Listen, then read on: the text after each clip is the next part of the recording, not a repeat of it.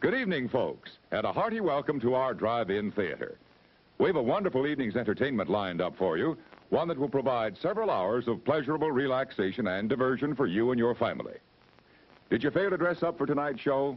No tie, an old shirt and slacks, a house dress? Well, don't give it a thought. We're glad you came as you are. We just want you to enjoy yourselves. Don't forget to visit our refreshment center during the intermission or any time. You love the tasty array of snacks we have to offer. So will the youngsters. Everything is quality and so good. We hope you'll make this a weekly visit. Bring the family. Bring your friends. There are always wonderful new pictures to see, delightful snacks to nibble, a gay, pleasant evening for all. Oh, a word of caution. Don't drive over 10 miles an hour in the theater area for your safety's sake.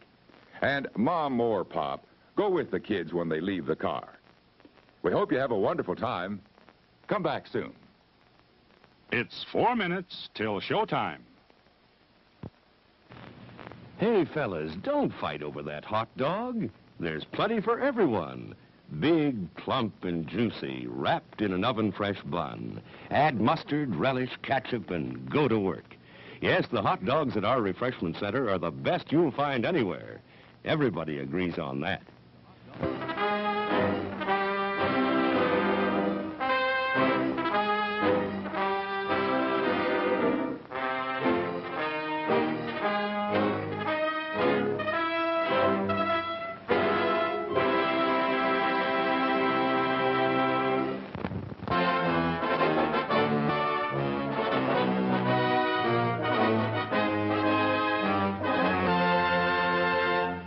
It's 3 minutes till showtime. Thirsty? The refreshment stand is open with everything to satisfy your taste buds. Here's the menu: the hottest, freshest, crunchiest popcorn, each kernel popped to its fullest with that real movie time taste. Cold drinks. You'll find your favorite ice cold, tasty, and thirst quenching. And hot dogs, hamburgers, and candy too. Now a short intermission, so you'll have time to make your selection before the show begins.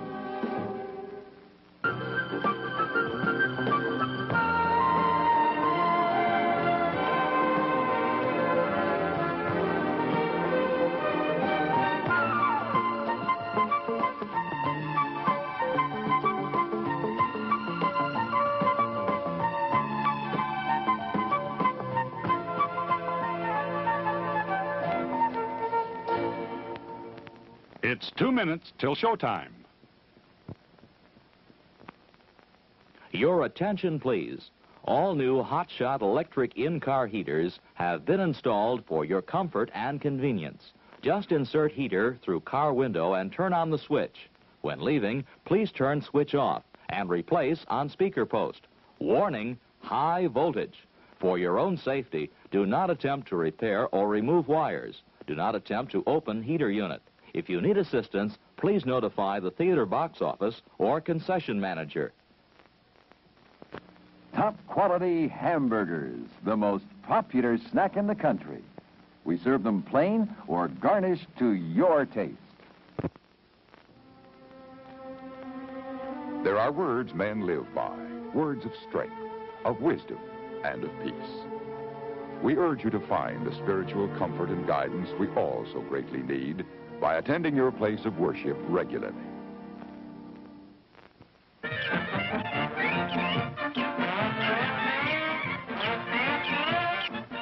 Just 1 minute to go.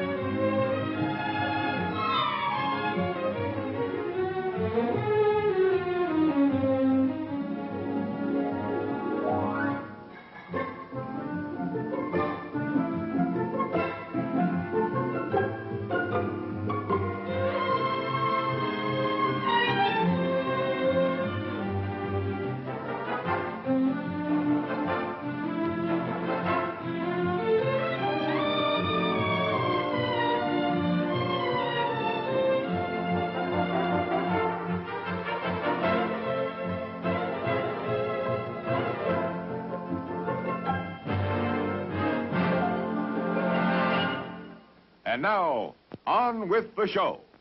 No, that's not big enough. No, that's not big enough either. That's more like it. We're delighted to have you with us, and we extend a cordial welcome to you. We've lined up the top stars from Hollywood and from all over the world to entertain you on our giant screen with the new, colorful motion pictures you've been hearing about and reading about. To add to your enjoyment, we're all wound up to bowl you over at intermission time with live wire service at our snack bar, where you'll find a tempting variety of favorite foods and beverages. Your continued patronage is very, very welcome.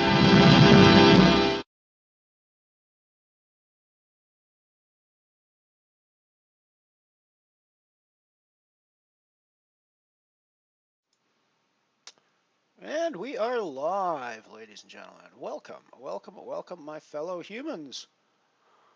Welcome to all non-human sentients who might be watching the stream as well, of course, and any of the non-sentient creatures who might be enjoying our poker action today. Come and have some fun. You may notice some new graphics and stuff going on. I am changing and updating my theme. I got rid of my blue felt background and decided to go with something more science fiction themed for the whole mothership idea. So, yeah, be swapping those out and changing. And it's not like you see my background very often anyways, so it's not that big of a deal. But be something like this will be going up for the main picture on Twitch as well. So, we got 4 games going at the moment. Figured out what's been going on with the Comet. I registered in the Comet Nano this morning, and it did not start due to a lack of people in it when the main time started. So, for those of us who like to play the Comet Nano, go in and register early tomorrow. Make sure there's enough people in it so that it starts, please, because I enjoy that tournament. Although I know some of you guys might not want to stay up until like 2 days from now to finish the tournament.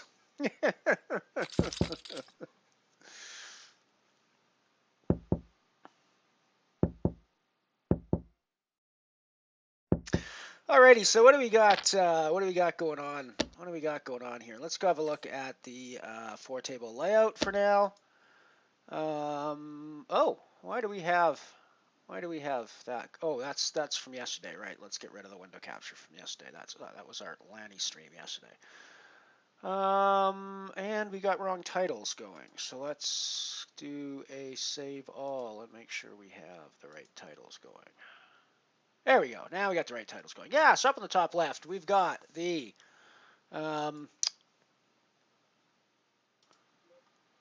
Dark Matter Nano. That one did run today. A 20-cent buy-in, €10 guarantee. It is a freeze-out. Top right, we have the Deep Impact Nano. €50 guarantee, 25-cent buy-in. We are 1 bullet deep and not doing too bad. We've doubled up a couple times, gotten in a couple of good spots, had some people give up their stacks to us, and here we are. 20,000 chips. Not too bad. Not too bad, not too bad, not too bad. We got the bottom left, we got the Galaxy Nano. €40 or 40-cent buy-in with a €100 guarantee. We are 1 bullet deep in that, but we also have no big blinds in this tournament. Well, that's kind of an exaggeration, but actually not a huge exaggeration at this point. Fast-moving tournament. And bottom right, we've got the Falling Star Bounty tournament as usual.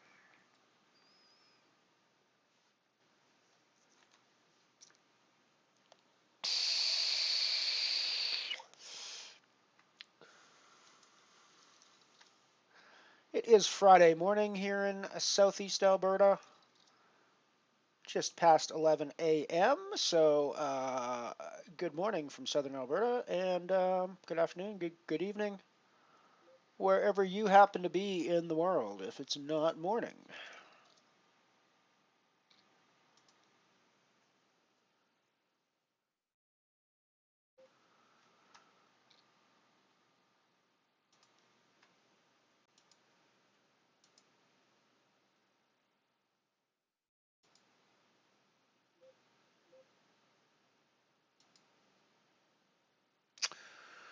Head back over to the one table view, since I think that's a little easier to see the action on. This is the dark matter table that has just gotten underway. Not too much has happened there yet. We got deep impact, where we don't have a huge stack, but we do have a stack. 20 people getting paid in that. We're pretty close to the scoring position at this moment, although things do move fairly quickly in the deep impact. And yeah, so we'll see how that goes. We got the Galaxy, where we're super short stacked. I mean, technically we do still have 15 big blinds.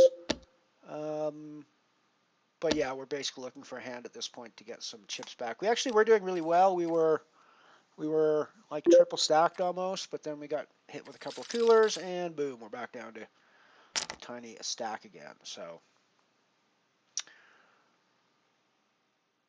snakes and ladders.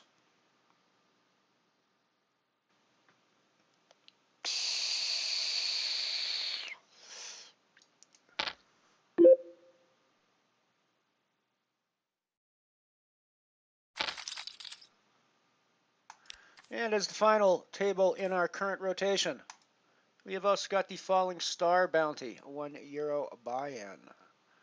Haven't done any booties in that yet. Haven't actually done much at all in that yet. Been a pretty slow tournament there so far.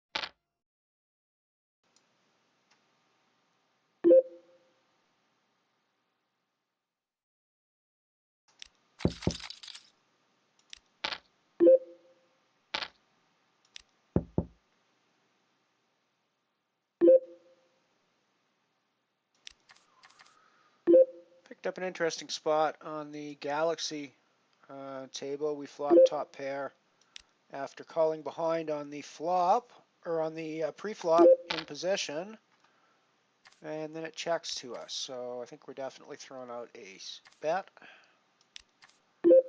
with our top pair and straight draw gut shot.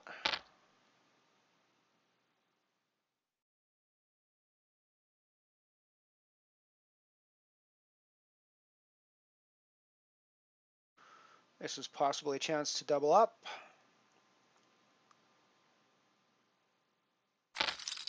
I'm still working on my first stack here. I think at this point, I could put all my chips in the middle and go for the big double up. I think that's a little bit risky with the heart coming on the end and some of the straight draws getting there, but not mine. So I think we just check back.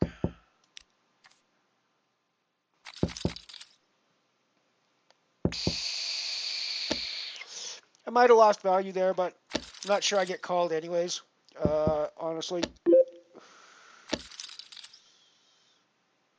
Although actually, given that he was there for two streets, I don't know what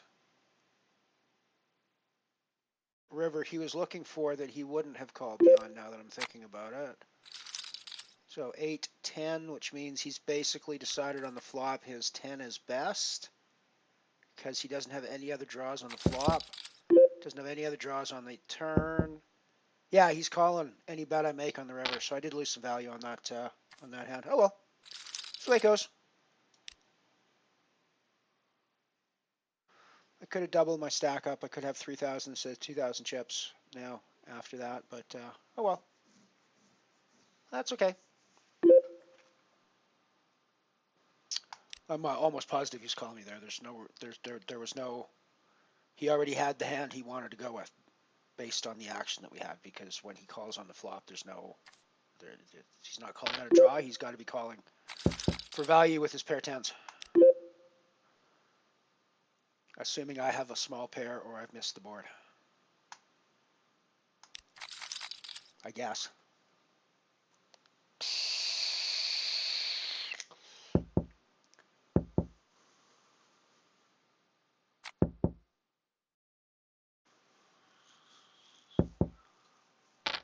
Huh.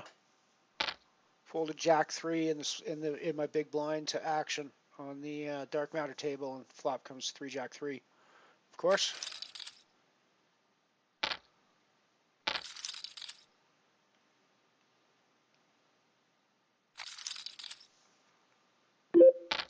And I would have been able to stack off against somebody with Jack 9 when the 9 came on the river.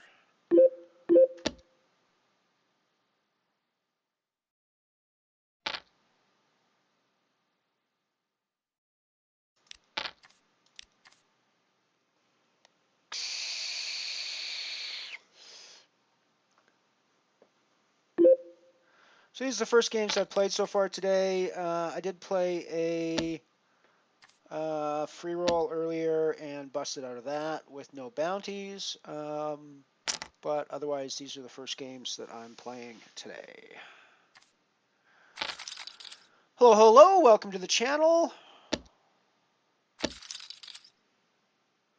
We are playing the pokers today. Low stake stuff as usual. We're in the nano games. I'm trying to free roll my bankroll up from 0. And we're doing pretty good so far. So yeah. Why do I not have any stats showing up on my stats panel? Let's have a look at that. Why? I should have... I know why. Because I'm an idiot. That's why. It doesn't happen automatically, Lyle. There are things you have to do to make your stuff work.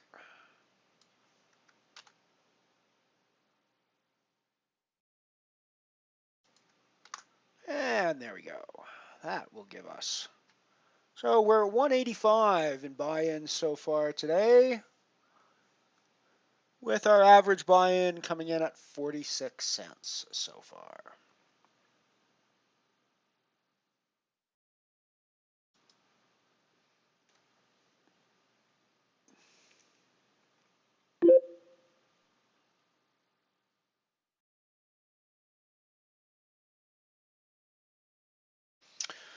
So I think I'm just going to call off here and rebuy for 2 stacks if it doesn't go my way.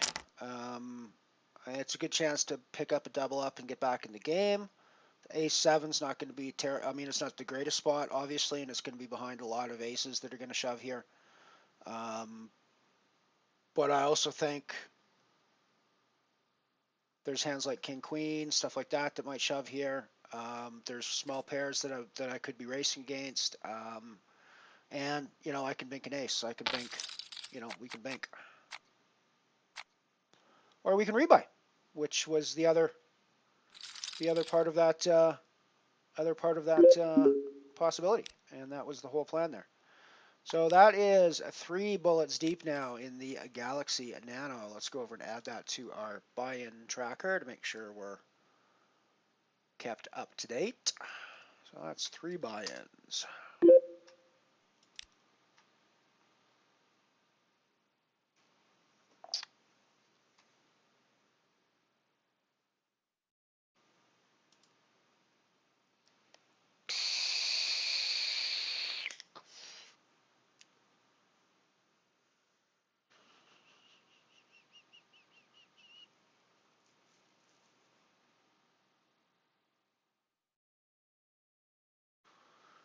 He's been pretty uneventful in the Falling Star so far. Been pretty card dead there. Haven't had a whole lot of chances to make stuff happen.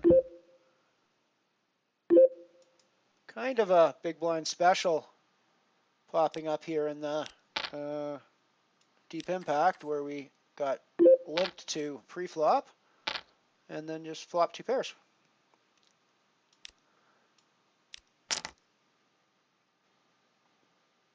Putting Putting in a raise on the Galaxy Nano table with my fresh 2 stacks with ace-9 suited on the cutoff.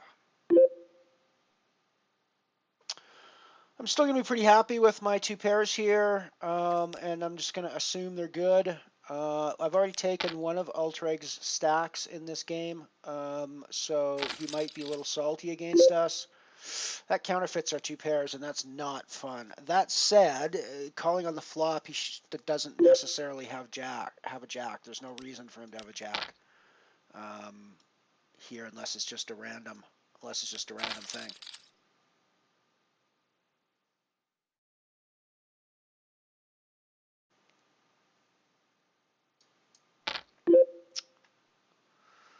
The ace-9 hand on the is not going as planned, and we're gonna have to get out of the way on the Galaxy table.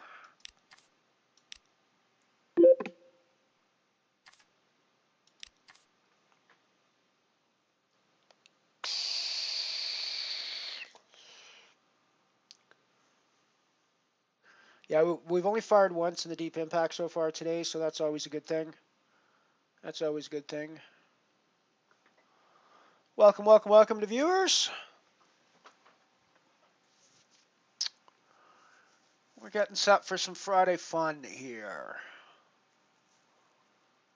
Thinking we might even enable some music.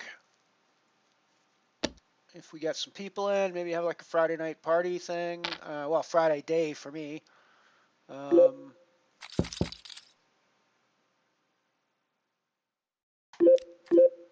But Friday night for a lot of my viewers, I think.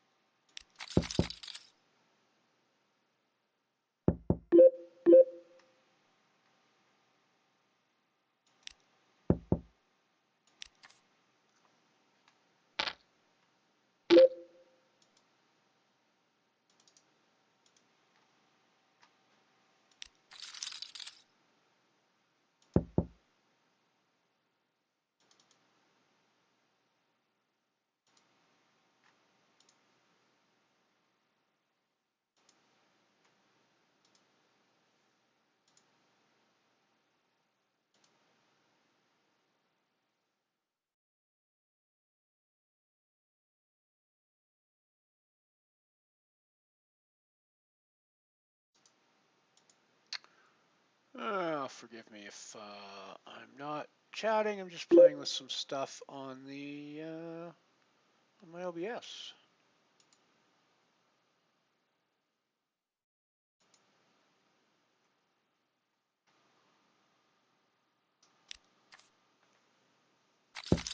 Trying to make sure you guys stay updated on all the information going on the stream.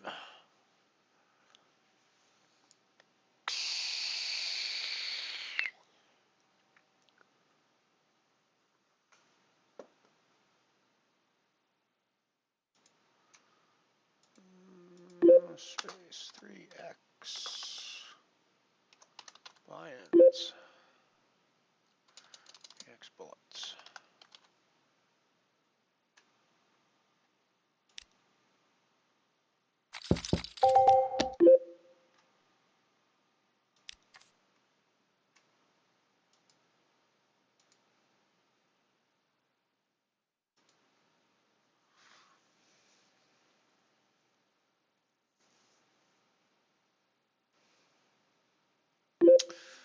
I actually considered putting in the raise with this pre-flop from position.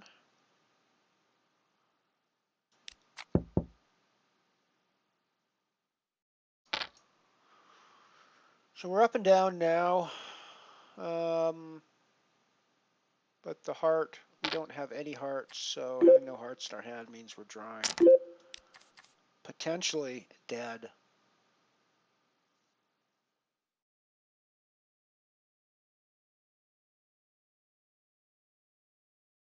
So I think we get out of the way with no heart in our hand.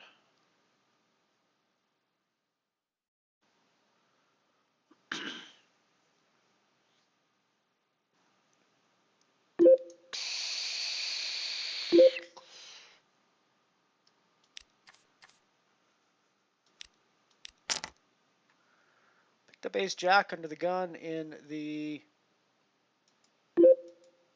dark matter nano. No. Why is that? I picked up ace king under the gun in the deep impact nano, actually, but why? This is the wrong table. Dark matter is what this should be. There we go. Picked up ace jack under the gun and raised.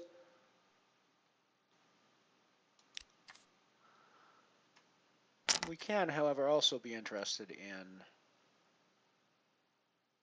the ace king hand over here on the deep impact table.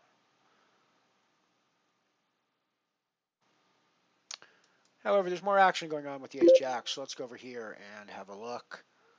I'm going to put out a c-bet on this, maybe go a little smaller than half size here. We take it down. We get shoved on with the ace king in the deep impact by I need money.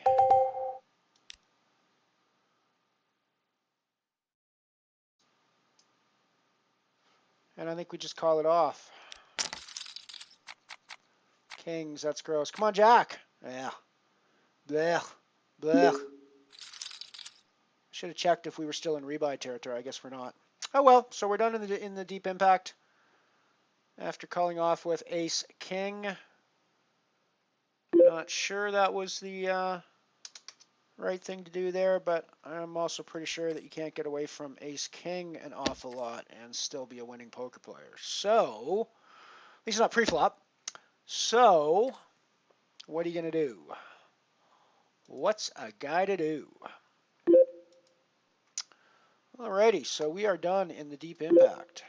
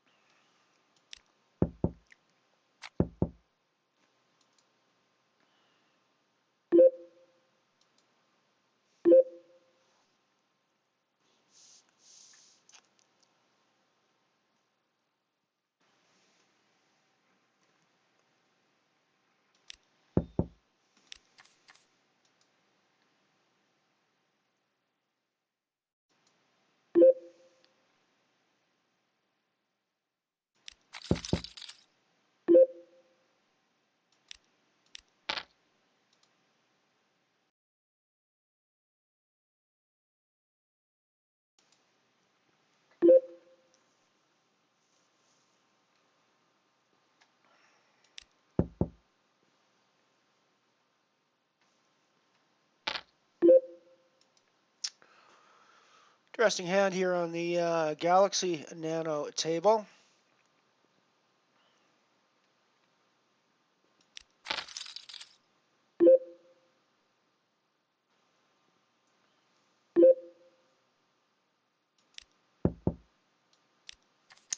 So we get the nut straight. Wow. Wasn't expecting him to be that weak.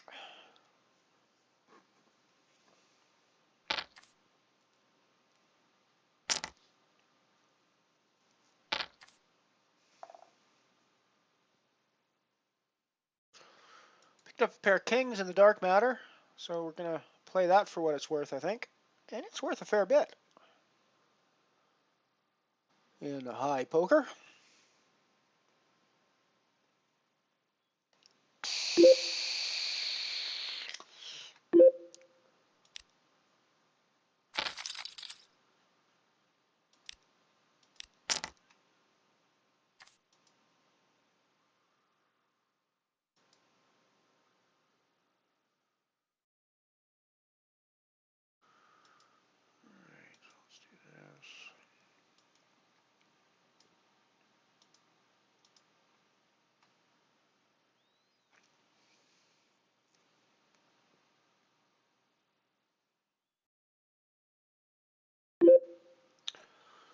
So I've got an overpair to the board, and I got people shoving into me, which makes me very happy.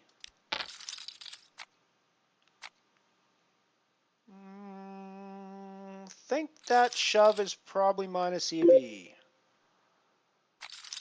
I think that is probably not a plus EV move.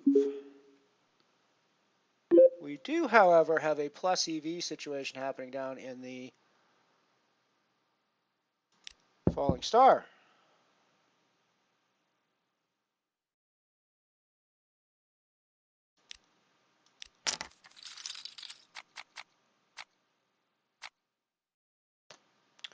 And we just gave away most of those chips we just won in the dark matter to somebody else when we called off a queen shove with ace, or a king's shove with ace queen.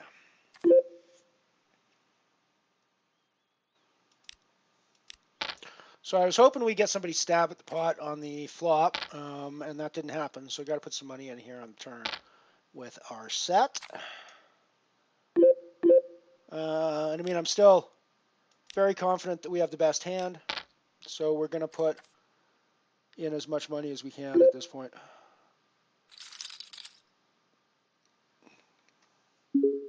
We take 34-cent booty. We taking the booties. We're taking the booties. Gotta like them booties. Gotta like them booties.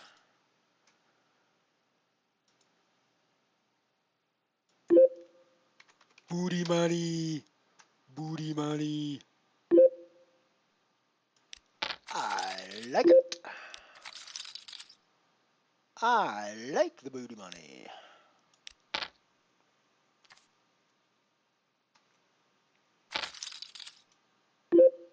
Me likey the booty money. Me not liking this hand quite as much as me likey on the flop, but we must continue betting.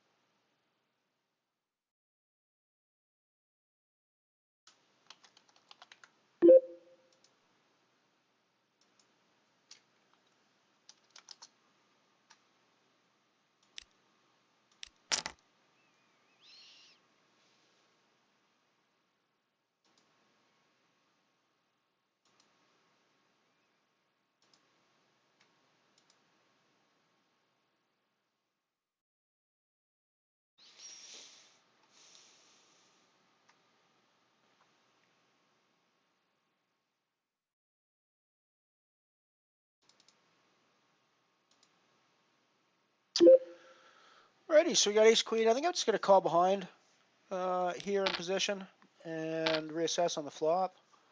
I also put in a raise with ace king on the Galaxy Nano table. Got a call from the button, so we'll see how that goes.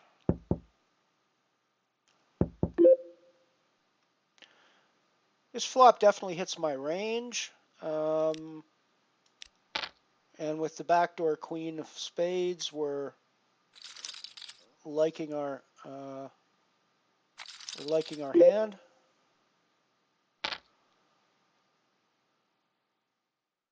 I think we're seeing at least one more street here.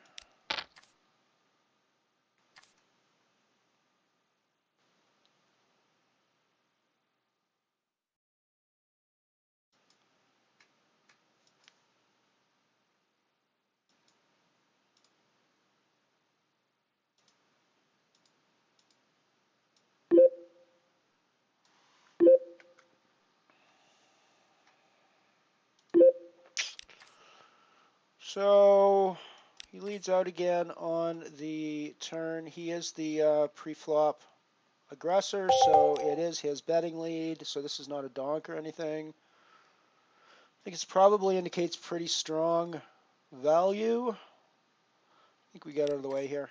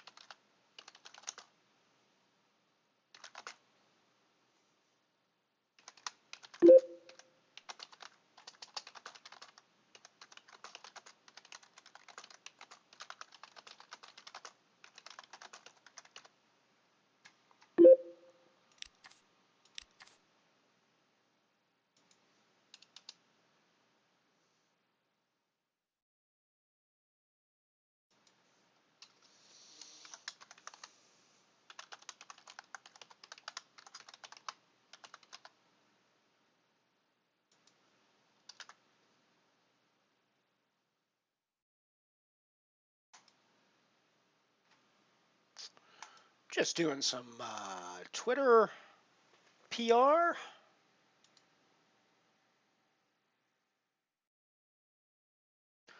Got 3 games running at the moment. Probably going to leave my 4th slot open for either the Black Hole Nano at noon my time in 20 minutes, or I might pull up a cash table and start trying to grind that 5th anniversary mission that popped up yesterday.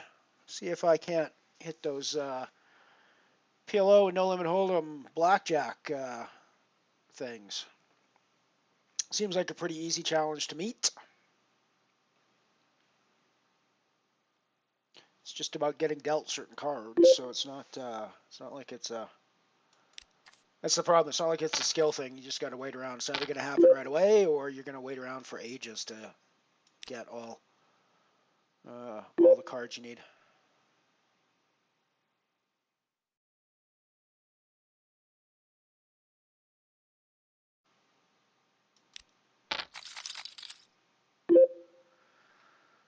So we got an interesting hand developing on the dark matter table.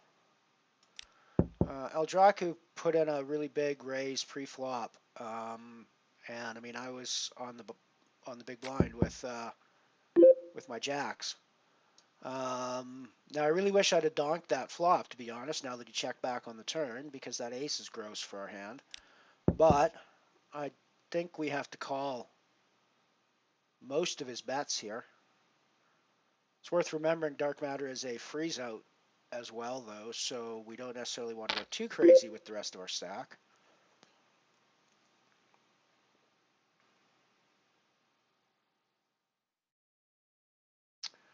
I mean, we do have backdoor straight draws as well. Well, not backdoor, gut shot straight draws as well. Oh, so we now have two overcards, which both could have floated flop bets, or could have raised pre and then. No, they probably float. Ugh. Ugh. He just gets there. He just gets there. Well, we hit the Galaxy add-on, so we're going to add our 7,000 chips for 40. Bring us up to, once again, 4 bullets on the Galaxy Nano for the day. And we got some work to do before we actually manage to get through the day on that one.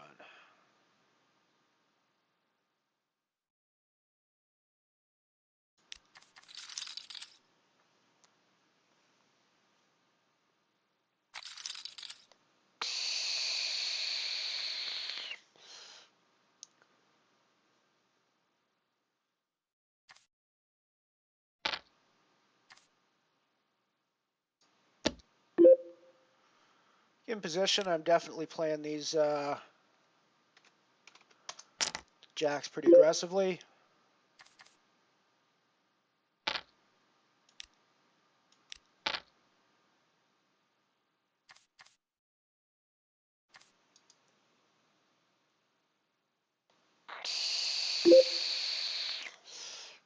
And I think we're playing this for a stack. If you've just got a 5, then I'm just unlucky today. So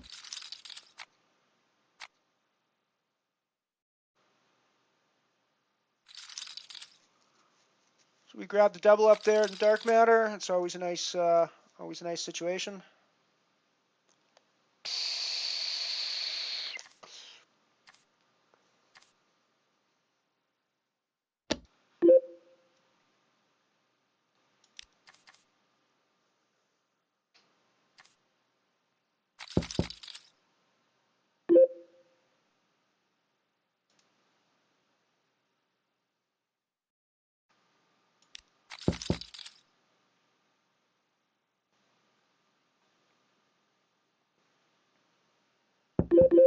It's funny that add-on stage kind of snuck up on me on the Galaxy there. I was not expecting it to come up so quickly for some reason.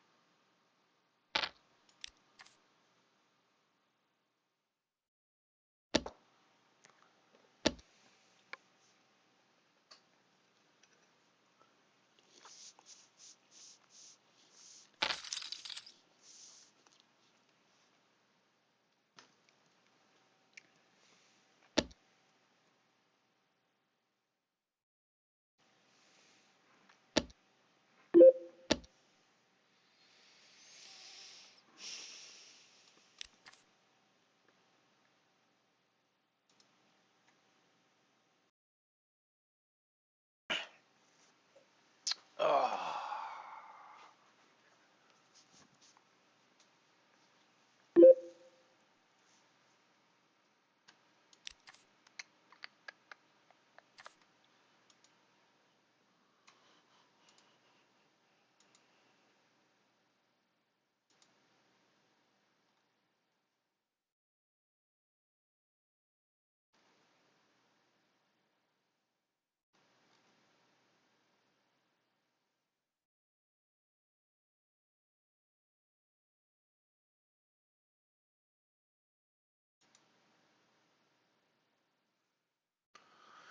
Just checking out the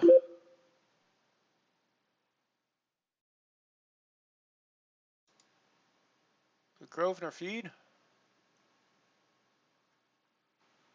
I don't think Ian's going to be playing today because I think this is another day 1, and I'm pretty sure he made it through yesterday. So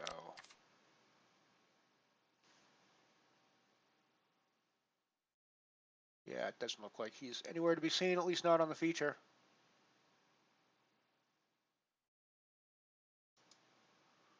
Cool.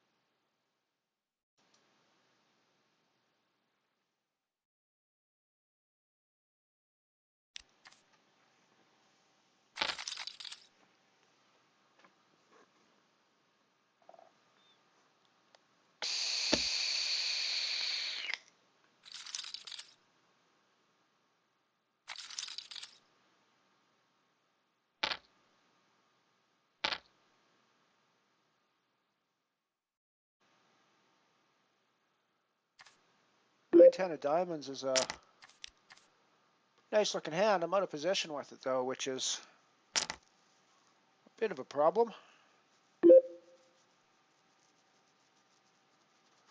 It's definitely worth seeing a flop with though if we can get in for this price anyways.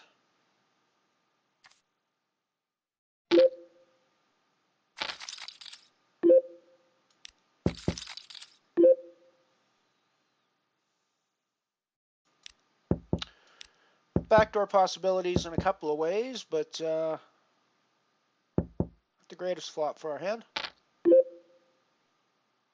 And I'm pretty sure we can't be continuing to flop to pot bets with just backdoors.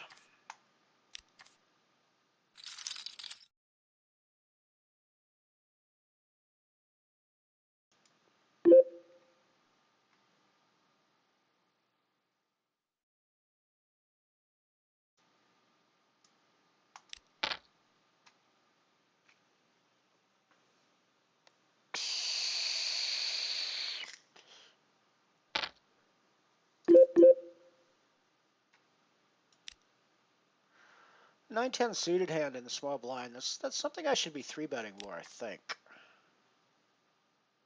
Actually.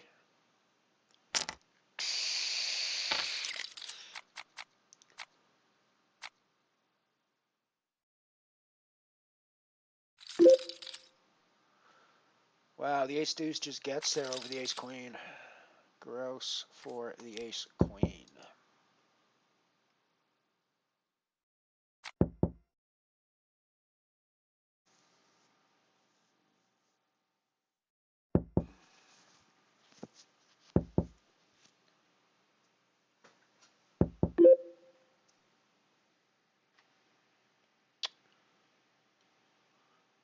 Hello, hello to everybody. Welcome to the stream.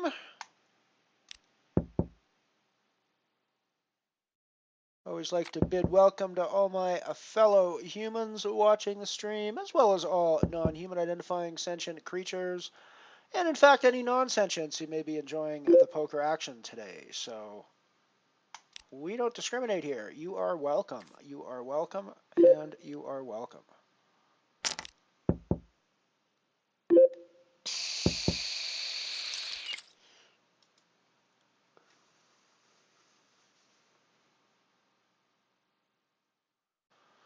Say hello in the chat if you want. We've got, I should get rid of the Galaxy Nano from my now playing list because I am no longer playing the Galaxy Nano since I busted out. Let's get rid of that one from our list.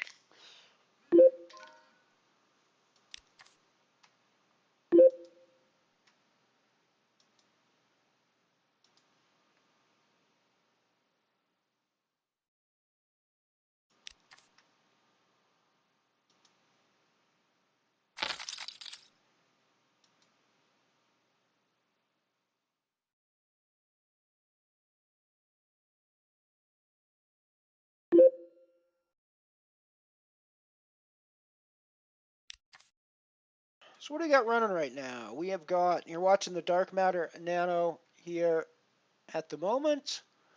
I'm also playing the Galaxy Nano still. Oh, we are in the Galaxy Nano. What did we bust out of? It wasn't the Galaxy that we busted out of then. This is the Galaxy, right? Yeah, so it wasn't the Galaxy that we busted out of. Yeah, it was Deep Impact we busted out of. Right. Oops. Let's correct that. Well, we got rid of that one.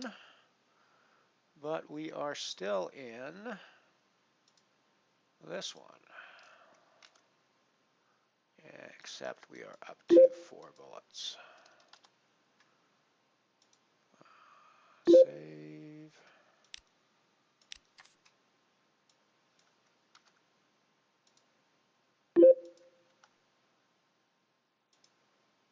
Save. That's better. So yeah, we got the Galaxy Nano going here, and we still got the Falling Star bounty. We've taken one booty there, and we got a reasonable stack. So life is not going so badly for us today.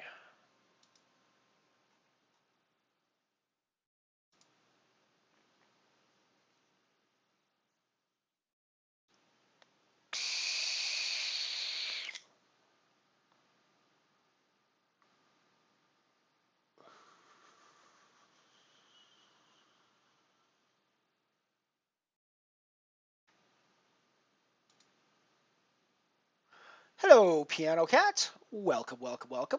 Always good to have you curled up beside my keyboard. Thank you for stopping in on this Friday evening and saying hello to us. We're playing the pokers, as usual. As usual, we've got classic commercials lined up for you in the breaks. Cut together, I've been running a lot of themes lately where I've been doing a lot of commercials of the same kind running through. Like yesterday we did a lot of car ads.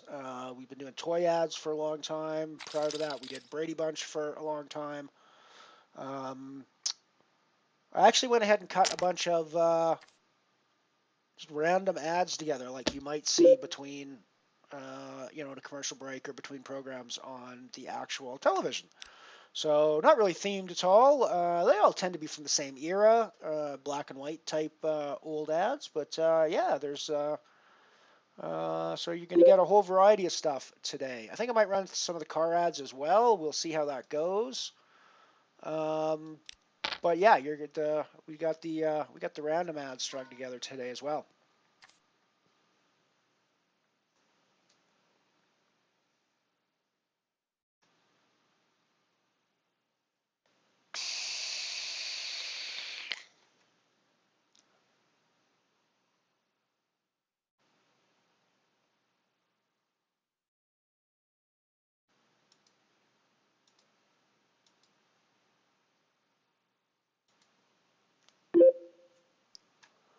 So far, Mr. Variance has largely stayed out of our games today. It's been a pretty standard poker day, I think, for the most part. We got kind of unlucky when we busted out of the Deep Impact, but it was kind of a poker situation as well, so I'm not too chuffed about it. Haven't really had any huge variance spots where either we've gotten there or they've gotten there against us. So maybe we'll just have a normal day of poker today. And frankly, I don't want to sound like I'm being overly arrogant or overly confident. But if we could just play a day of normal poker, I actually like my odds in the fields I play against. When huge variance doesn't step up, I pretty much like my odds in these games.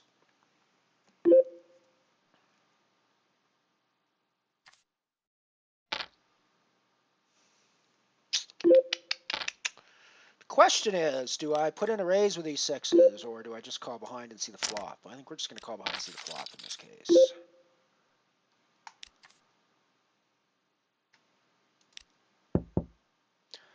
He's going to have a lot of aces in his range, but I don't think he's going to have...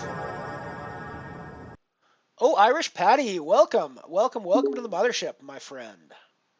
You've arrived just in time for us to go on break and see some classic commercials.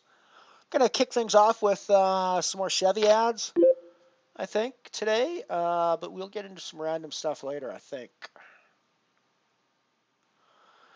So it's like a 3/4 pot bet. He's going to have an ace or a king here a lot, I think. And even when he doesn't, his random hands that he raised with are going to have nines and things in them as well. So I think I just need to get out of the way with my sixes here. Alrighty. Well, it's been. We're gonna head off to our break, and we'll be right back after these short messages.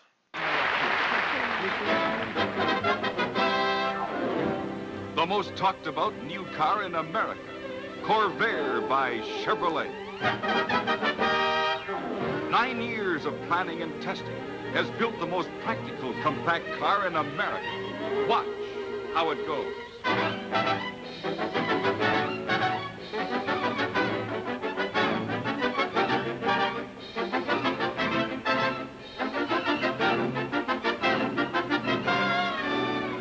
Here's the secret of the Corvair's extraordinary performance. America's only air-cooled aluminum engine. It never needs water or antifreeze. And it's in the rear, where it belongs in a compact car. It belongs there because that's the way to get the near-perfect weight distribution to give you benefits like these. Quick, straight stops, because weight is more evenly distributed. Superb handling, so easy you don't need power steering. Sure-footed traction in mud, snow, or ice. And because the engine is in the rear, the floor is virtually flat. You have more legroom for passengers. And with this optional pull-down rear seat, you get station sedan room for packages and loads of all kinds. And that's only the start of the Corvair story. There are lots more things you should know about. The Corvair's astonishing gasoline economy. The Corvair ride, its sensible low price. The happy ending to that story is at your Chevrolet dealers. Come on in and take a drive in the new compact Corvair by Chevrolet. The most talked about new car in America.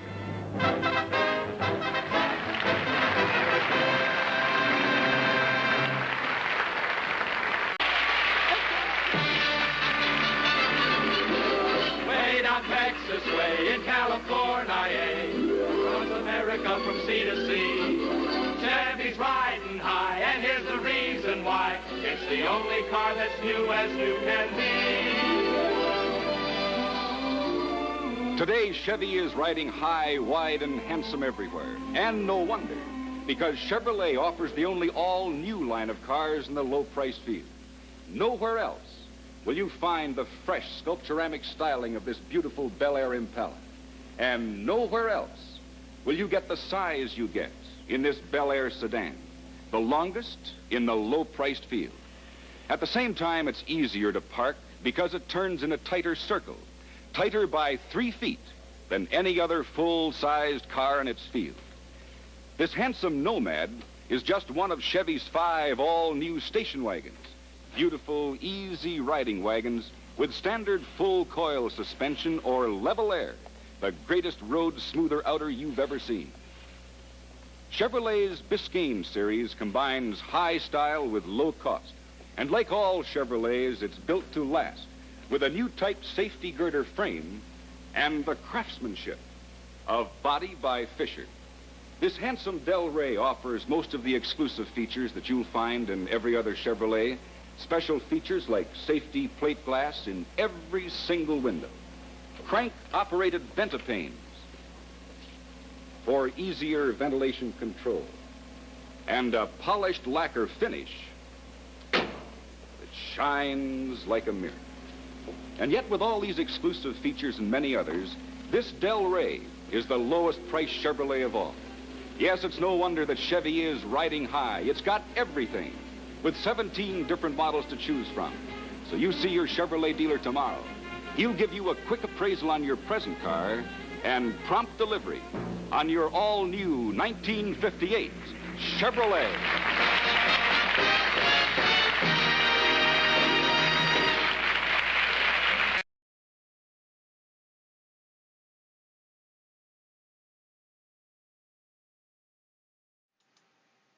And we are back.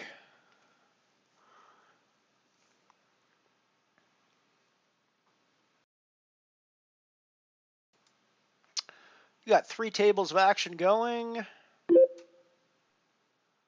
at the moment. We got a booty on the Falling Star. We are limping along somewhat in the Galaxy Nano. We are out of the money, but we still have chips and we can still play. And we're doing okay in the Dark Matter Nano. Not terribly anyways.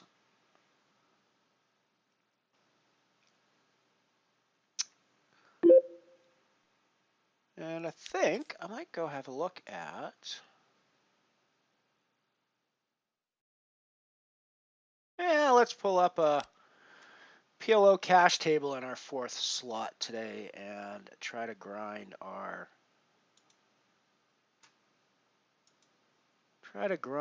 mission. This ought to be fun for everybody.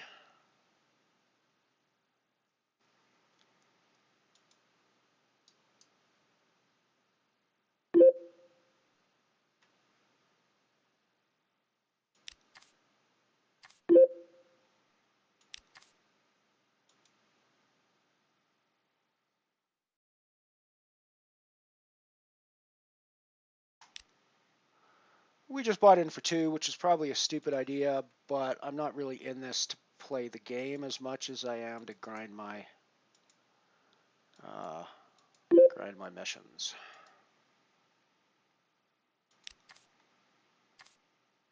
Although we got a pretty good hand to start with on there. Let's have a quick look at that. I don't have the title right on this yet, but we'll get there.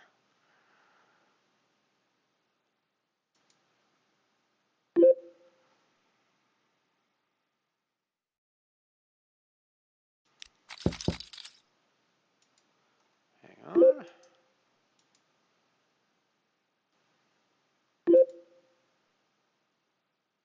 Ah, that's why, because I've got other things on top of it. There we go. Alrighty, so we flopped a sat.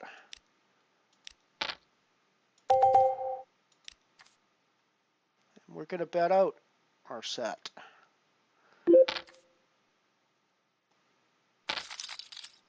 And we're going to call the raise, I guess.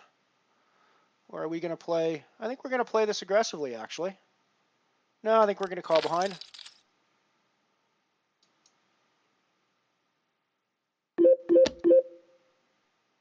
And now we're going to play aggressively.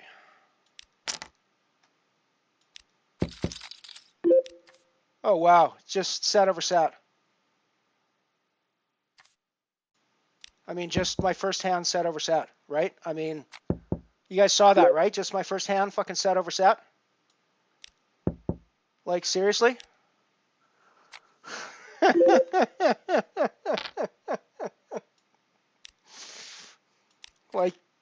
Like, really? My first hand fucking sat over sat.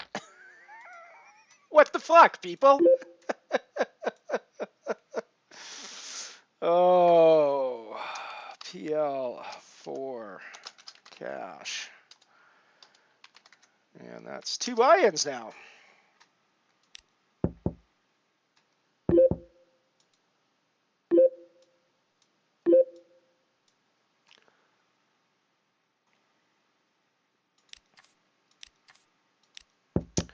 However, that should have given me some towards my... Yes, I now have 3 towards my 20 blackjack necessary hands.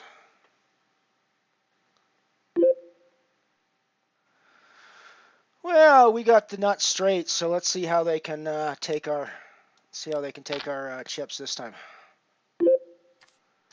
See how they can take our money this time.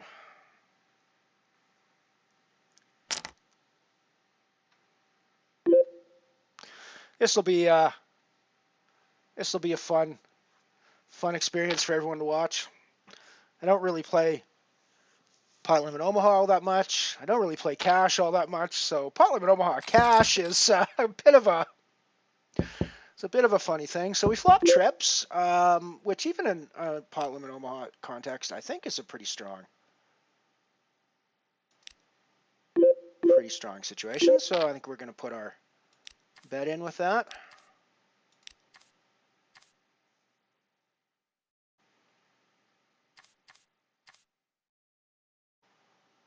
So I think that should put us up to 5 or 6 required cards. This will be 7, 8. I think I'm just going to fold those.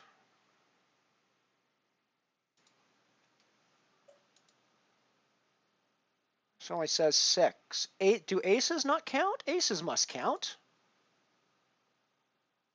Yeah, aces must count. I'm sure I've... Oh, it must be after this hand goes over, because that would be 8. Yes. Yes, once this hand is over. It's not when I fold, it's when the whole hand is over that it updates on the screen.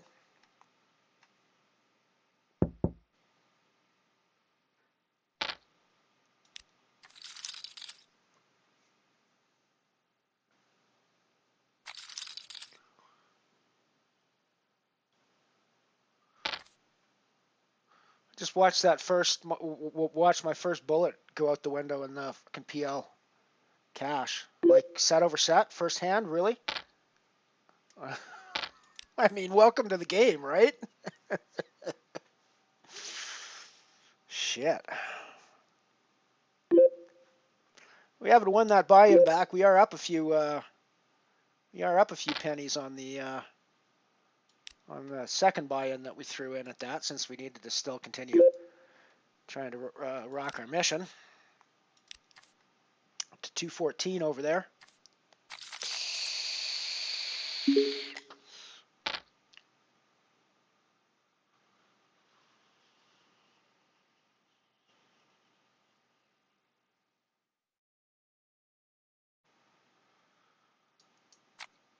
Big hands, aces v aces. Does anybody else suck out in the background? Nope, nobody else sucks out in the background. Alrighty, I guess we're gonna put another stack in the middle here if we have people betting against us.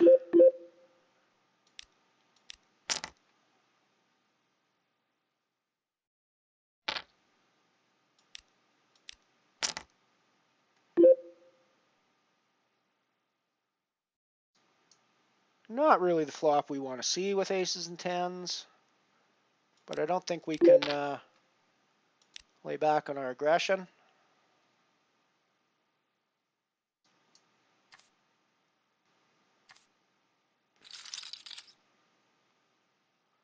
We're a quarter of the way to winning our first buy-in back.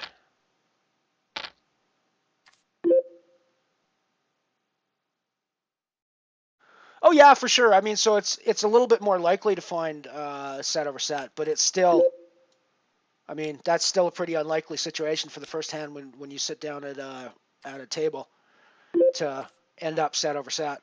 Flop set over set, no less.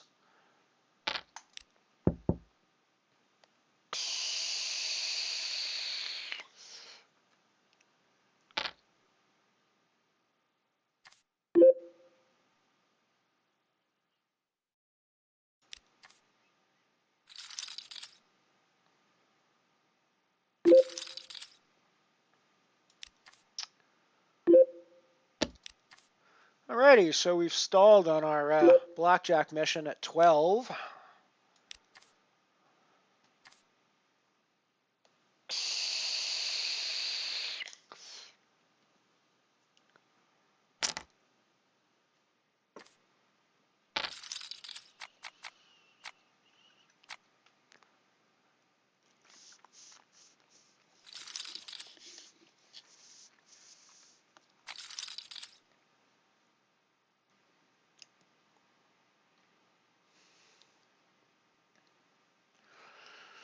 For the record, I'm mostly just playing this Omaha Cash for the let's actually make sure that that's reflected on the title, since we're not actually playing the title that I think it says.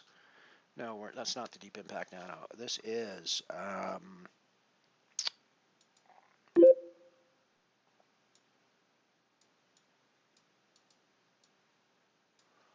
for PL Omaha cash.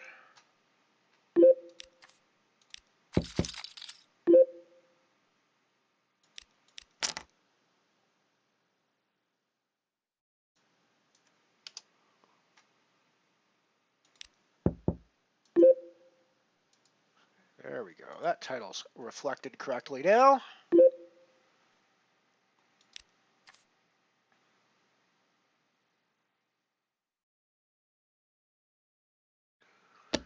Grab double up in the dark matter on a table off stream. So 20 or 15 of 37 there with 11 people getting paid in that one.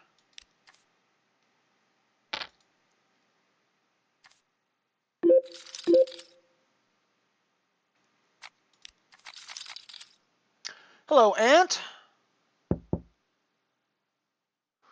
Yes, sir. I am mission hunting, my friend. I am looking for my PLO blackjack hands at the moment. You missed us buying into for a €2 stack in PLO in PL4, and on the first hand getting into a flopped set over set with me having a set of queens and the dude to my right having a set of kings. So boom, first hand, that's one stack gone in PL4. That said, I did actually get 3 cards on my blackjack requirement on that hand. So, it wasn't a total loss. It cost me €2 to get those 3 cards, but, it wasn't a total loss. So yeah, so you missed that. So that was fun. But yeah, we're just trying to grind the PLO blackjack hands here. We are 43 cents into restoring out our lost buy-in with our second buy-in here on the PL4 tables, but we'll see how that goes by the end of it. I don't really plan to try to roll back that buy-in that I lost when I hit the 20. When I hit the 20 cards that I'm required here, I'm cashing out of my PLO and moving on to NL4 cash to try to do that one.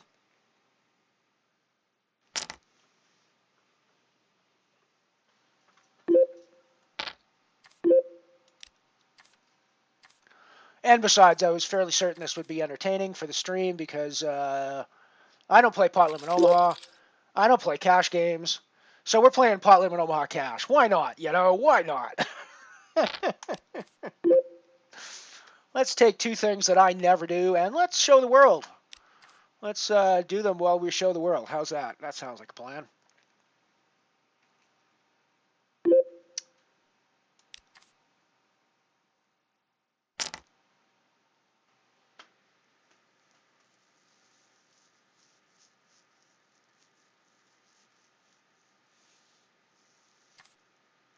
So I realize there's a problem with the idea of me playing the Ice Giant bounty with my €25 ticket. And that problem is the Ice Giant bounty is a Sunday tournament, which means I either am not going to stream my €25 ticket play, or I'm going to stream against Eni, which I'm not sure I want to do.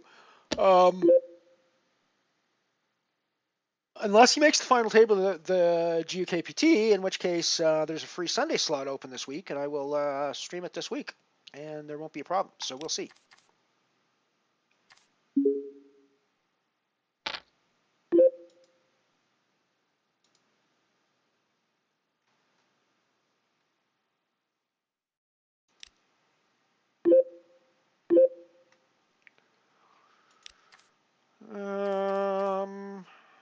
Like I say, I'm just really card hunting in this, so I'm not actually that interested in getting involved in pots. What's our status at now? What's our status? Oh, 19. We only need 1 more card. We only need 1 more card.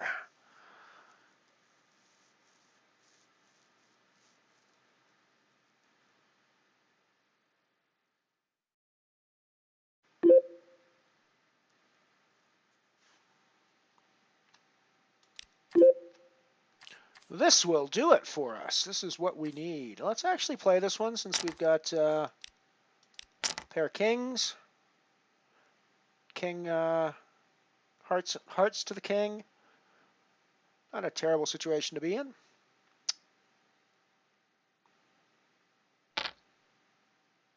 This will be the last hand we play on this table, I think. We'll be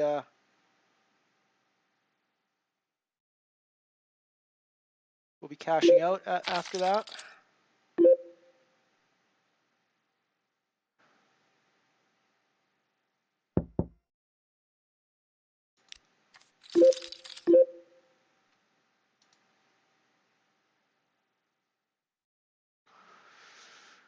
So we got the overpair, we got the straight draw. We don't have any of our flush draws, but of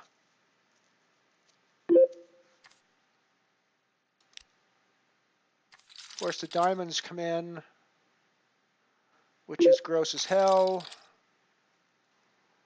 I mean, they always have the flush in Omaha. It's like they never don't have the flush, and I don't have any redraws to beat a flush, so I think we're just out of the way. We'll see how this hand ends, and then we will get out of the way. So I would have ended up with trips, but there is things like King 10, there is things like diamonds, there is, yeah, so I mean, I don't even think trips at this point has got any value whatsoever.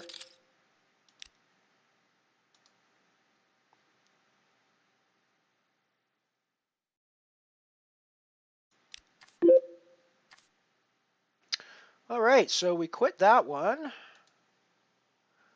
Let's go back to, whoops, let's go back to this table, dark matter for now. And I will bring up some NL4 going, because I'm pretty sure that got us what we needed. Yeah, that got us what we needed for the there, so let's go in and do some of the Texas Holdem.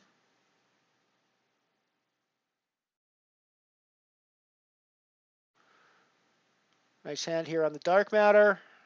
Might be a good spot for us.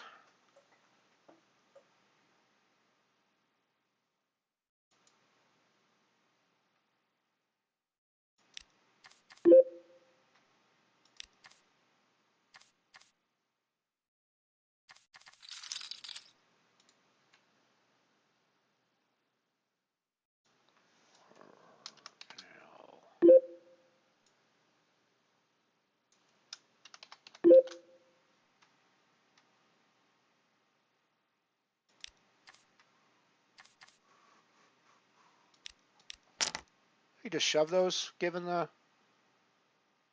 previous action.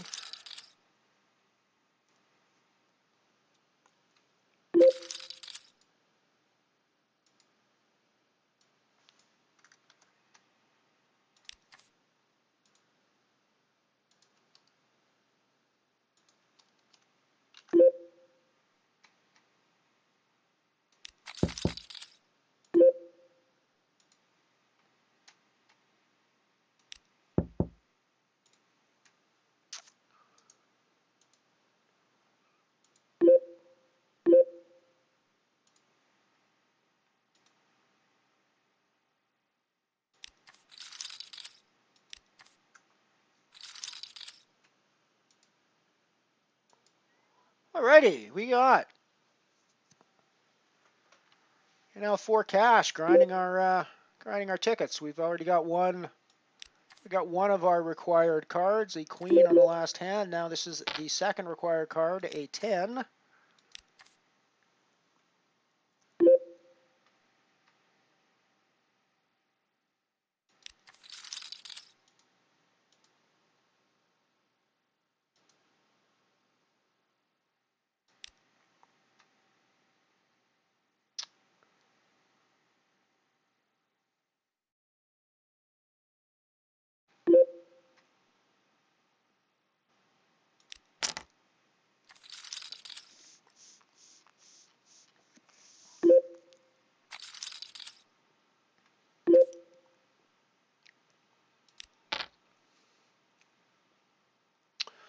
No good cards on that hand.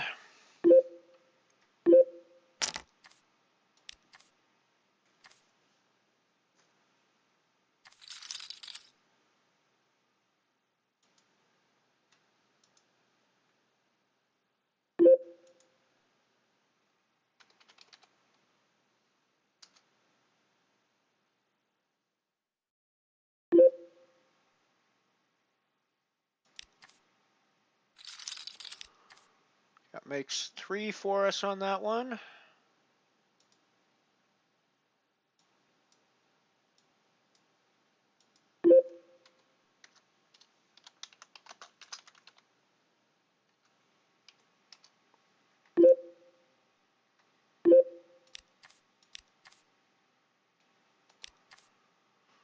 That should be 4.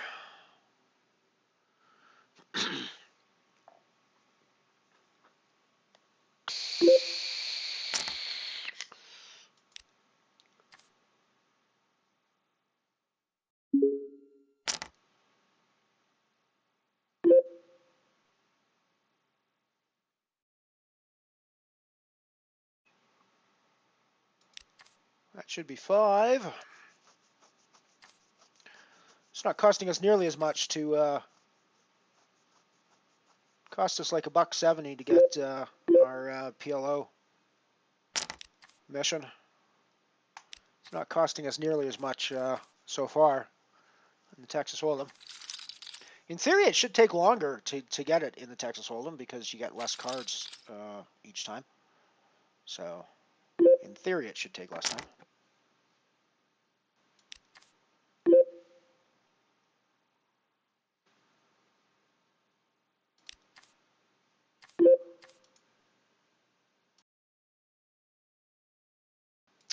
I think I'll see a flop with this hand at least. There's so much money in the pot. I'm getting like 5 to 1, so.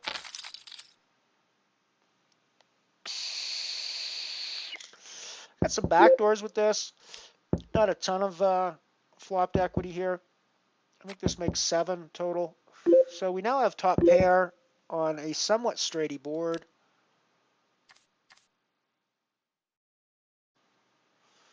I think that's worth putting a bet out for. About half pot.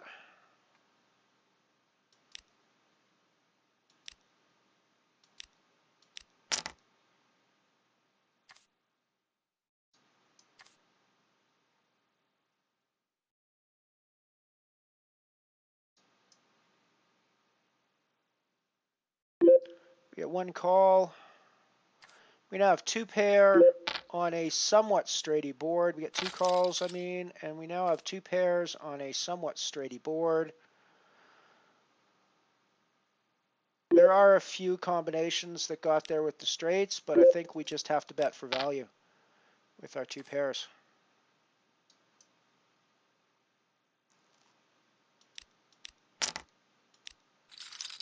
Might be done in the dark matter. In fact, I probably am. Yeah. I was in with aces. Some dude with ace 10 just gets there on a 3-10-10 flop. I should have known better and just folded, but we're done in the dark matter.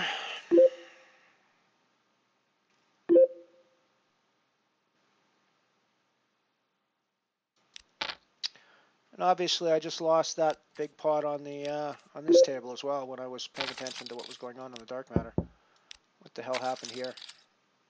Oh yeah, fucking dude just gets there when I hit 2 pairs. Of course, because we're playing,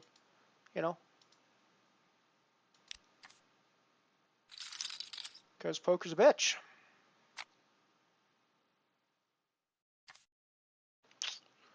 That should give us about 10 by the time we're done this hand.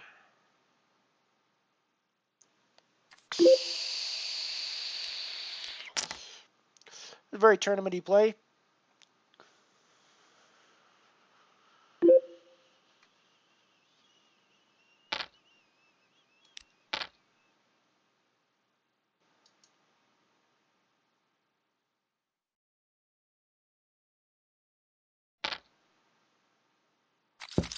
We'll buy one more time.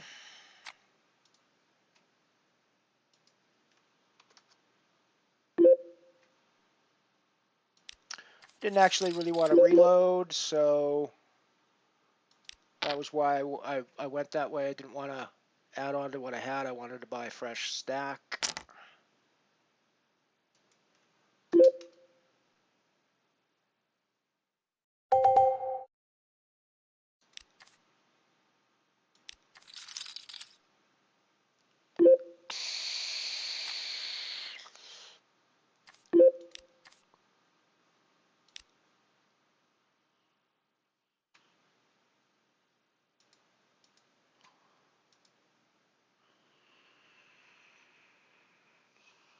Yeah, that's 11 now with this hand.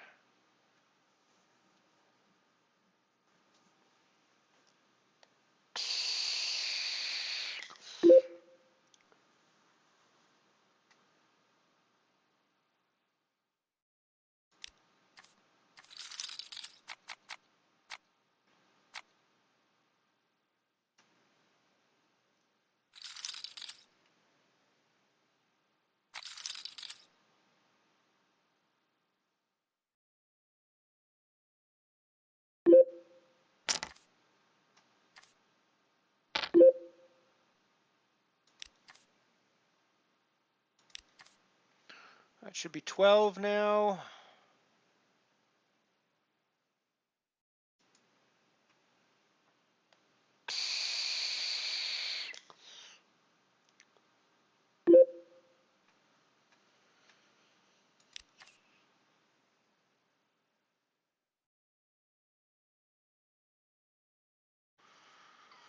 Pair of kings.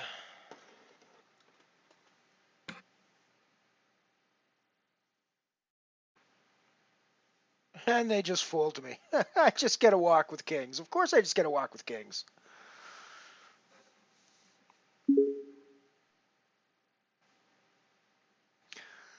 Are they like all in my chat? And am I not like streaming on a delay today or something? And they're just like fucking sniping the hell out of me?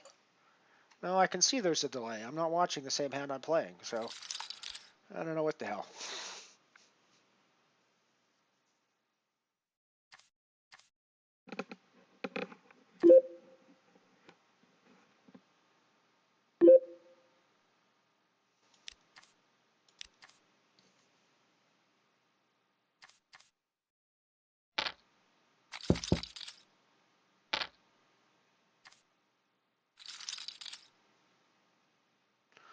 Anyways, you guys can see why I don't play cash very often, eh? This is about how it usually goes for me.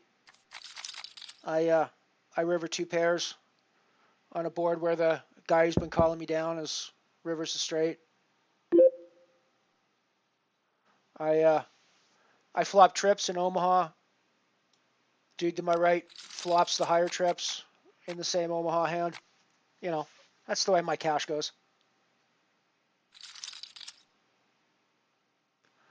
That is why I do not play cash games.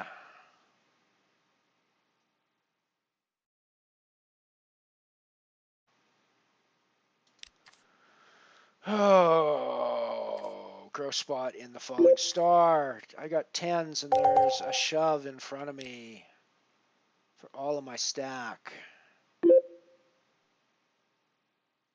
And I need to double up, so I gotta put it in. Gotta put it in and pray.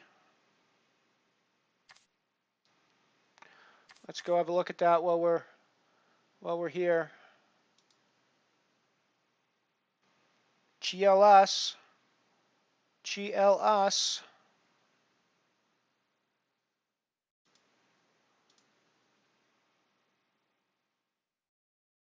Oh, no! No!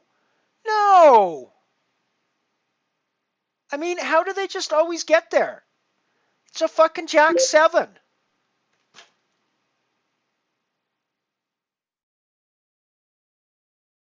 I mean, honestly, Ant-Man, I'm just having stupid luck, right?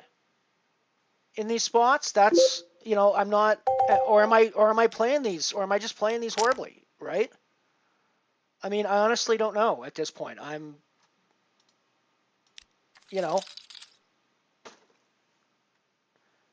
it's like it's the right decision to call off with 10s against Jack 7 for sure there, right? I mean, obviously, his range is going to have higher cards in it, but his range with that stack is going to have a lot lower cards in it too. So I just don't know. I just don't know what I'm supposed to be doing in these spots. You know.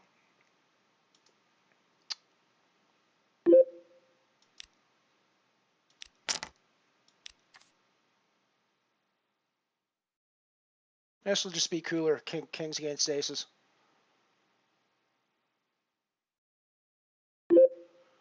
This will be the one that the guy has the ace. The guy hit the ace.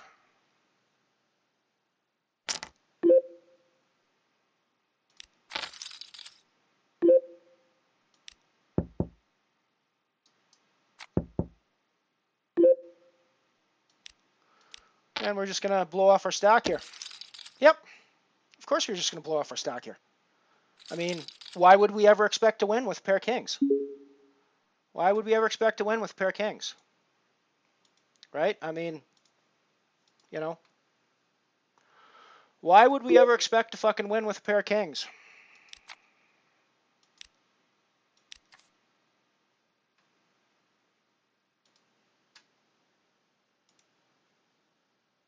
I mean, I guess I just get out of the way there when the ace comes, but...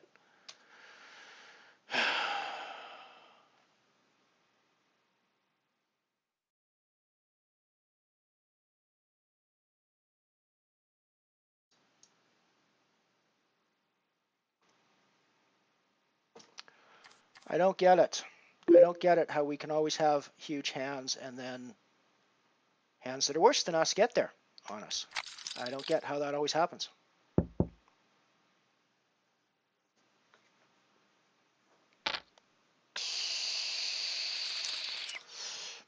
And I don't get how it always happens on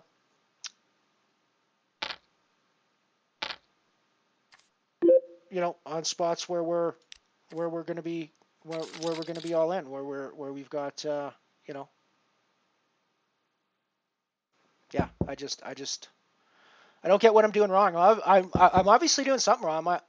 I've obviously got some sort of fucking leak in my game because you know, I wouldn't be getting crushed in these things if I didn't have a huge leak somewhere. So I don't get it. I don't get it.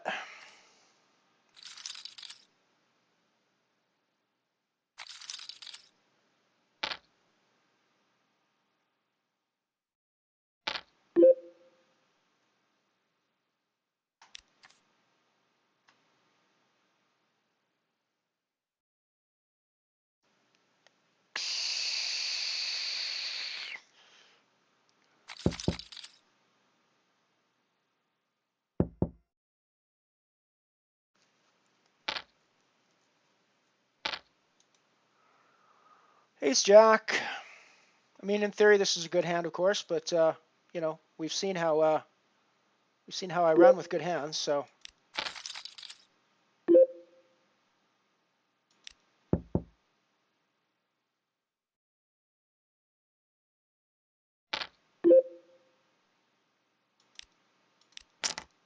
bring in the raise with my straight flush draw.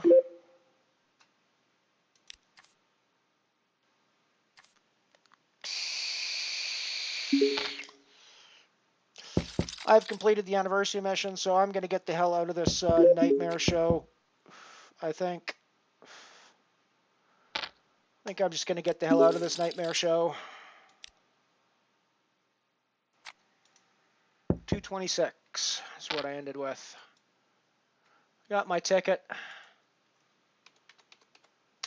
can cost me $6 to get it, but almost $6 to get it, but not sure that was worth it, frankly.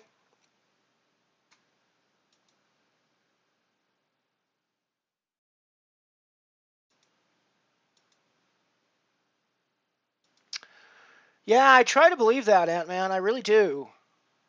But it's fucking hard some days, I got to tell you. It is pretty hard some days because the luck does not seem to average out. The luck does not seem to average out in my case. So I don't know. Well, let's see what else we can waste money in today. We got Black Hole Nano. Let's get into that one.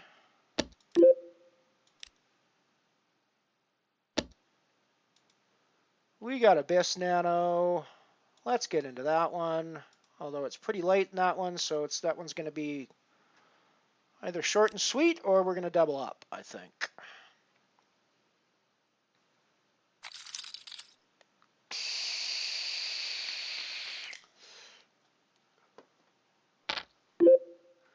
And we got the Dwarf Star Bounty Nano coming up, so let's jump in that one as well.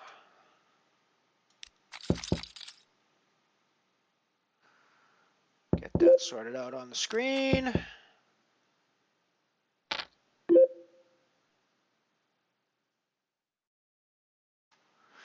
Well, it was a bit of tilt, no question.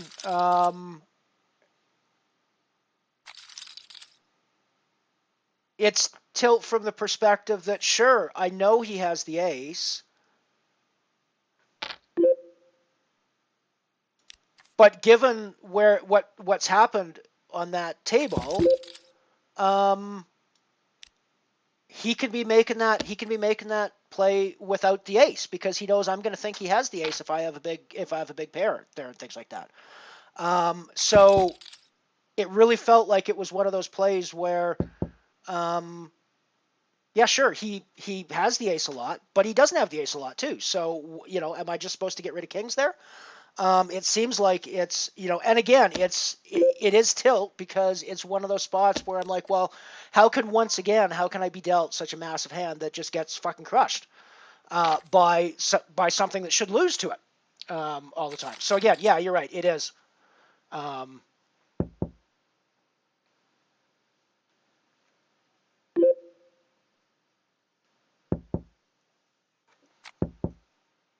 So yeah, it was a bit of tilt for sure. I absolutely didn't need to get the rest of my money in with that.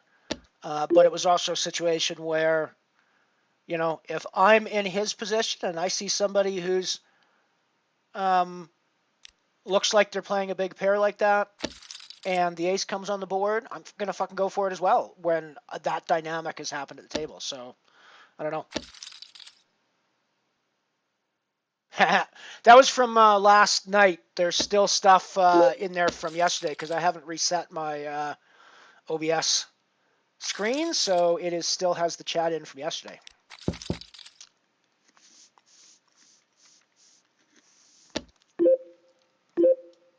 So yeah, I don't deny in any way that was there was tilt involved in that king's hand.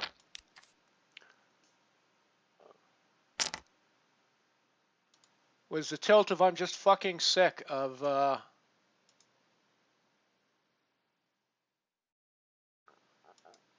my big hands always getting beat, and I'm just going to decide that you haven't beat me here this time, when in fact, of course, you have.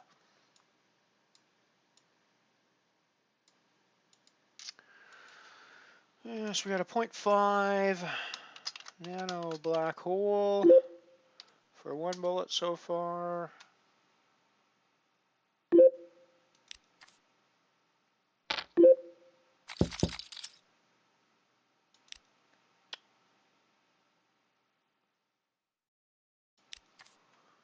We've got a 0.55 nano abyss for one bullet. And we got the 0.25 nano dwarf star bounty about to start. And we busted that guy. And we busted that guy.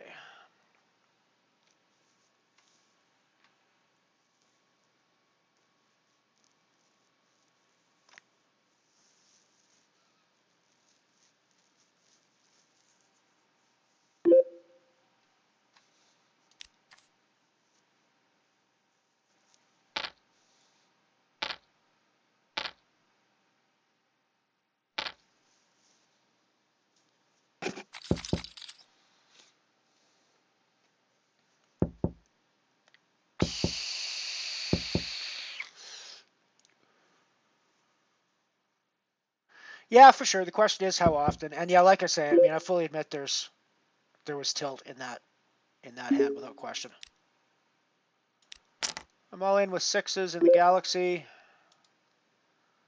which is the table you guys are looking at.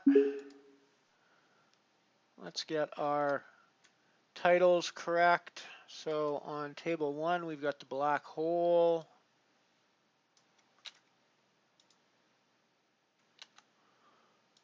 On table 2, we have the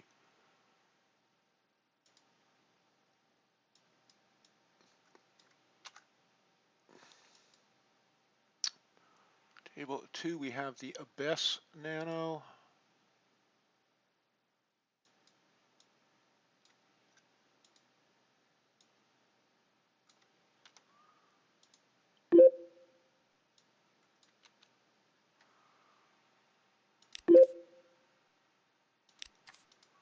Table 3, we have the Galaxy Nano. And on table 4, we are going to have the Dwarf Star Bounty Nano coming up.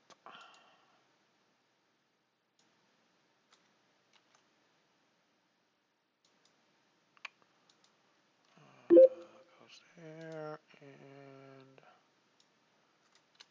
this one goes here.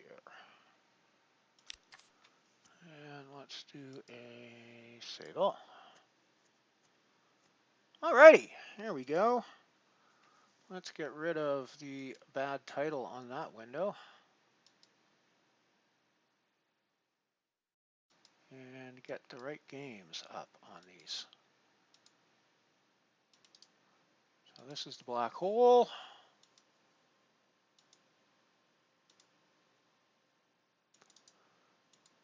This is the abyss.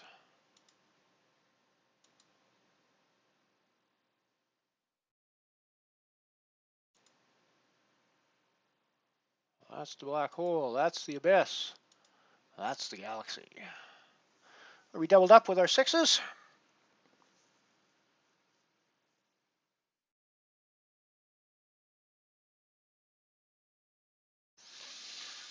Yeah, I mean, I totally could have saved some money there with the kings, and it was a frustration play where I'm just like, how can my big hands always get beat?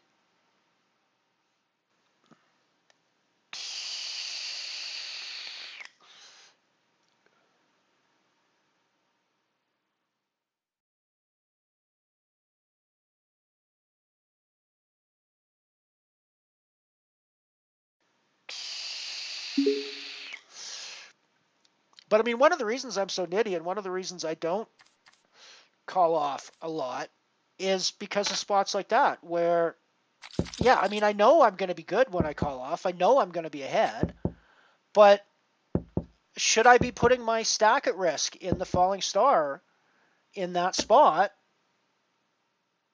with 10s when, you know, even when I know I'm ahead, even when I know I'm something like 70-30, 80-20, should I be putting my life on the line in that spot, or should I be trying to wait for a better spot to come up? You know, that's really where I'm having my problems there. Did I need to bust out of the falling star by calling off with 10s there? You know, no, I probably don't, but everybody else in the poker world says I'm way too fucking nitty if I don't call off there. My internal chronometer says you don't have to lose your chips there. You have a choice to fold, and you chose not to fold. You chose to take the risk to double up your stack in a spot that you didn't have to do that in. So yeah, I mean, that's why I play so fucking nitty in these, is because, you know, those sorts of spots happen way more than they should, or it feels like they happen way more than they should. So the Dwarf Star popped up as well now.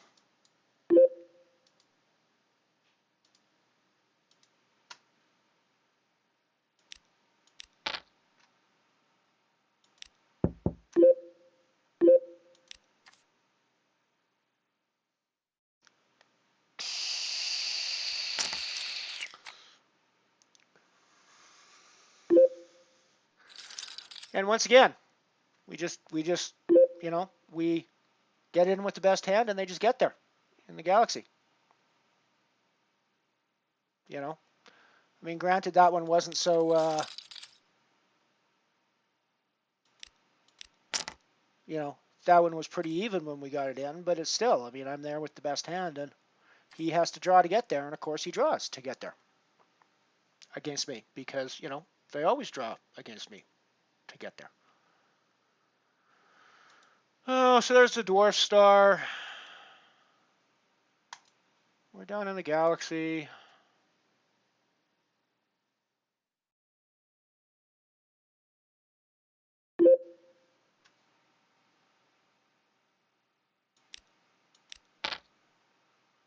Top pair, second kicker in the Dwarf Star here, so we're definitely betting for value. especially against El Carumbo, who we've played before and we know is pretty loose.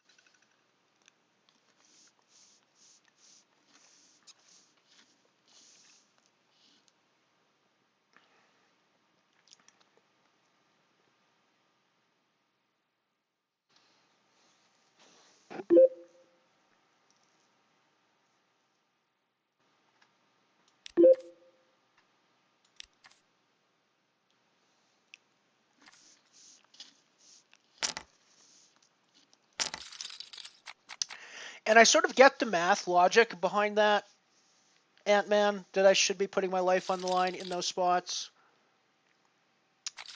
But here's the fundamental line that it comes down to me. I'm not playing that tournament anymore because I chose to put my life on the line in that spot, when I could have chosen not to put my life on that line in that spot and still be playing that tournament. That's sort of fundamentally what it comes down to me with that. And that to me seems like a big deal. The fact that I'm not playing that tournament anymore is a big deal. And yes, I understand that in those spots, most of the time I'm going to double up my stack and I'm going to be doing pretty good. But on the times that I don't, it's a big deal because I'm no longer playing that tournament and I'm done. So there's, yeah, I don't know. I mean, I understand that. I understand the sort of math behind. I have the odds to get a. I have the odds to win a big pot here, so I need to take it, especially when I know I'm going to be ahead of the guy's range. So I totally get that. There's still part of me that says, yeah, but when you call there and you lose, you're done. And you ain't playing no more. So that's a big deal because you've just lost all of the money you put in when you still could have had a chance to run it up at a later time in a better spot. So it's that notion of, is this the best spot I'm going to find to put my money in and put my tournament life on the line? And I'm still not convinced that the 10s there was necessarily the best spot I had to put my tournament life on the line from.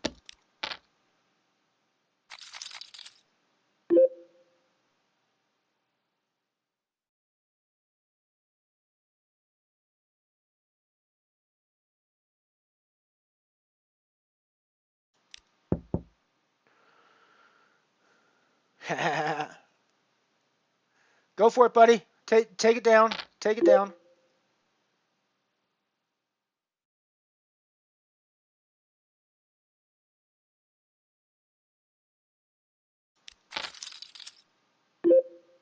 I mean, I have no doubt talking about, for example, the king's hand on the cast table. That was a badly played hand on my part. There's no question about that. But yeah, I mean, I'm not sure in the other spots I'm necessarily, except for maybe in the Falling Star when I called off the 10s there, where I'm just wondering, I can be,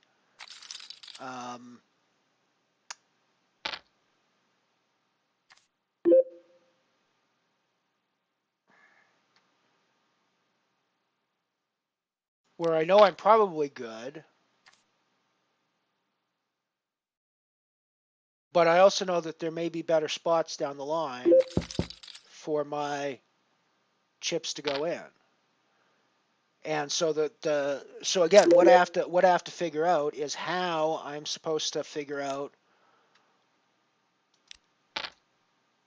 when this is the best spot to be putting my life on the line in, and when it's not. And I'm not convinced that that was the best spot to be putting my life on the line in, when I've just got some rando open shoving bizarre hands because, again, because part of the problem is I don't actually know ever what I'm up against. It's around, I could be up against ace king there. I could be up against, there's so many things I could be up against in that situation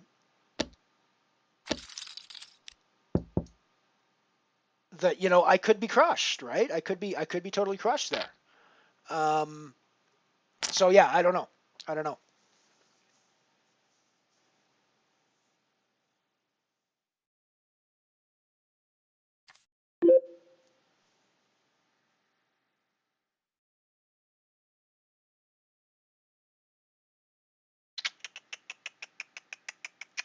Yeah, I'm calling off my life in the Abyss Nano with a flush draw, I think. Yeah, I've got the nut flush draw, so 2 cards to come. I think we're calling it off. And we don't get there, of course. So we're done in the Abyss. I don't think it's a rebuy, so we are done in the Abyss. It was a short and not so sweet.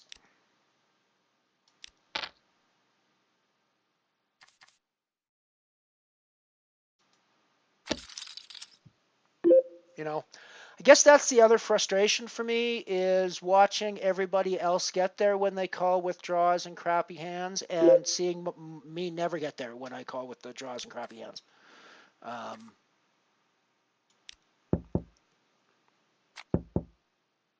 Hey, Clydes.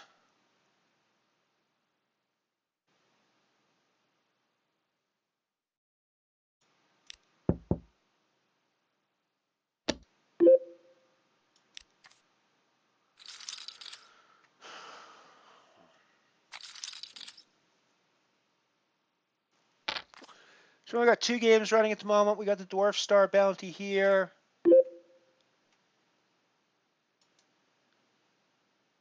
And we got the Black Hole Nano running here. This Dwarf Star, of course, is the Nano version. I do have a ticket. I could play the big version if I chose, but yeah, I grabbed the 5th anniversary mission today. Just got finished. Cost me a ton of money to do it, but in part that was because I was tilted on the cash tables due to a couple of really stupid spots, but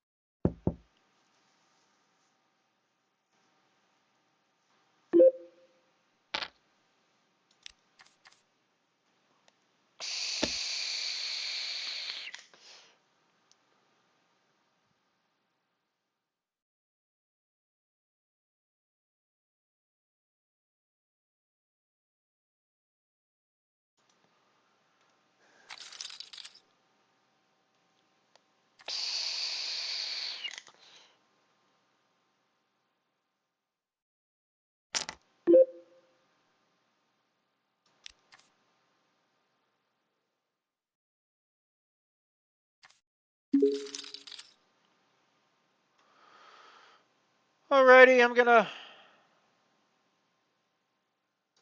Yeah, absolutely, Clydes. It's been happening to me all day today, so I'm getting a little frustrated by it. We're gonna head off to break here. Let's drop into some of the random ads this time around. So,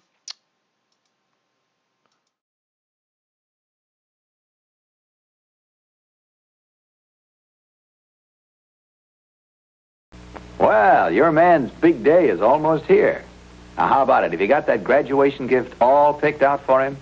Well, there's one special gift he'll really appreciate. A handsome new Bulova to get him off to a good start. Now, for example, here's the famed Bulova Senator. This is the watch only Bulova could create. A masterpiece of precision and styling, shock-resistant with a lifetime unbreakable mainspring and handsome matching expansion band. And the price? An unbelievable $35.75. Only Bulova could bring you such style, such distinction, such fine precision accuracy for so little. So hurry to your Bulova jewelers. Give your young man the graduation gift he'll wear with pride and pleasure. The gift of a lifetime. The handsome Bulova Senator. Remember, there's a world of difference in watches. Insist on the best. Bulova. Friends, here is a report that every smoker in America ought to know about. In a recent decision, the Federal Trade Commission says of Brand X cigarettes that the use of diethylene glycol as a hygroscopic agent in the manufacture of X brand of cigarettes does not render such cigarettes non-irritating or less irritating than other leading brands of cigarettes using hygroscopic agents other than diethylene glycol. Now, if the federal trade decision has made you wonder about the contents of your cigarette, you can be glad if you're smoking Chesterfield. Chesterfield gives you scientific facts and names its ingredients.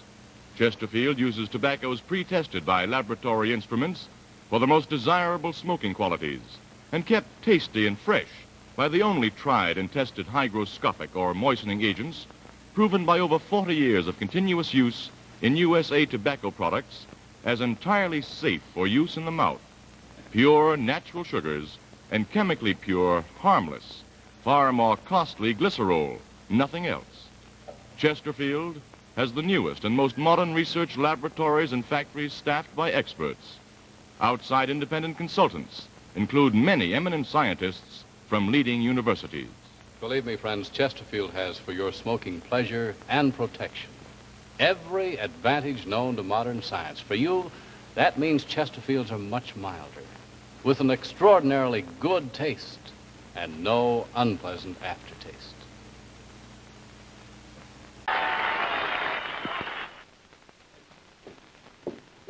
I'd like to give you a new twist on how I serve breakfast in my family with Kellogg's shredded wheat. Let's face it, with different schedules for the children and my husband, if I get two of them to sit down together, I'm lucky.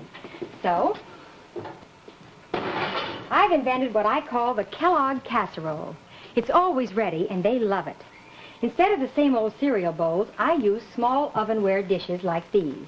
2 biscuits fit very neatly, as you can see. I pop them in the oven, toast them to bring out the delicious wheat flavor, and then this is my favorite recipe. Put a pat of butter on the biscuits, sprinkle with cinnamon sugar, and pour on warm milk. But first, and this is a must, insist on Kellogg's when buying shredded wheat. I know you'll find that Kellogg's is the best tasting shredded wheat there is. And don't forget, only Kellogg's gives you 3 extra servings in each box. Of course, Kellogg's shredded wheat is delicious and ready to serve right from the box. For variety, try this Kellogg casserole, won't you?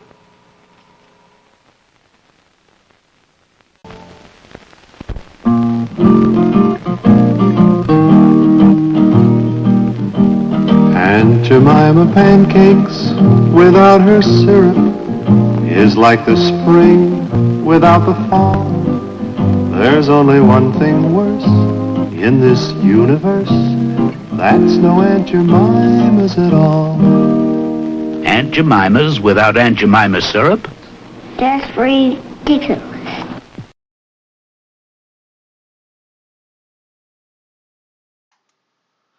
And we are back. Playing the Black Hole Nano, the Dwarf Star Nano. We're going to jump into the Titan Nano as well.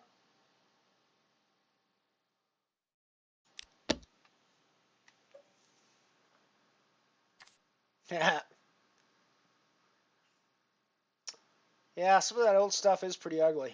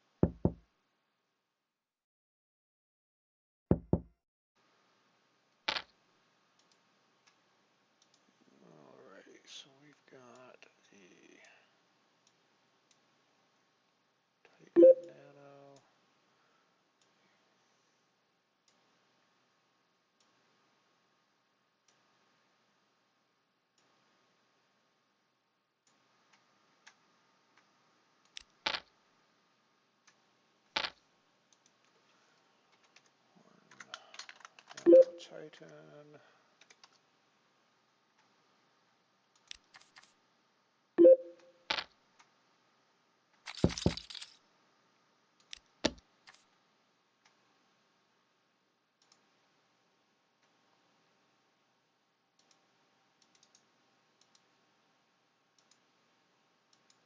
Titan there, and let's update that here as well.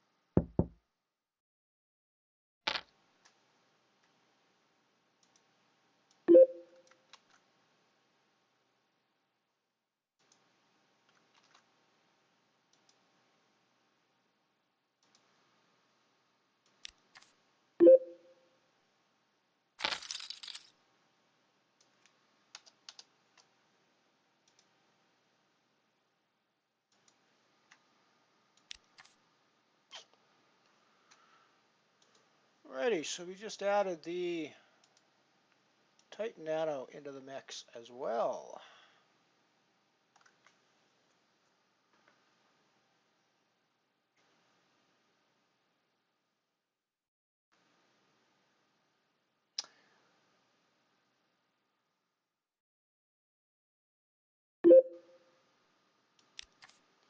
Probably just because it's old. Those old cigarette ads are pretty bizarre. Got a fucking idiot that's it's Vinsar to our right, shoving everything, and just generally being, once again, an idiot that we don't know what to do against.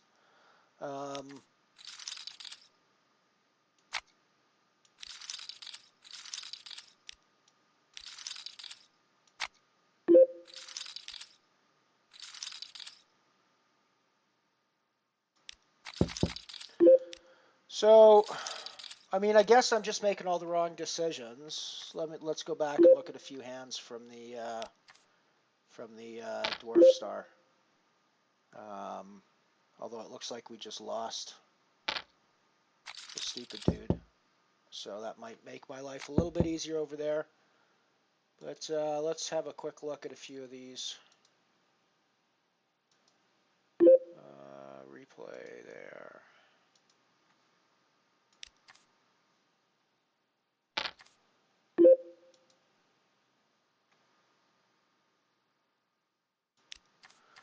Okay, so it all started with this hand.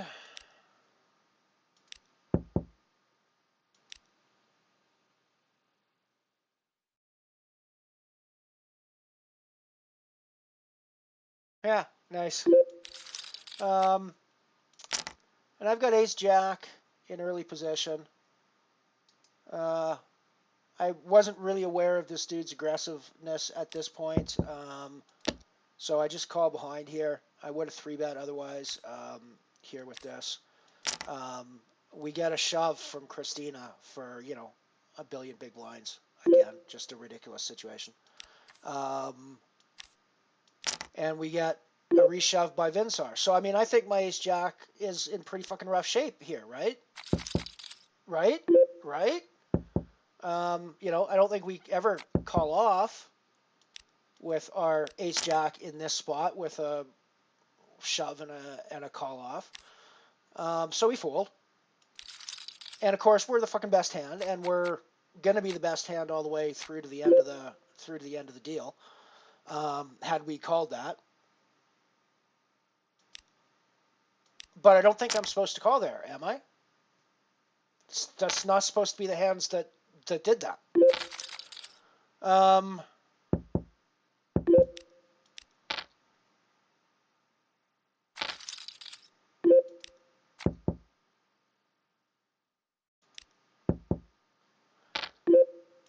So we move on to the next hand.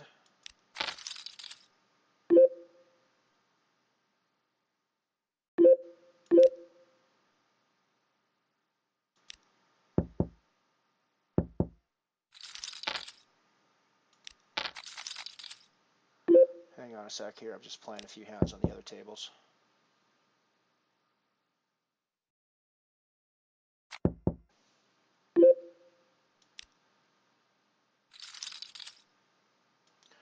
Kings lost again on the black hole to some dude with just fucking random A6.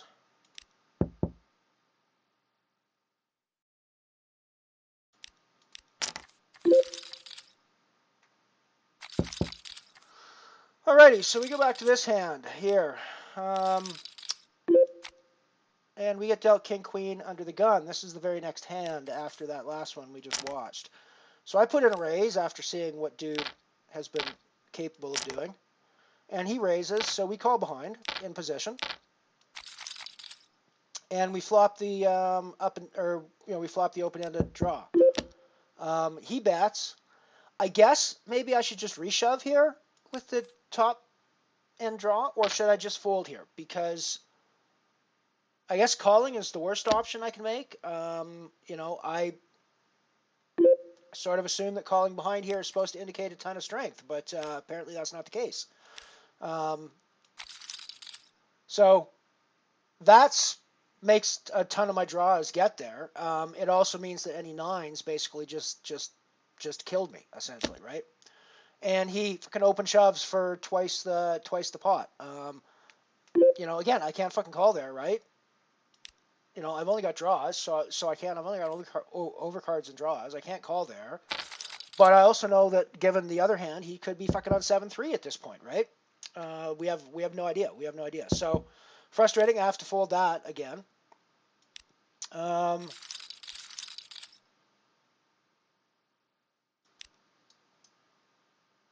And then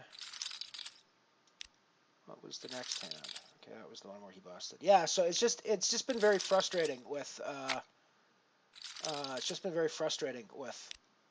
trying to play against people like that, and honestly don't know.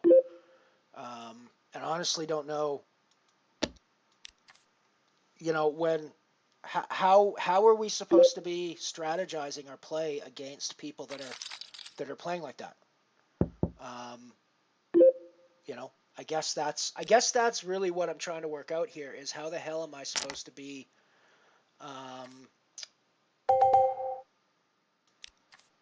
strategizing my play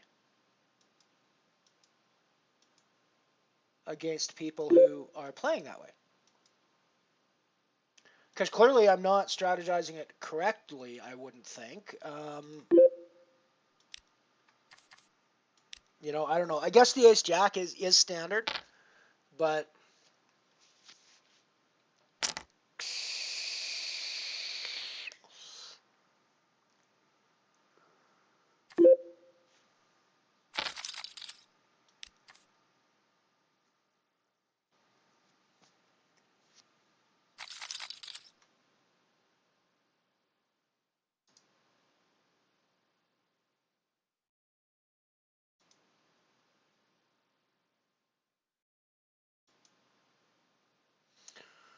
there we go. That's the dwarf star table.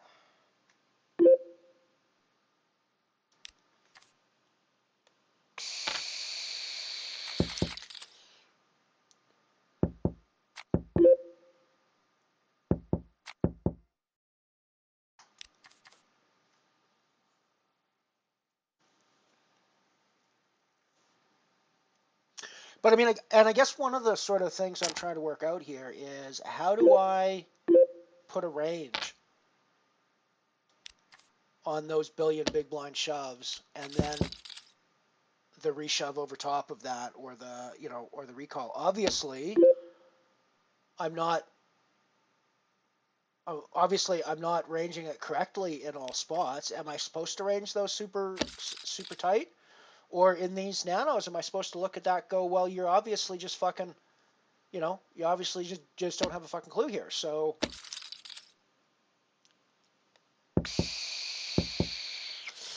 reshove on the flop. Yeah, I actually thought about that.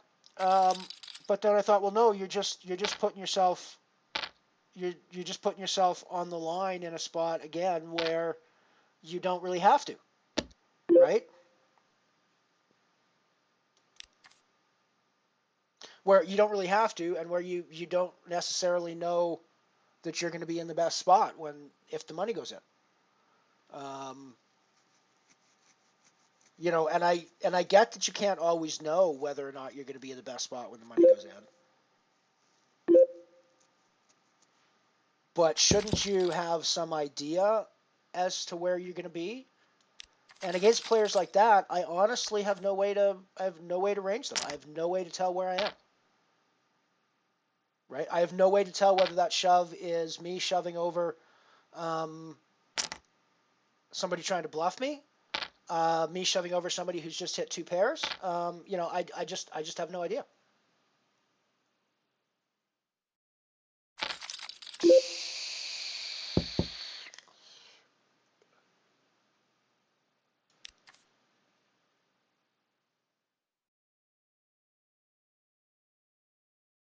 I mean, the problem with the call is I'm just basically leaving myself when it bricks on the turn. I'm just leaving myself open to that shove, and I got nothing to come back with, right? So it strikes me that folding is the worst option of the three, calling is the worst option of the three there.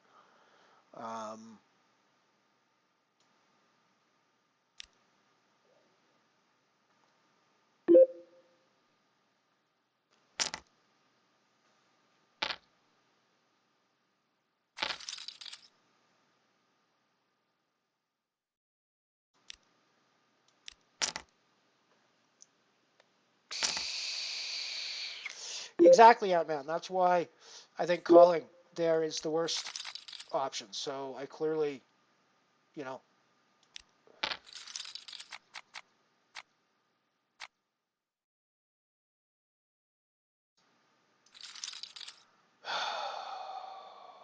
just got sevens in against ace king and can't hold on the black hole table because of course we can't hold.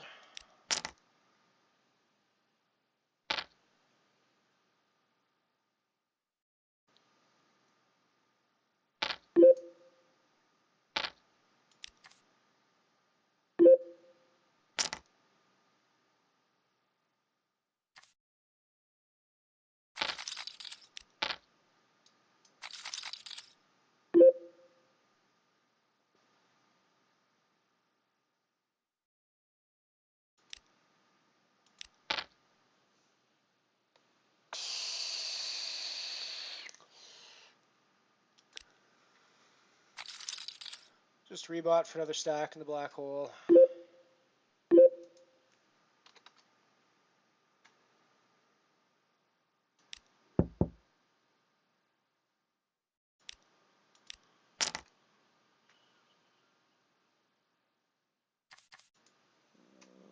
So the black hole is 2x bullets now.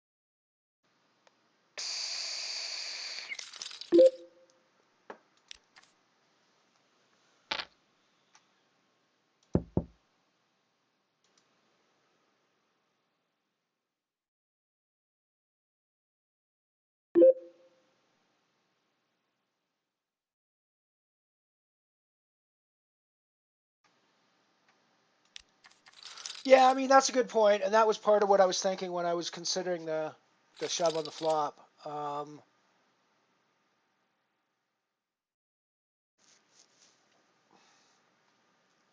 Yeah.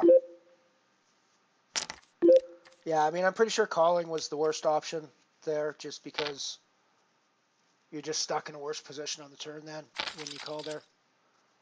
Because you know he's going to lead out after that, I think. I think he's, given what we've seen from him, he was leading out everything there, so.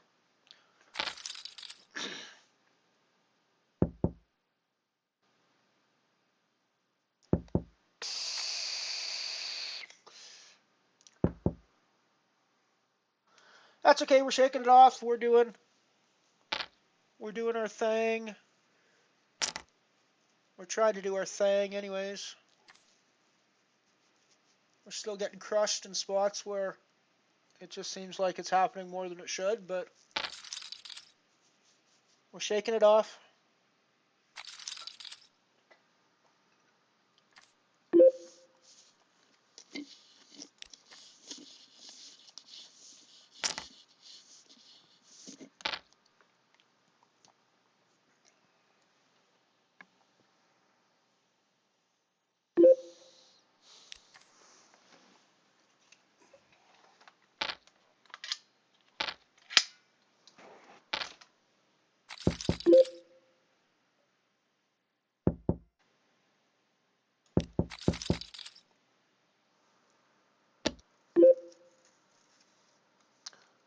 We better cash some money in that special tournament on Sunday, because it sure cost us a lot to get the free ticket buy-in.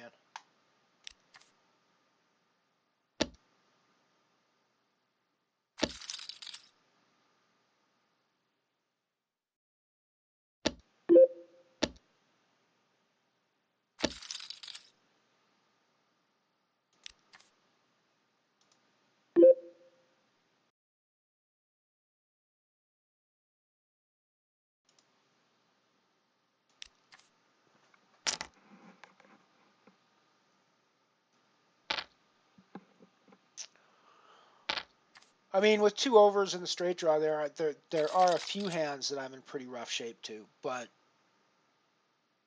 yeah, you're right. I mean, I've got the straight draws. I've got the you know.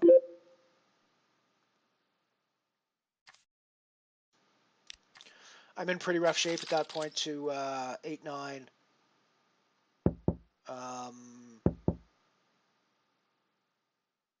I believe, or was it 7-9? There was a low straight on the board that came on the turn for sure, yeah. So I mean, there are hands I'm in pretty rough shape too, but I can't be in terrible shape usually.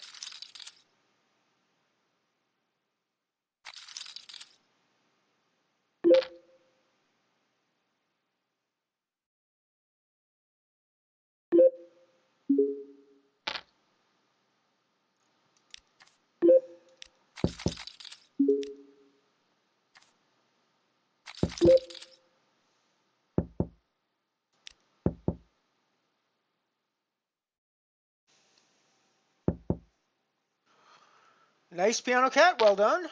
Well, not well done for busting the Galaxy Nano. I did that ages ago, but congratulations on ITM in the women's tournament. And happy International Women's Day, for the record.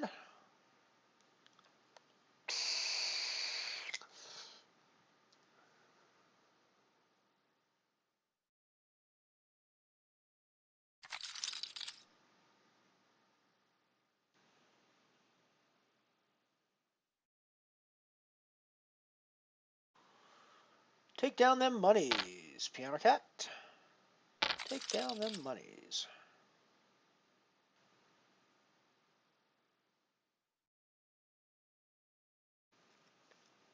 I wonder what my special avatar is. They said I got a very special avatar for the mission. Of course, everybody else has got a very special avatar for the mission now as well.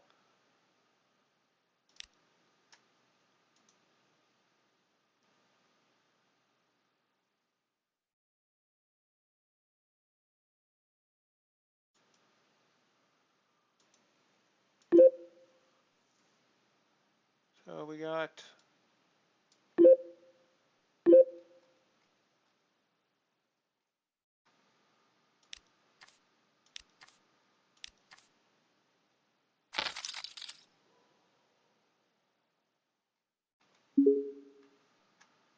It's interesting. The €2 ticket they gave us for that anniversary MTT is just a generic ticket, actually. So you don't actually have to use it on that special tournament tomorrow if you don't want to. Not sure why you wouldn't, but that's interesting. Cool.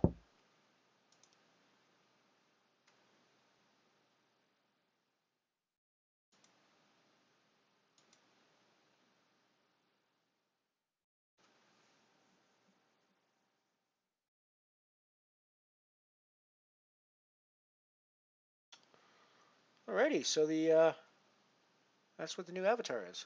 Cool. I will probably not use it.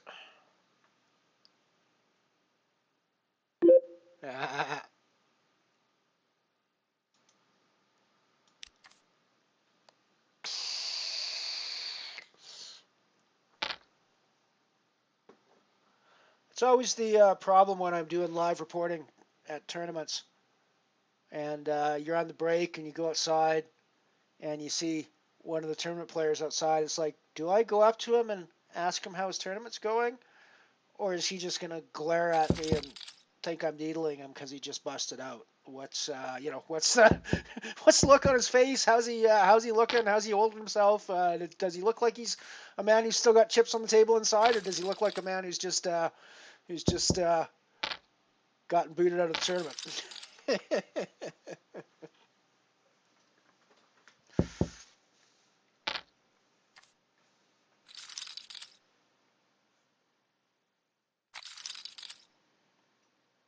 Yeah. I need to buy that book. It'd probably help me in the rest of my game, not just Sadie's as well, to be honest. I need to get that book.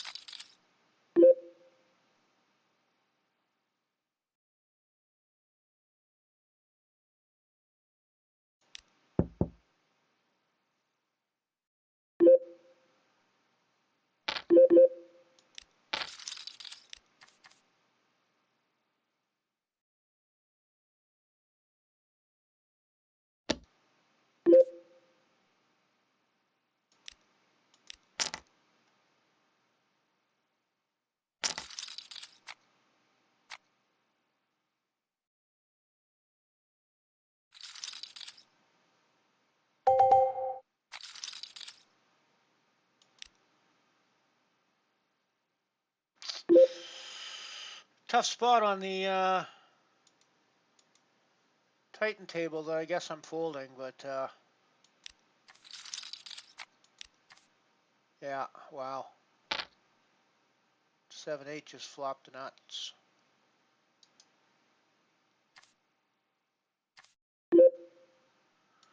Seven eight just flops the nuts.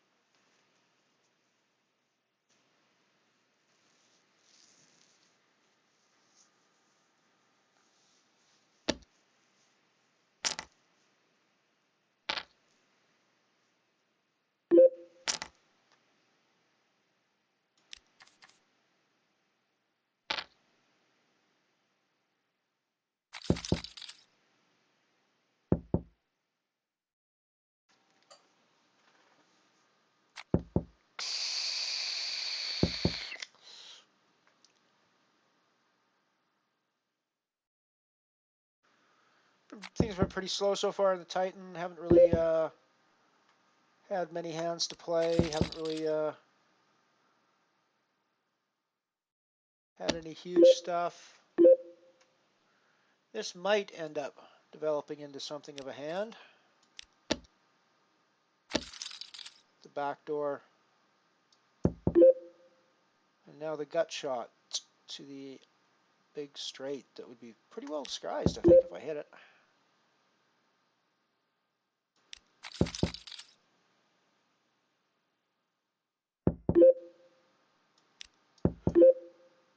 Yeah, I don't think I can continue though.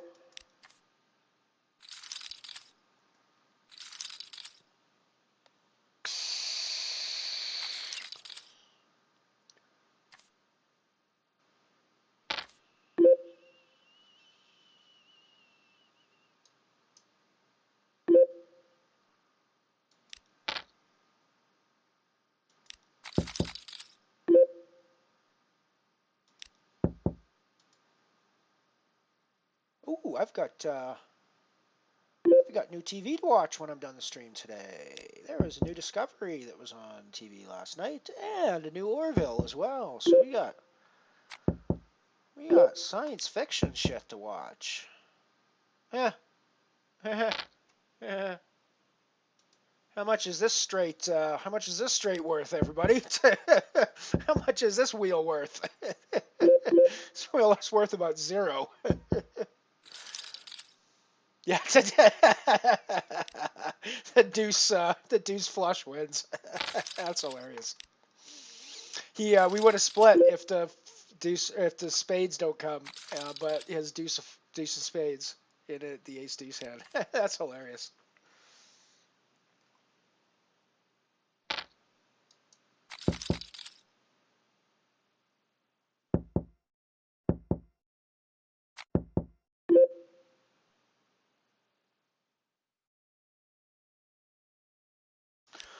Yeah, I definitely need to grab myself a copy, for sure.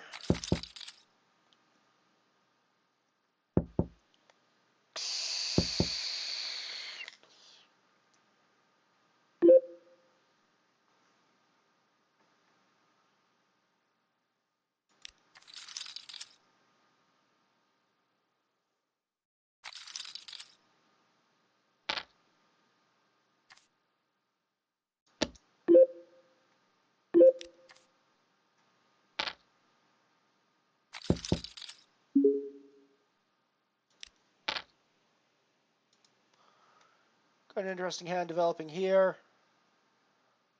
I called in position on the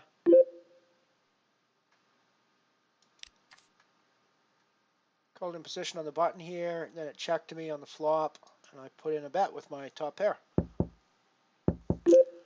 which I am going to continue to bet with on this turn card. I used 3/4 pot on both the flop and the turn now.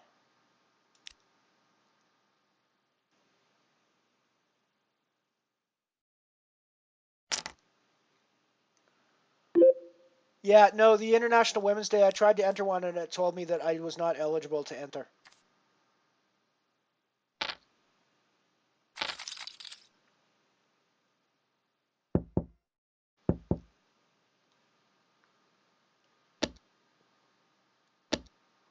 I did try to enter, but it told me it wasn't eligible to enter.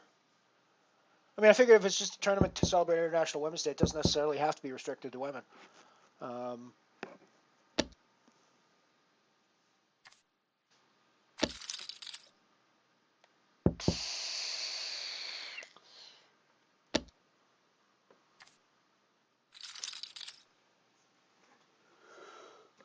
But I did try to enter one.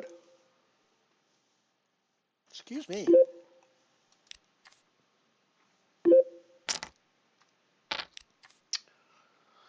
So we got 3 games going at the moment.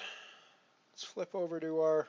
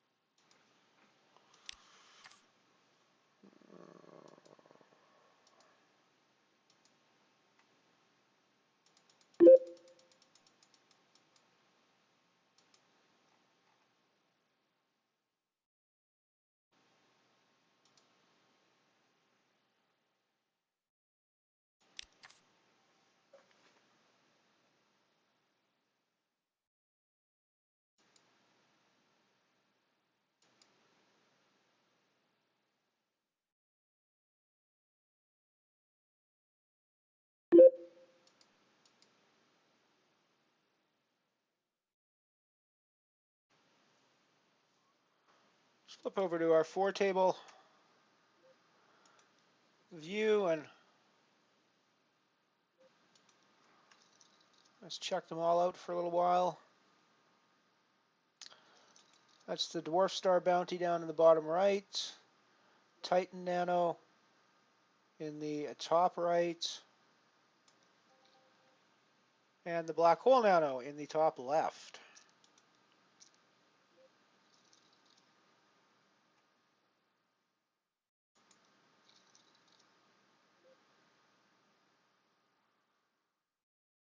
Viking Roger has been very active against us and sucked out on one hand against us already in here, so I think we're going to have a chance to take his stack here.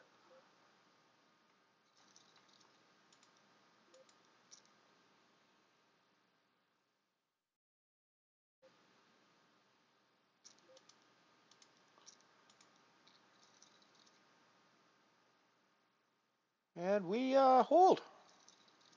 So that is a 6-cent bounty. Let's add that to our totals. Taking booties. Taking booties in the Dwarf Star. Taking booties in the Dwarf Star.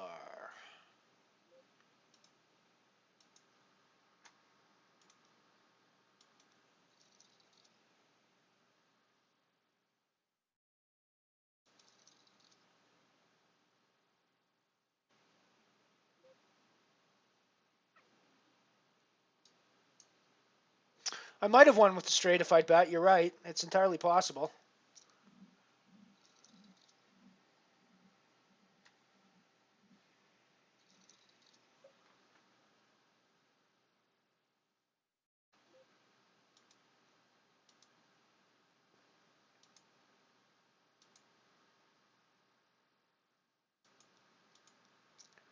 Put in the bet here with the ace-5.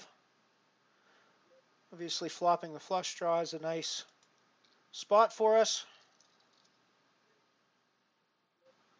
We'll check back here and reassess on the river.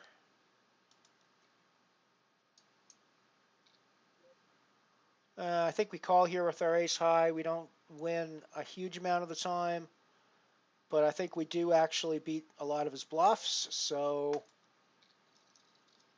like that bluff, we beat.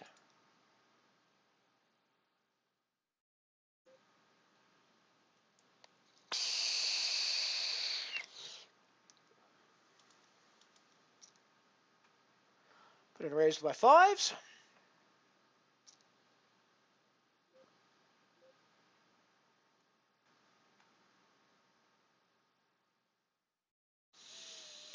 So we have to get out of the way to the shove, even though we know it's probably a tilt shove. We still have to get out of the way.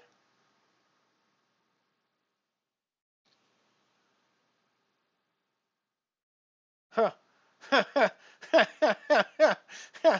Of course we hit quads there. Or we would have hit quads there had we called behind with our 5s. But I mean, do I call that when I'm pretty sure it's a tilt shove like that with somebody behind me who's called my raise? I mean, it seems pretty loose if I do.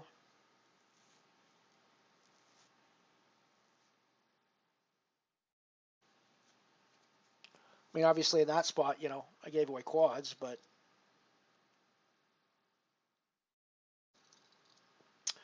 I gave away another quad knobbler tweet on that hand.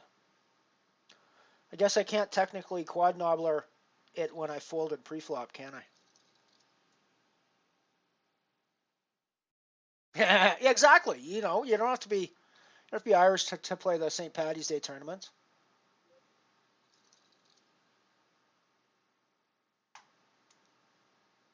You don't have to be an alien hitchhiker to play the Gargle Blaster. You know, it's there's. I think it's certainly possible.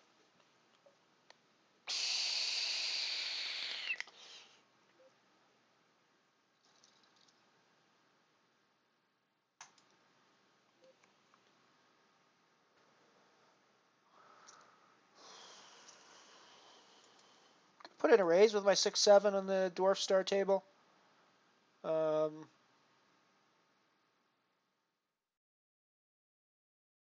So obviously suited connectors are a good, strong starting hand.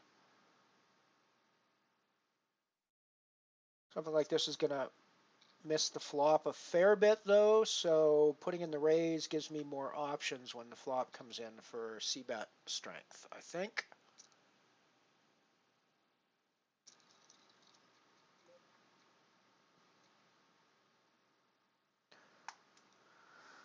I don't actually think that's a great spot for us to c-bet, frankly, because it doesn't actually hit a pre-flop raiser's range a whole lot, necessarily.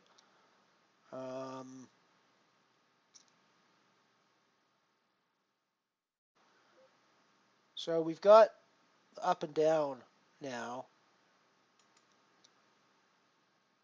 So I don't think we're going anywhere. At least not to reasonable action.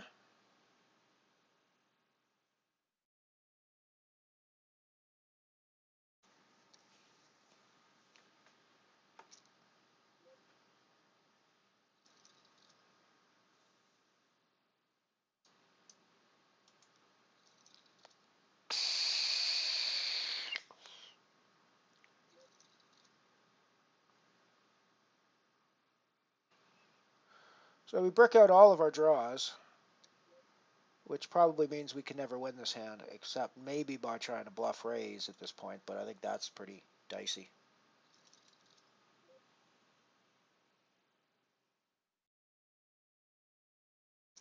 Yeah, probably.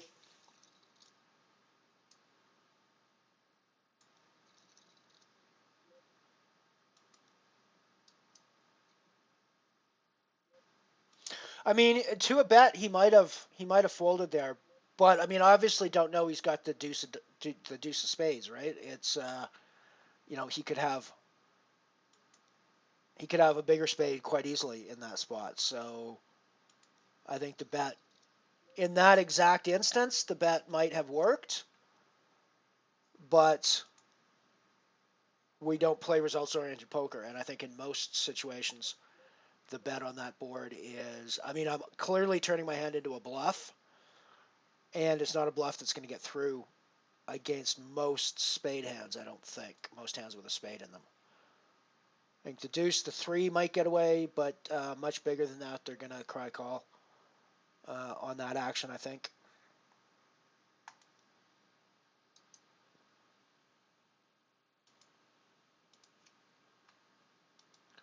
Put in the delayed c-bet here with my suited ace. It doesn't get VDAG off the pot. Our ace could still be the best hand here, so we'll just check back.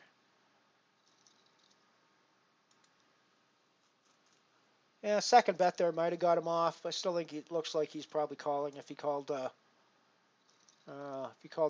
turn c-bet, he's probably calling the river as well. So there's probably no bluff for me there.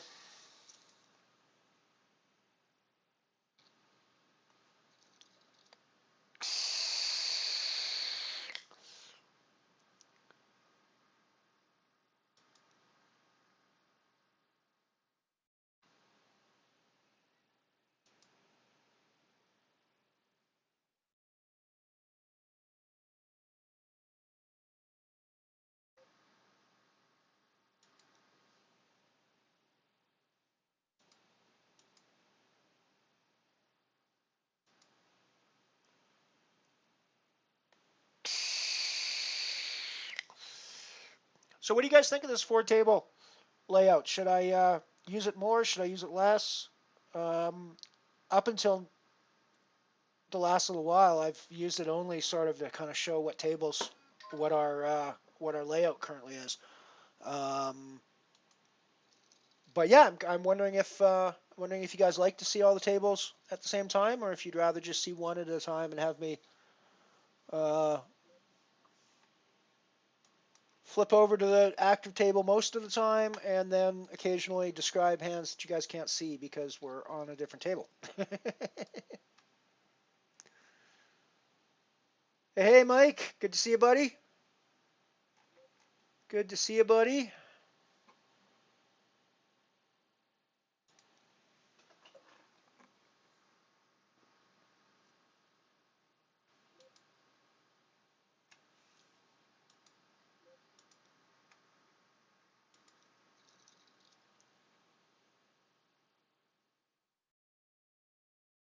Yeah, quite possibly. Quite possibly, Cleeds.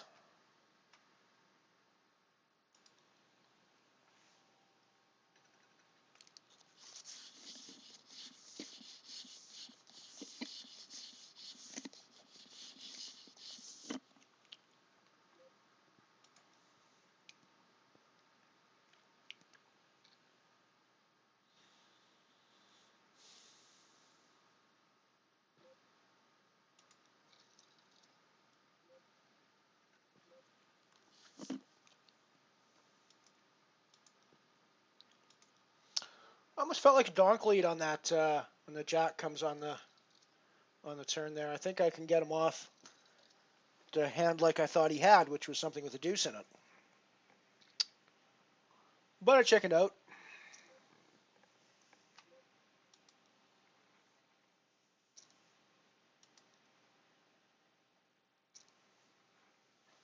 Geez, we're the tight nano table is.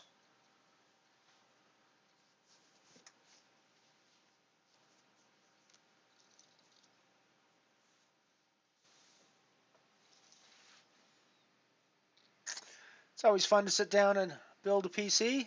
It's been a while since I've actually built one from the ground up. Used to be the case that you couldn't really get a machine that did what you wanted without building it yourself from the ground up. Lately, though, that's not really the case. Lately, there's a lot of places where you can get pretty customized pieces of equipment and pretty specifically tailored to what you're doing. So I haven't really actually built one from the ground up for quite a while. I do tend to swap out in and out video cards and things like that on a fairly regular basis, though, because what most people don't realize is that your CPU and if you've got sort of a basic CPU at this point in time, buying a new CPU is really not going to give you a huge amount of extra oomph. You're going to get way more oomph out of things like adding memory to your system, getting yourself a faster video card with more video RAM on it if you're a gamer or a streamer. Those sorts of things are going to be way more bang for your buck typically these days than things like new motherboards or stuff like that. That's not always the case. I mean, there are certainly cases, depending on how cheap your motherboard is, slow cache can certainly be a big problem in some applications. So if we're talking about like one of these $299 specials from, all-in-one specials from Walmart, it's probably not the level I'm talking about, but sort of basic well put together systems. You probably don't need to upgrade your motherboard before you're probably going to get more bang for your buck out of RAM upgrades, out of video card upgrades, that sort of thing.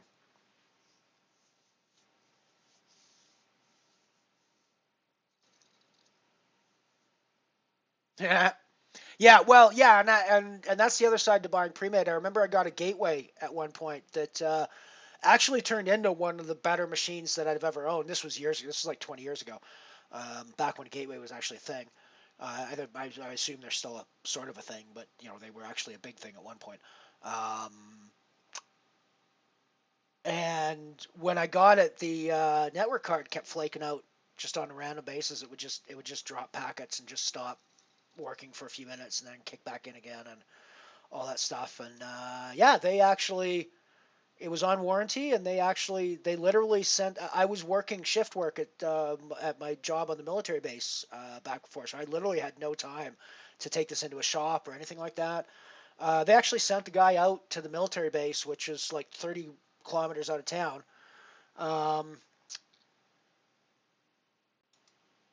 Which is like 30 kilometers out of town. Welcome, Johnny. Johnny, look now. And they actually sent a technician out to pick up my machine, do the repairs, and drop it back off again for me. He actually did the repairs there at our office, as it was.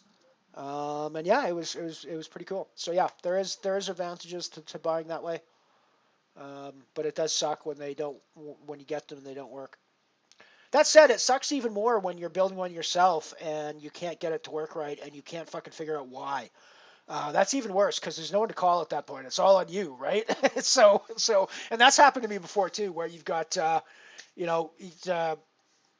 I can remember, especially back in the day, if you didn't get your grounding exactly right on the motherboards, all sorts of fucking weird shit would happen because you'd have all sorts of weird shorts happening, and yeah, it just not a good situation sometimes.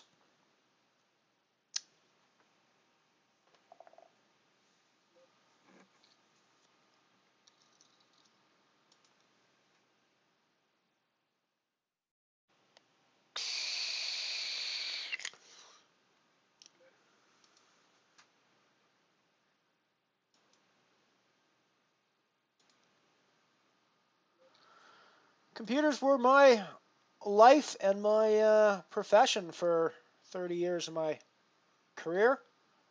They sort of are tangentially now. I do online marketing work, so I do a lot of data analysis and stuff, but I don't do nearly as much in the back-end systems work as I used to do. I spent most of my career as a Unix guru in various contexts and various forms of commercial Unix and Linux.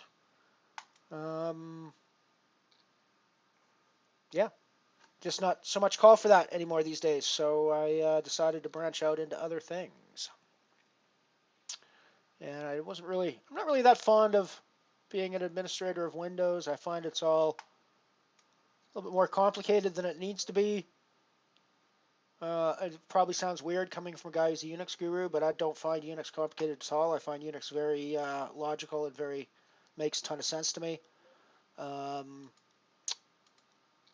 Windows, on the other hand, I mean, it's not that it doesn't make sense. It's just there's the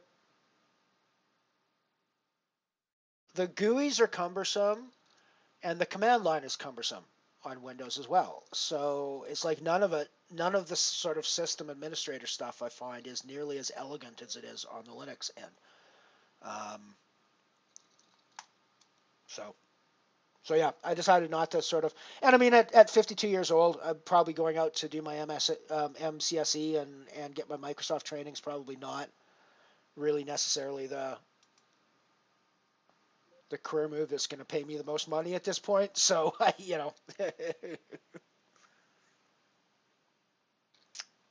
Nice one, Mike. Good stuff. Good stuff. If I could ever figure out how to stream from my Xbox, I might do a stream of Forza one day. It's an older game now. It's like a few years old. My Forza 5, I think it is. But it's still a pretty darn good racing simulation, I gotta say. And one of the things I love about it, actually, that's really cool about that particular racing simulation, Forza 5, is that I can actually buy my car in Forza 5, and I can take my car, Hyundai Veloster, out on the track and drive it around like a stupid person, and like I would never actually drive my real car in the real world, at least not on real streets. It'd be fun to try it on a track sometime, although even still, I wouldn't push it as hard as as you push a race car typically, because it just destroys the engine super quick. But I got to tell you, it's a ton of fun to take your own car out virtually onto a racetrack and just beat the living shit out of it. It is a ton of fun to do that. And I learned something interesting. I actually learned two interesting things. Number one, for a $22,000 sports car, my car is actually a pretty darn good little car. And number two, the physics of Forza are stunningly accurate, because when I'm sitting in my desk chair behind my virtual screen driving my Hyundai Veloster on a track in Forza, it behaves exactly as I have come to expect my real life Hyundai Veloster to behave on the real roads when I'm driving it for real. Now, obviously, I don't drive it in the way that I would drive it in Forza, so I can't say 100%. But I got to tell you, it is exactly the way I would expect my car to drive if I was to take it out on a track and do that, based on the way it behaves at normal driving speeds and in normal driving situations. So yeah, it's quite interesting. The Forza has done an excellent job on that simulation.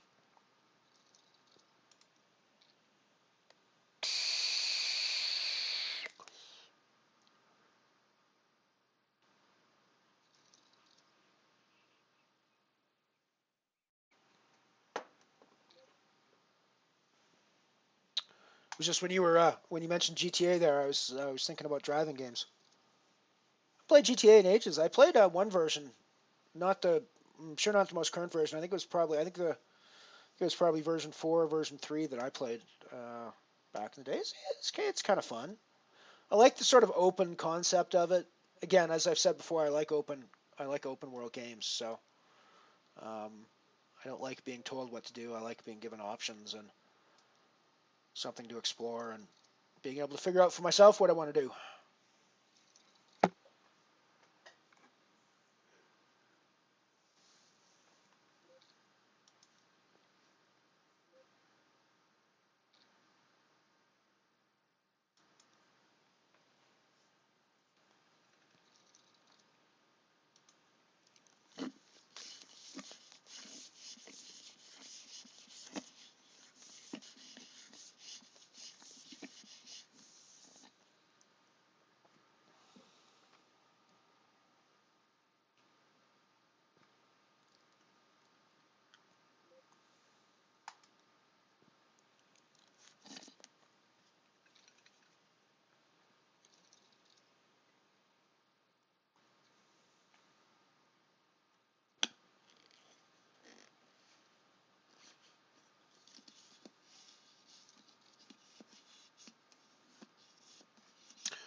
Alrighty, so we are on break. I'm going to send you guys off to another commercial break, and we'll be right back. I'll have to look into that, Mike. I'll have to look into that. And I'm guessing it could. The issue I have is like things like webcams and my OBS overlay and all that stuff seems like it would be impossible to do on Xbox. So that's where I'm a little confused. But yeah, alrighty, we're going to send you to break, and I'll be back in a few short minutes. Yes, sir. If you want real entertainment, the best place to find it is in front of a General Electric Black Daylight Big as Life television set. Sports, comedy, drama, news, music. Yes, they're all yours, merely at the turn of a dial. This model has a big 16-inch black rectangular tube that lets you see everything that the camera sees, true to life and as big as life. Sparkling contrast and sharp focus give you pictures of such clarity that you feel you're right there on the scene. The cabinet, designed and constructed by America's leading cabinet makers, fits gracefully into any type of room. Genuine mahogany veneers, hand-rubbed for lasting beauty and durability, are just one example of the painstaking attention to every detail, which makes this cabinet one that you'll be proud to have in your home. The precision engineering and careful assembly techniques used in making this General Electric Black Daylight television set are your assurance of television at its finest. See it in operation at your General Electric dealers tomorrow. And when you see it, well, you'll know that you're seeing the best. Go. Something else I want to show you. It's right here on the table. Right here. Look what we have. You know this, don't you? What is it? The big yellow box with the big blue letters on it. What does it say? Kix Crispy Corn Puffs. That's right. This is a new box, too. Look at this. Just ready to put on the pantry shelf so that it's there, right on the shelf when you want it for breakfast. Or for lunch. Or for supper. Sure. Say, wouldn't it be fun to come down to breakfast some morning and find a bowl of Kix that looked like this? Smiling right up at you. Look at that. Blueberries, 2 eyes, a nose, and a mouth. That mouth is really smiling. Isn't it? Yeah. And we have another bowl of Kix, too, right here. This one doesn't have a face on it, but look, it has 4 pieces of banana sticking up in the sides and a half of a fresh peach right in the middle. Doesn't that look delicious? Makes my mouth water.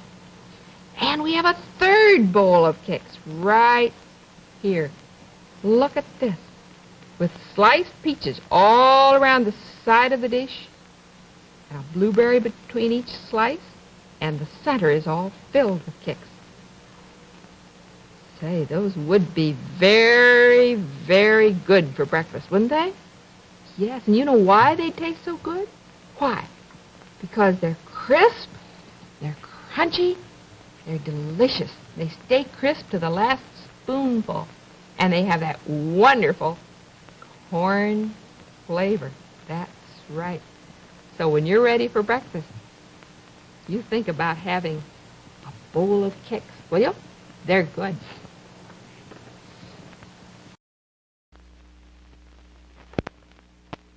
If you're still watching television on a small screen set, you're missing a lot. Here, for example, is a close-up on a 10-inch set.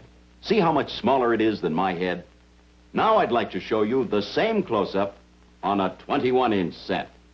There. Just look at the difference. She's as big as I am now. You can have big screen close-ups just like that.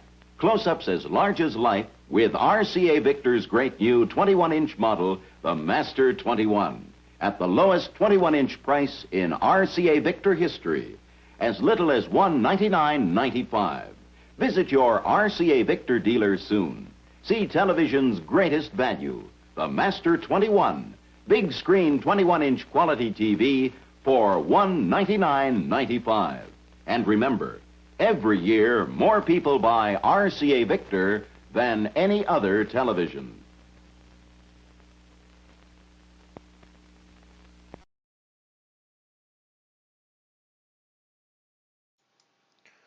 We're back. Put in arrays with pair of 9s. The cutoff on the Titan Nano table. And we're going to put in arrays with our pair of 5s, probably on the Dwarf Star table as well. Hello, hello to any new viewers. Welcome to the stream. We are streaming Unibet Poker, low stakes action, nano games at the moment, trying to roll up our bankroll from 0 to a Unibet Open free live ticket eventually as the final goal.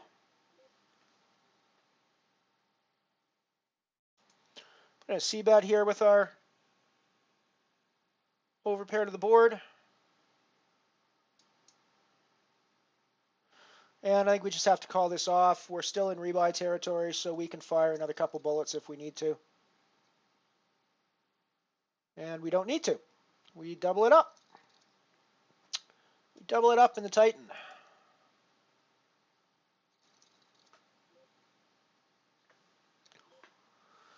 I think we'll put in another raise here with our King Queen.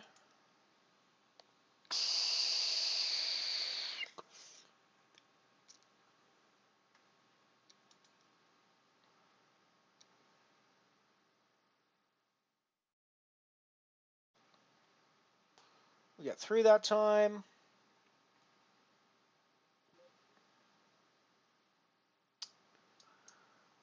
And I guess we put in another raise with our pair of 5s.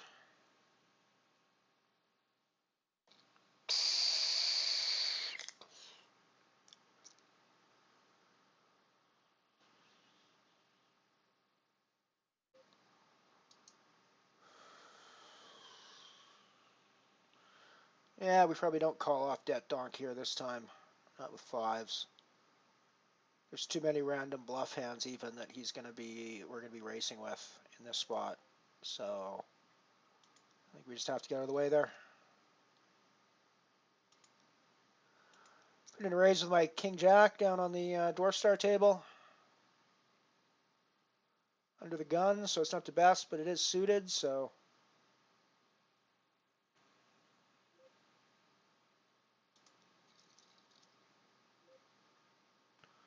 That second pair, backdoor hearts.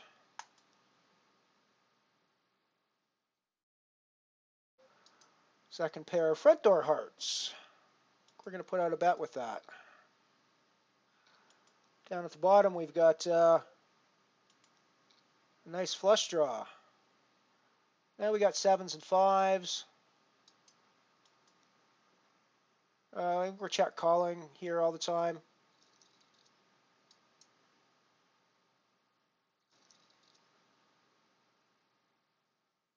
Suited king jack. I think we're putting in a raise with this as well. We get there down on the dwarf star. That's always nice. Get rid of the 9-10.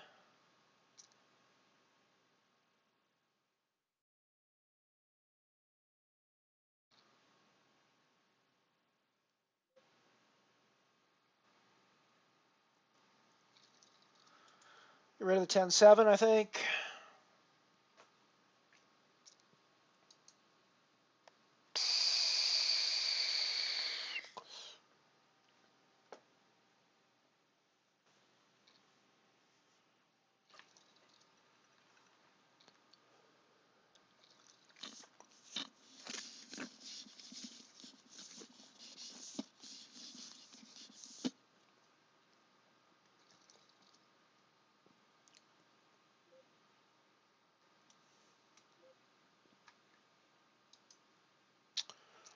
We're in pretty desperate shape up on the black hole. Haven't really been getting...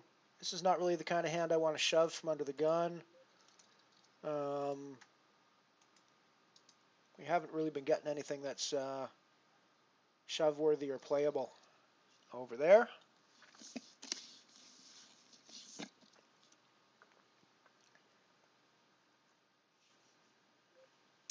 Well, yeah, I mean, I suppose the final goal is to convert the Unibet Open ticket into a heap of cash when I win the Unibet Open. But at this point, my goal is just to get to one. All right, that's it's a lofty enough goal at this point. Once I get to one, I'll start thinking about the next goal. Once I book that ticket, I'll start to think about the next goal.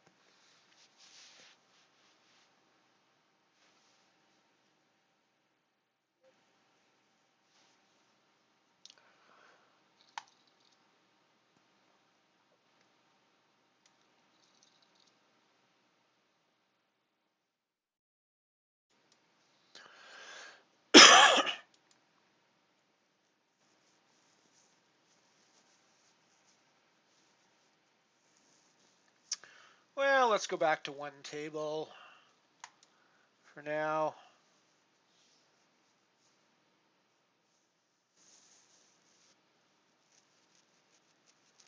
This is the Titan Nano, just to run through what we're playing again. We got the Titan there, we got the black hole there, and we have got the Dwarf Star Nano there.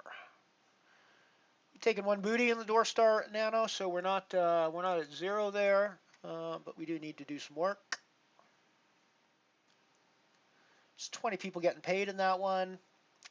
Still 44 to go until we're in the money, though, so we're still quite a ways away.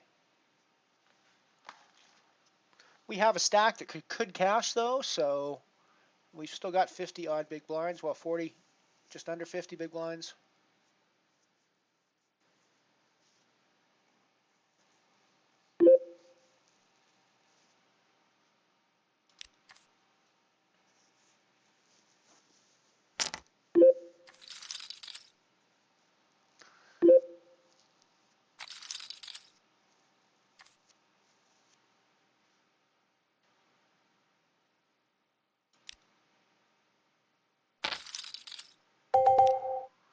Go wait for a better spot than Queen 6.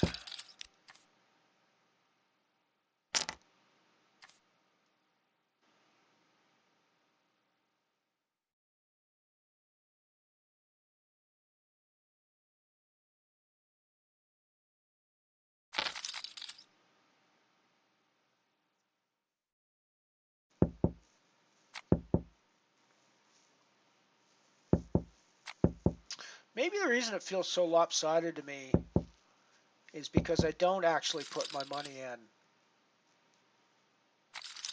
very often in spots where I need to suck out. So I'm actually not in the spots where I'm going to run out very often. But other people are putting their money in far more often in those sorts of spots than I am when they're against me. So,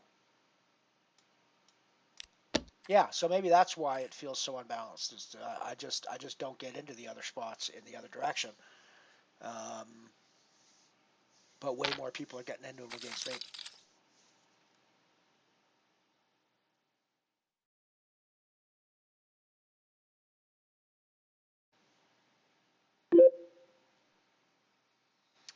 And we bust the black hole. Yeah, fire one more bullet into that.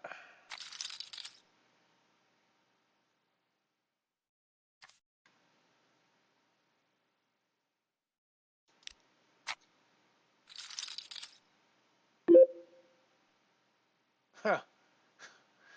I mean, I turn the set there, and he just rivers the rando straight.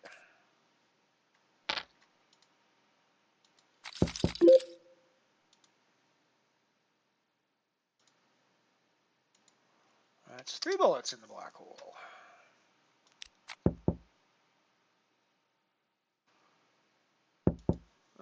Good things may be happening on the Titan table. That did end up with a club flush, so I can't really play this as aggressively as I would have hoped. But I don't think I could fold my set.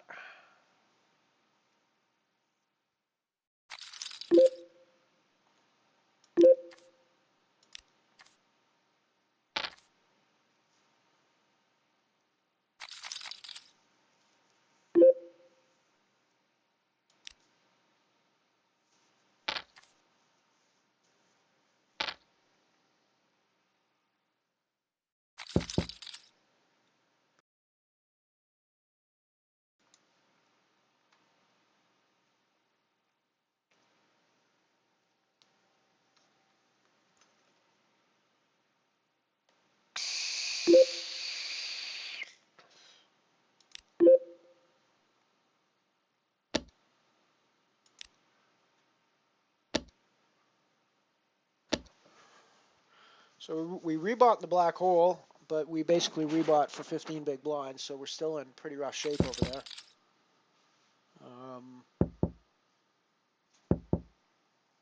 But hey, one of these times, when we get our money in good, we're going to win there. We're going to win there one of these times when we get our money in good. I can feel it.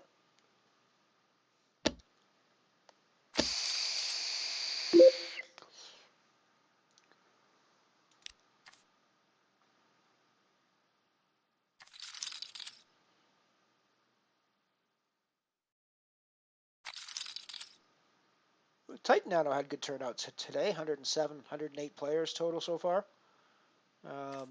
Still climbing.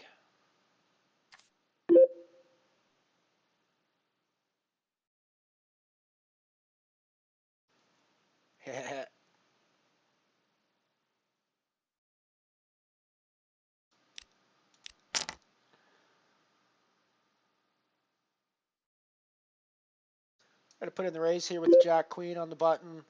I'm probably going to call off Kepler.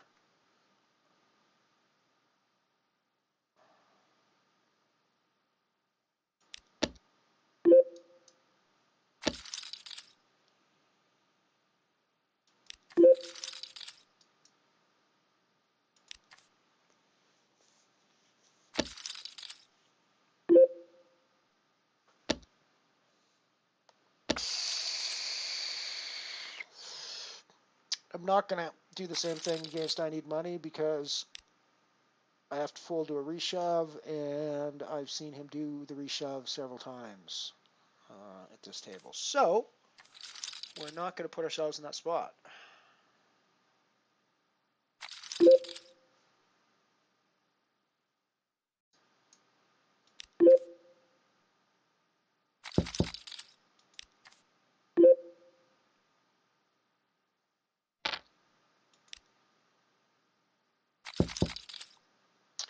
Like I say, you see him put his money in quite freely when people do that. And yeah, the King Queen is going to be good against him, but again, I don't want to be necessarily blowing off my stack as a result of calling off an absurdly sized shove weak. It's not that absurd anymore, but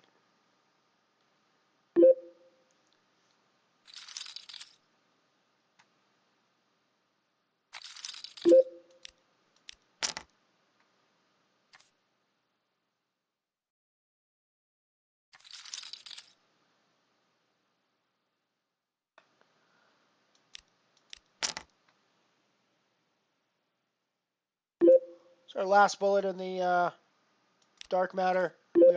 We either run it up or we're done.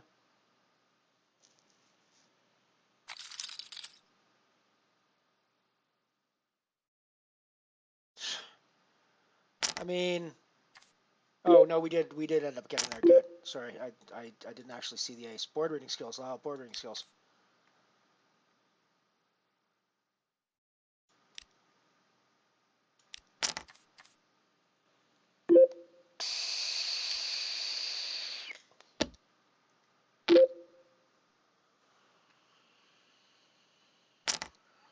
Spot here on the dwarf star. I don't think I call my stack off with ace jack here.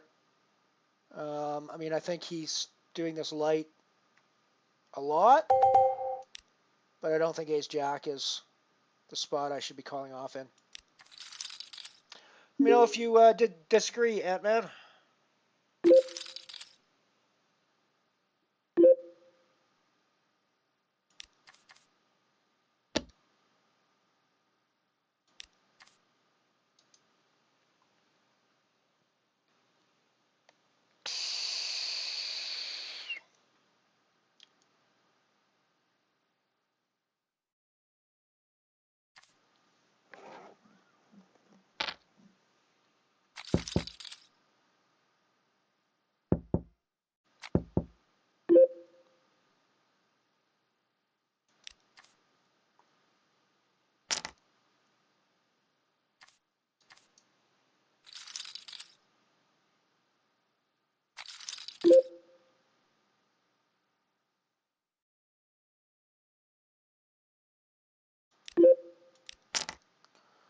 The raise with our king 10, even though we're sort of worried about weird action from I need money. Oh, he gets out of the way. Well, that's interesting.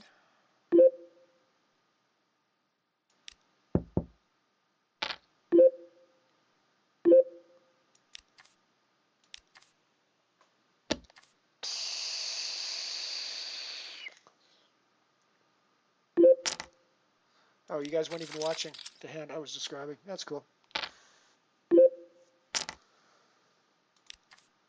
I'll try to do better.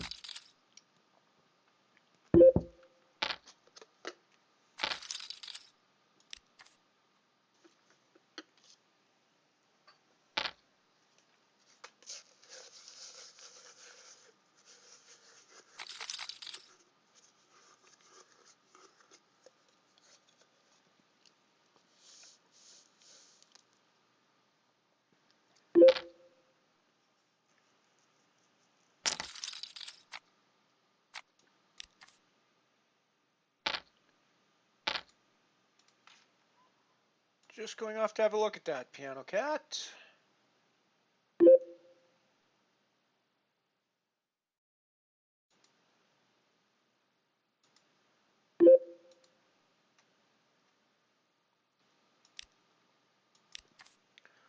Well, there's 6 in it now.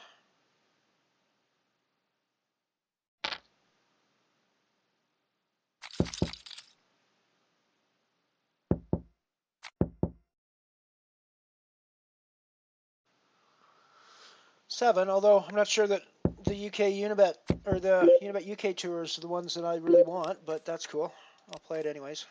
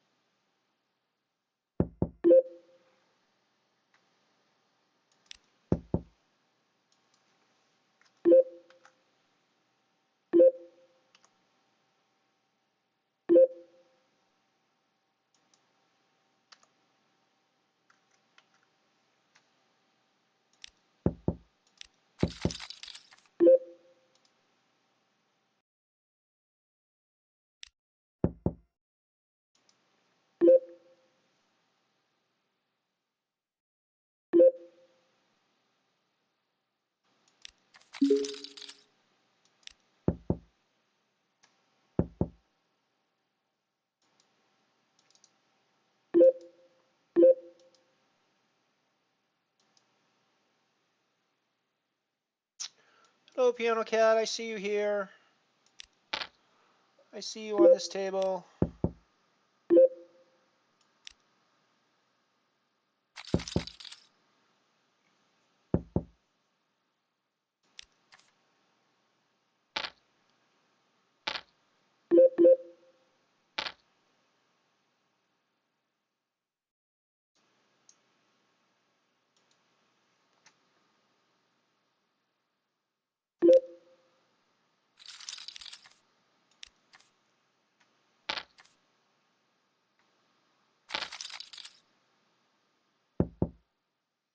What are you playing today, Ant-Man? I don't see Ant-Man on here anywhere. I see Piano Cat. I don't see Ant-Man.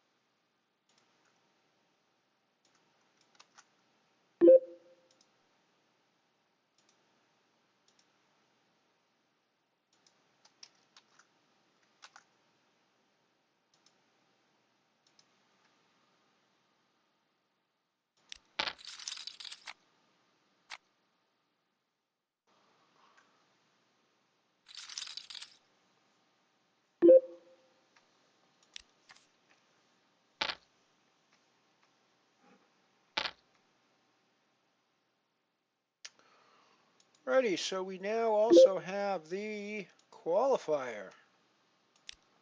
A Piano Cat there.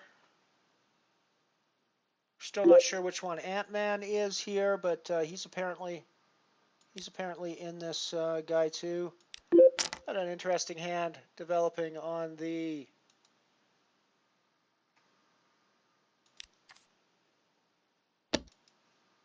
Titan table. I raised my queens.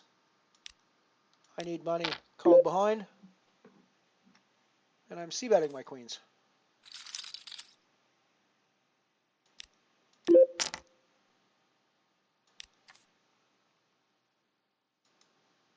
I just shoved ace-king in the big blind over a limp on the black hole.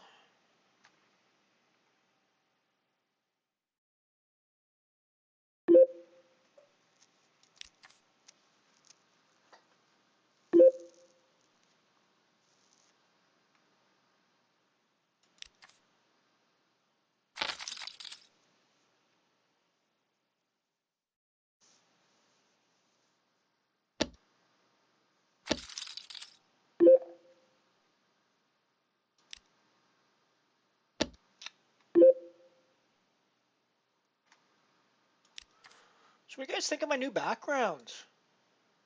Figured that since we're so sci-fi themed and astronomy themed here on Unibet with our tournament names, I'd throw some of the screenshots I take in my space trading game, Elite Dangerous, up on the screen. Not that you guys see the backdrops very often, but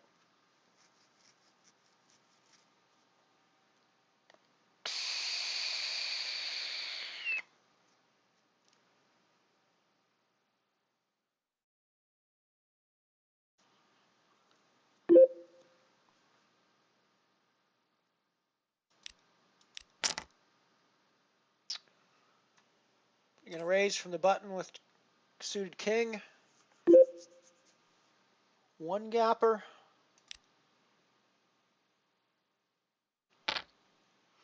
It's the Titan, of course.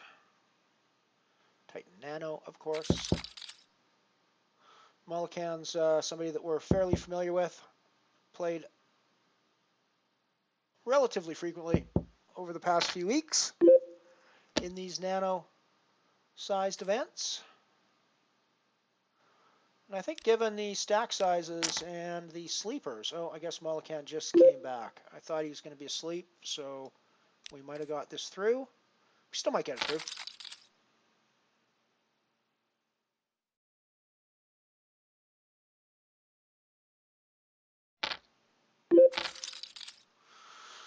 I mean, it donks into us here. I mean, it could be just an attempt to steal the pot, but I don't really think we have enough to really go on, so we'll let him take it. In that spot.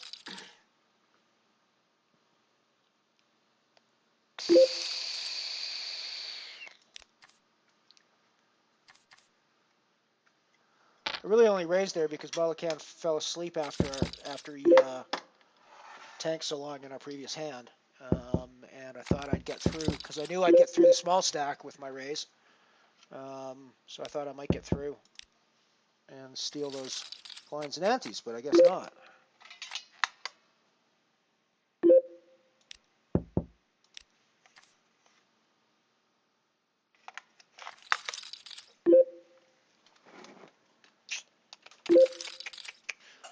So I think Mullican's let us get there on that board.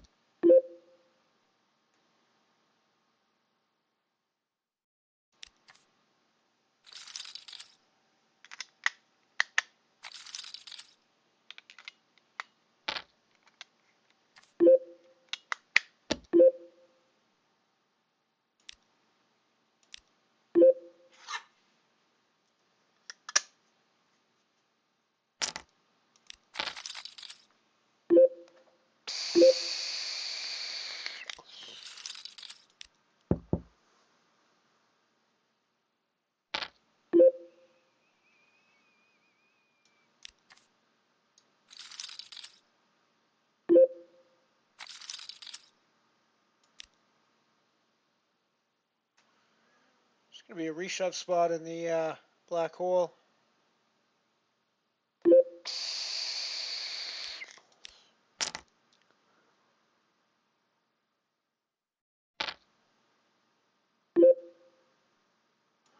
GLS.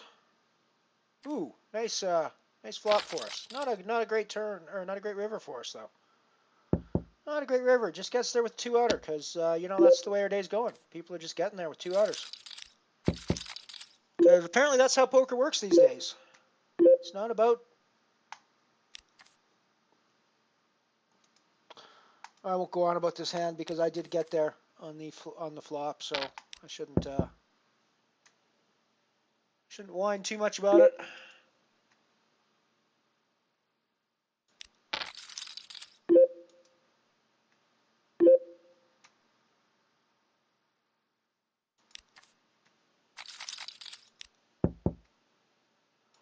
Interesting hand against Wake Up,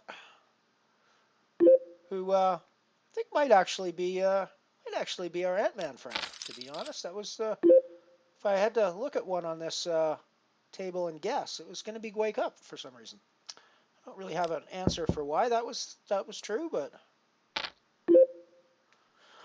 I think we're probably calling off with our king here. I mean, obviously we're going to lose to an ace some portion of the time.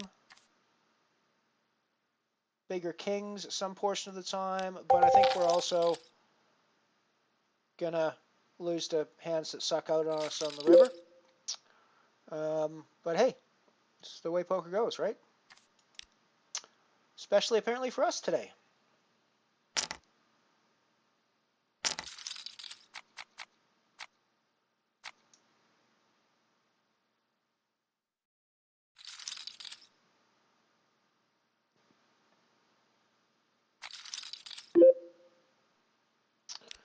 Putting in the bet here, obviously.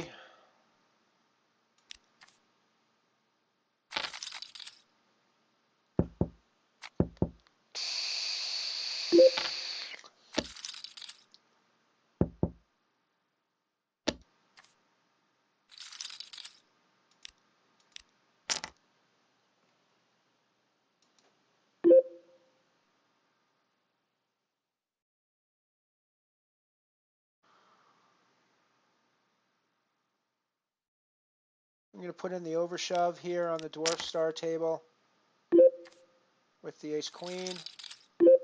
We get it through. I'm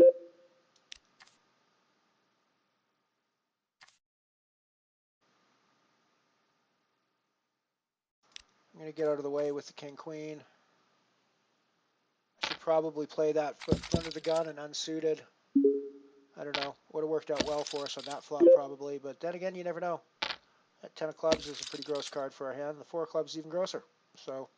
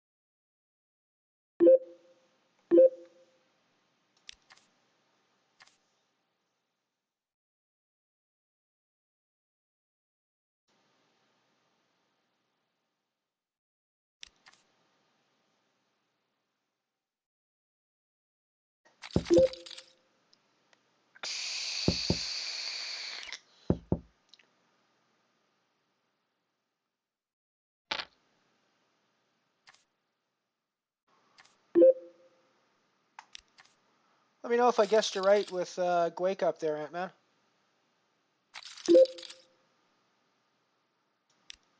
Although you're asleep now, if you are. There you're back now.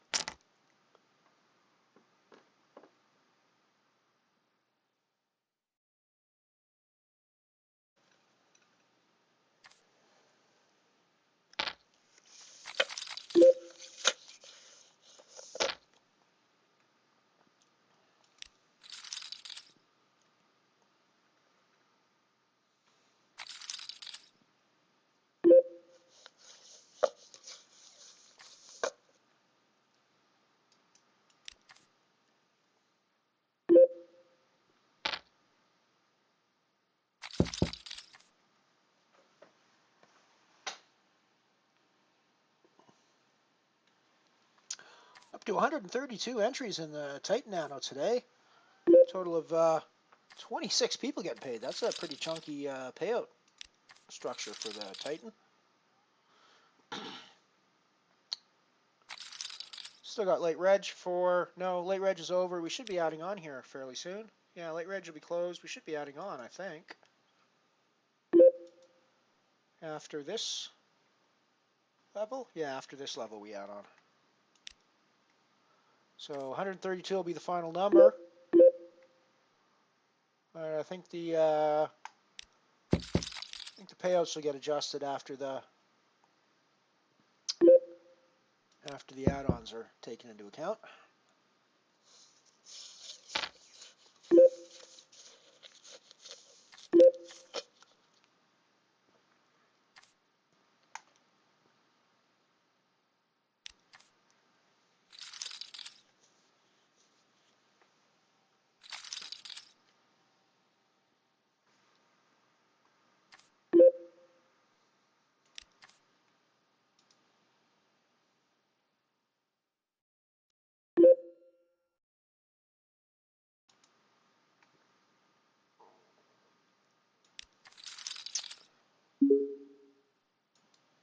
Back to the qualifier table, adding on to our chips in the Titan.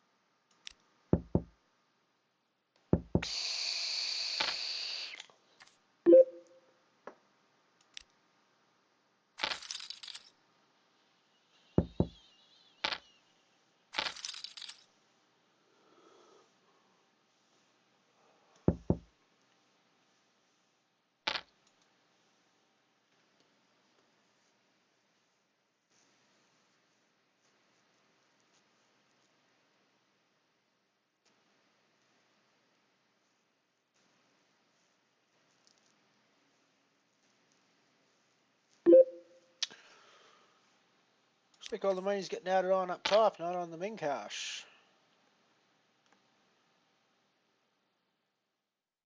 Main cash has gone up a little bit to 27 from 24, but it's still pretty, still doesn't pay us back for our, it's on the Titan Nano, of course. Let's go over and have a look at that. Well, we're in the break, so it's not really very interesting over there. We're just watching the payouts increase as people add on.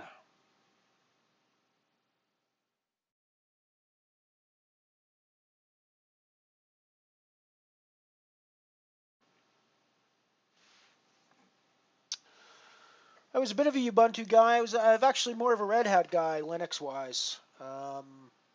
To be honest, I've always been more of a Red Hat.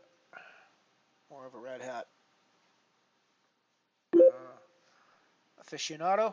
I do know Ubuntu. Actually, I mean, they're ostensibly the same under the hood. They got different bodies. It's basically, it's like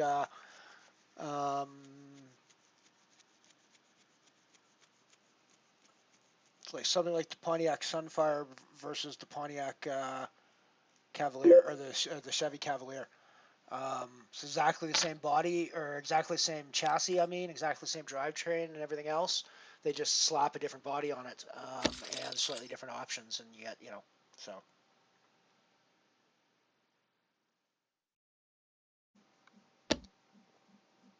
But yeah, whether it's Debian, whether it's Red Hat, whether it's Ubuntu, whether it's CentOS, you know, there's a whole bunch of variations that have small, unique details to them that system managers care about, and they get used for certain reasons in certain instances. But generally speaking, they're pretty much the same beast.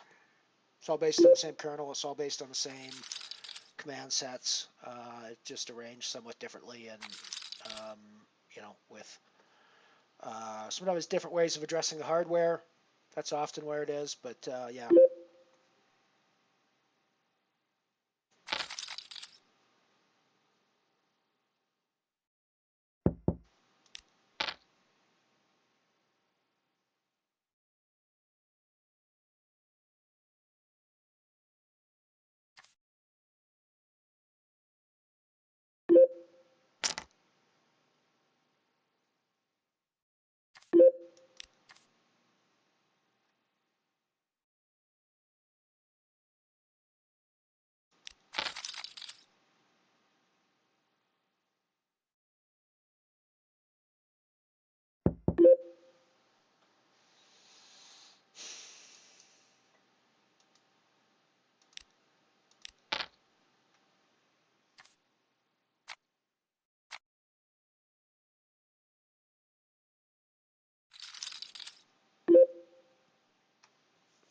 Just pulled down a decent pot in the Titan with a pair of 10s.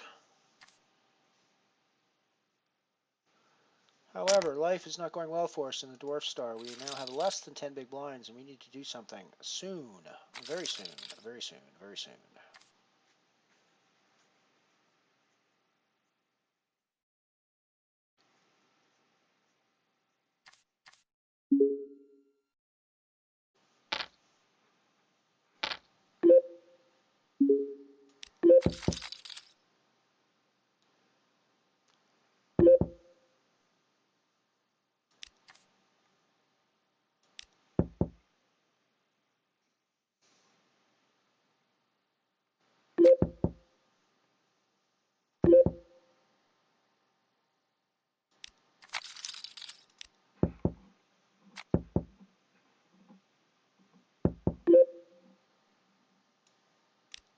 Yeah, I like Red Hat. I actually used Red Hat for years. I was a very early adopter in the Linux. I installed my first Linux system in 1995 off of an absurdly large number of floppy disks.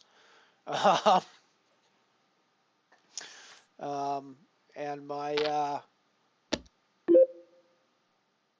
well, no, that's not true. I installed my first version called Yggdrasil, which was a very stripped down version off of a single CD-ROM at the time, which was a super slow technology, but also super brand new at the time. And then I used that for a couple of months, liked it, and I went out and got Slackware as my next one, which was a massive set of floppy disks that you needed to download and then build the floppy disks for, which was quite an arduous process. Even before you could begin installing the thing, it was a ton of fun. Then, of course, I remember back in the early days, the video processing was really, really, really tricky. And we had CRT monitors back then that you had to match things like scan rates and all sorts of things like that. And here's the thing.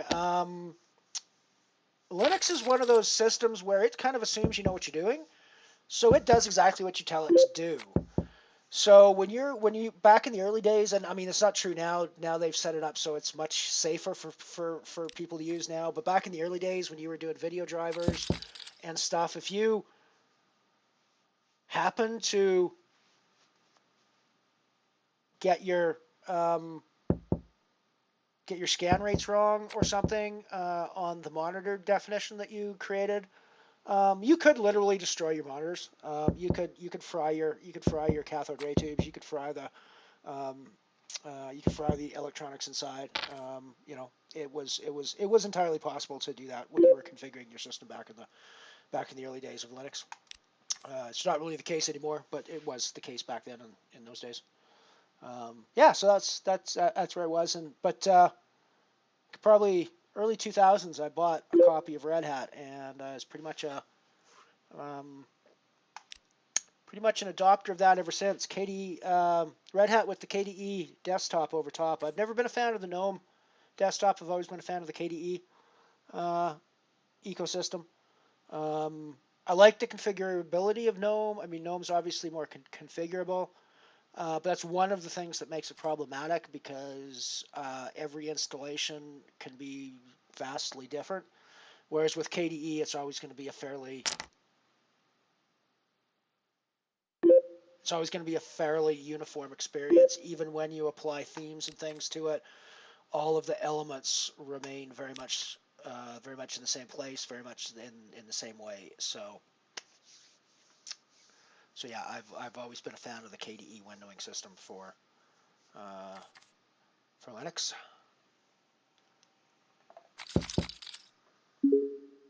I'm actually not as up to date on Linux as I used to be. I haven't really been playing around with it nearly as much anymore since I got out of my system administration role.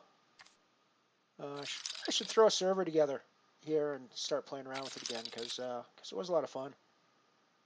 Yeah, for years I ran my own server at home with a web server and my own IP address that I ran a content management system off of, that was basically an online magazine for, I don't know, 3 or 4 years.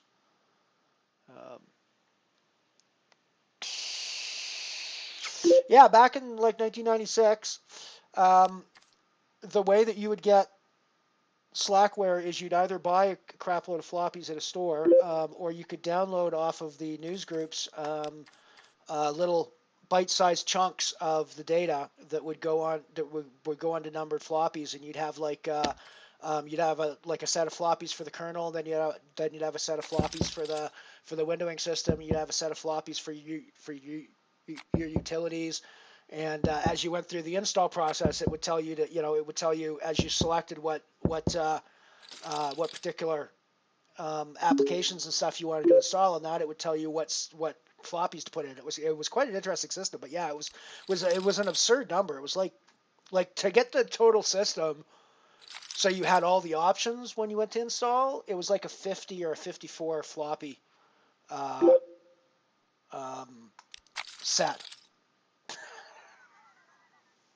That's like 5054 floppies.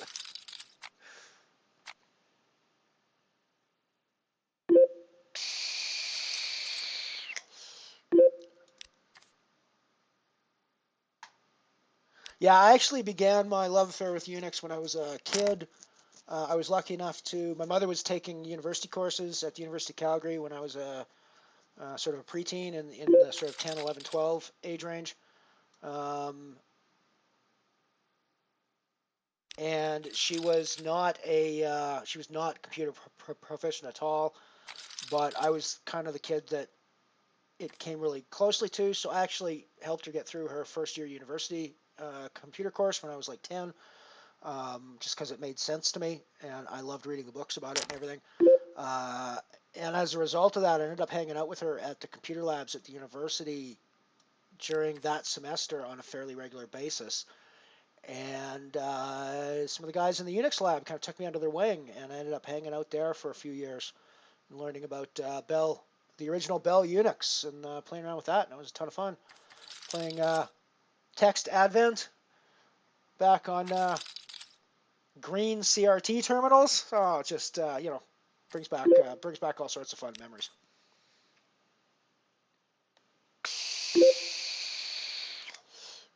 Yeah, you could get Slackware on CD-ROM.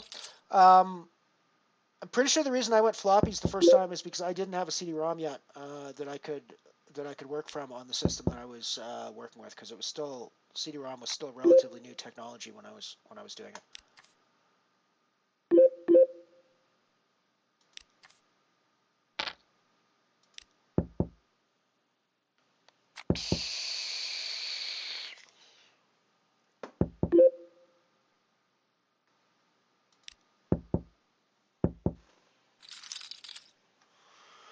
I'm basically going to be dead in the dwarf star here. I got like no big blinds. I'm going to shove it with a7 from the small blind. I haven't had anything else to go with. But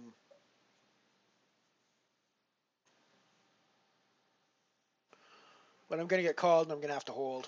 So we'll go down and look at that for...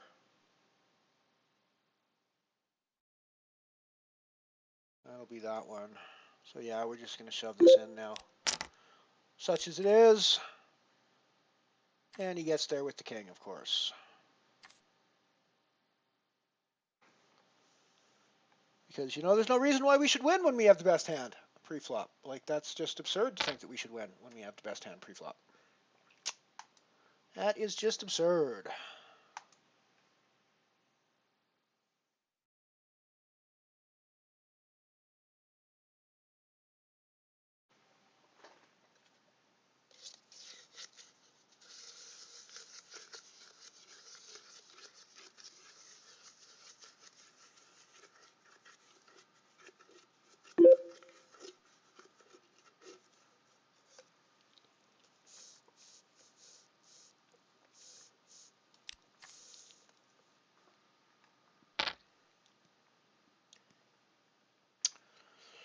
We do still have a stack in the Titan that we're playing. 28 of 29 of 45. 26 people getting paid, so it's not quite a cashing stack, but we know how things go in the Titan. This is the qualifier for the UK tour ticket.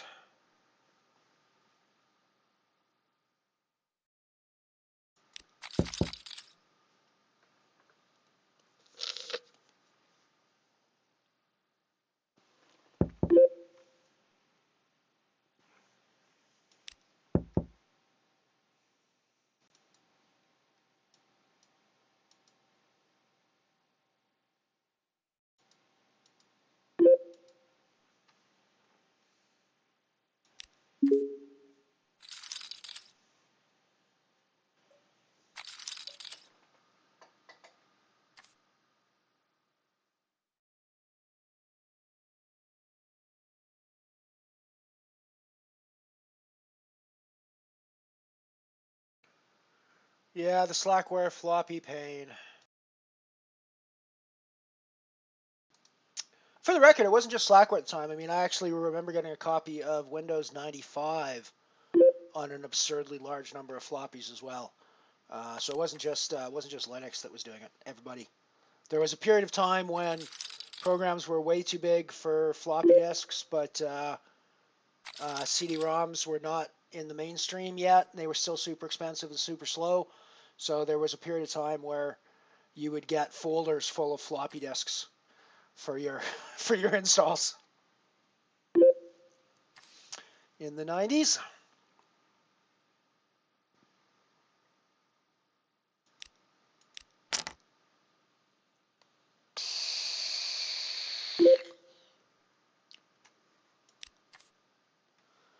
Put in a raise under the gun on the Titan table and it got through, so I won't bother to go show you.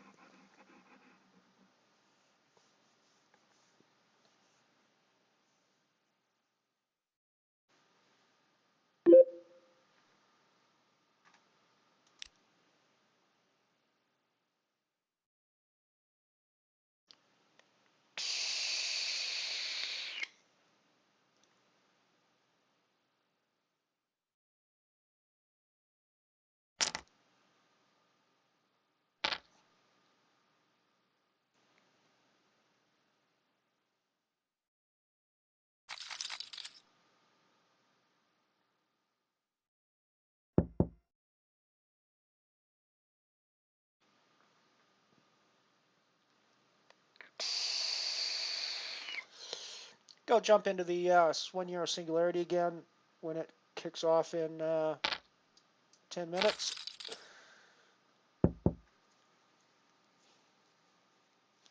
Just because it hasn't been a painful enough day already.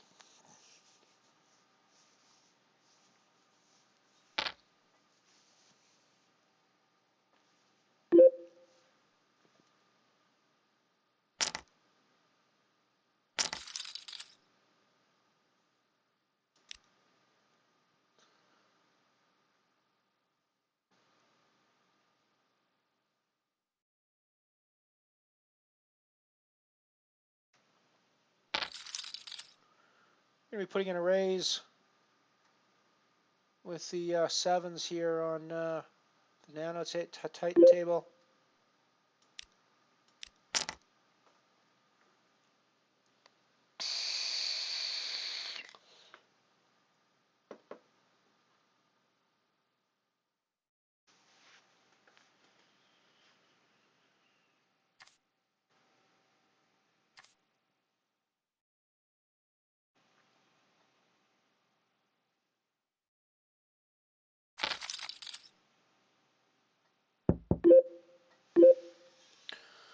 That's a really good flop for us to c-bet, I think.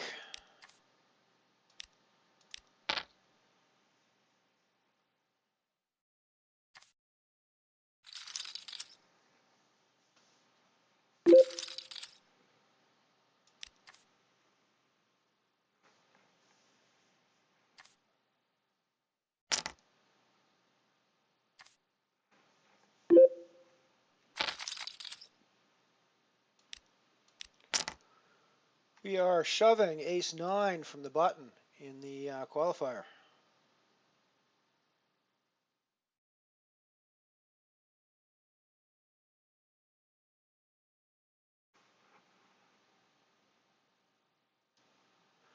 Ace-9 of spades, that is, for less than 10 big blinds.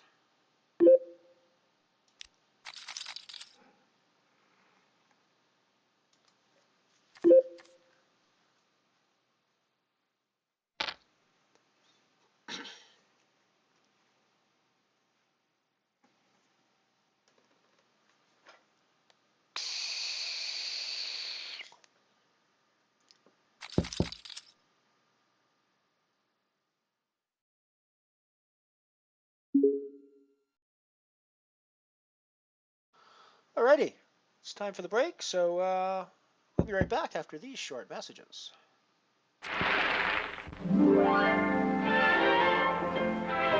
The gentle sounds of springtime seem to say relax and be refreshed.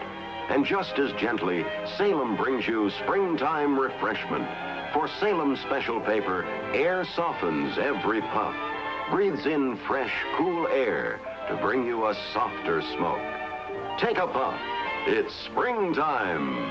And in the softness of Salem, there's the rich taste of fine tobaccos.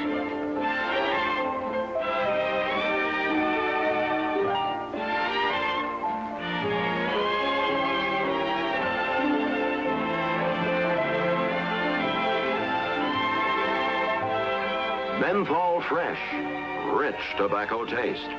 Modern filter too, that's Salem. Most delightfully, Salem refreshes your taste.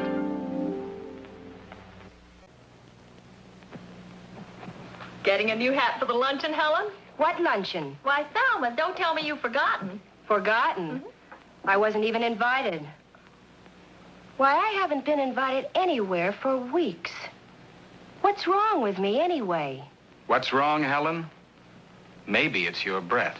But new Green Mint mouthwash stops oral bad breath 3 ways better than antiseptics. 1, destroys mouth odor itself, even from onions, smoking, telltale beverages, not just germs. Because Green Mint contains exclusive chloroquet plus a new mouth sweetener. 2, even mixed with water, Green Mint has 37% more penetrating power. 3, tastes so good, leaves no antiseptic smell. Yes, with Green Mint, there's always a happy ending. Your mouth tastes so minty fresh, you know your breath is safe. Used professionally by over 10,000 dentists, Green Mint stops oral bad breath 3 ways better. C-A-M-E-L, yes.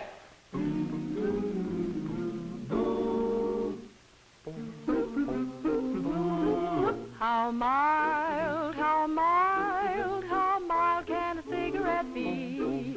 Make the Camel 30-day test and you'll see.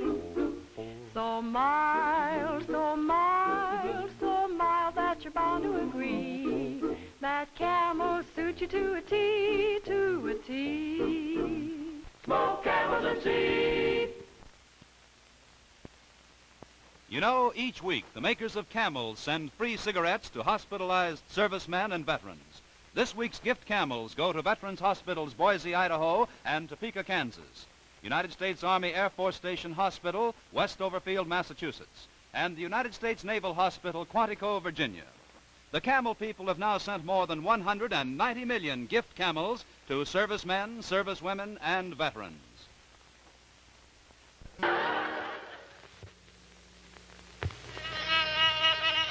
She needs off. It's the mosquito repellent that really works. And here's proof. Look at those hungry mosquitoes go for this research man's arm. Now, a quick application of off. And look, they don't bite, they don't even light. Yes, with off insect repellent, they don't bite, they don't even light.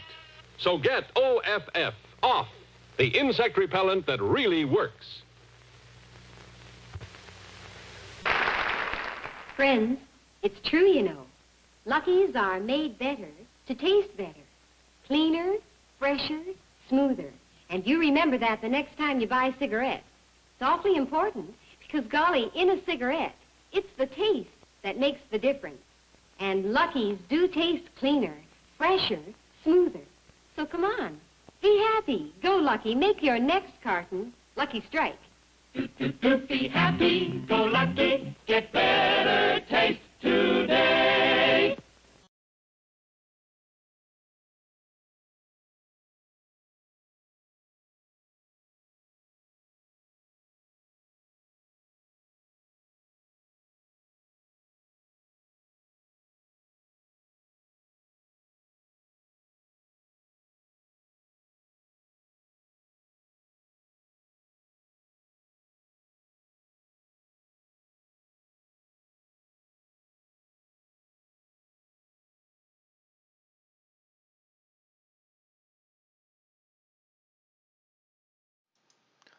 We're back.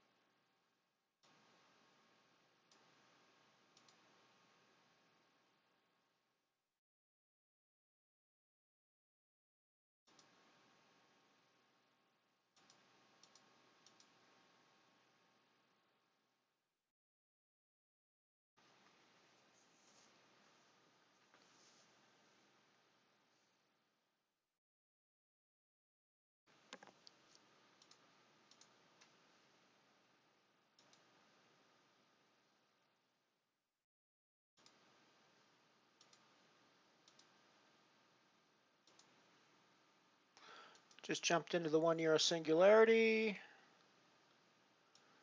gonna do my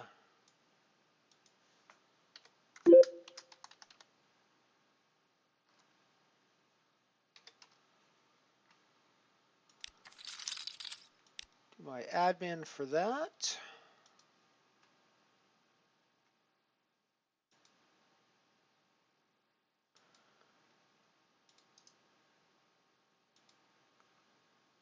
Just 1 euro singularity.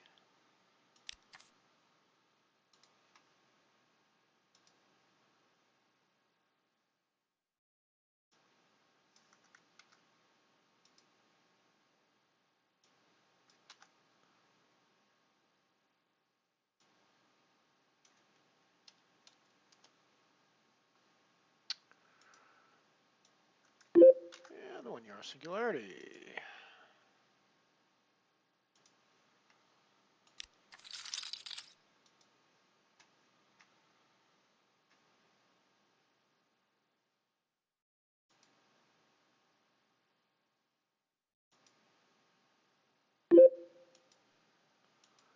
And there's the 1 euro singularity. Oh, we just got dealt nines.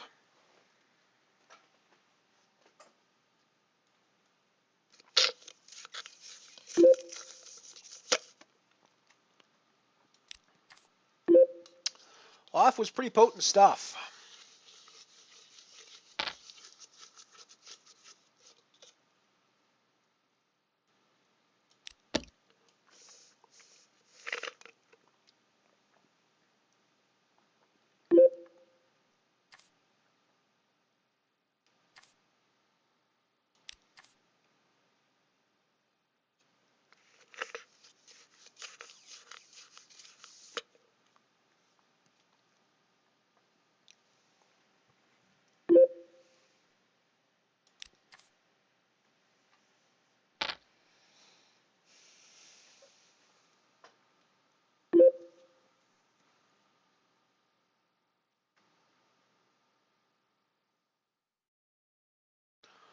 I'm gonna see one more street with my nines here. Doesn't need to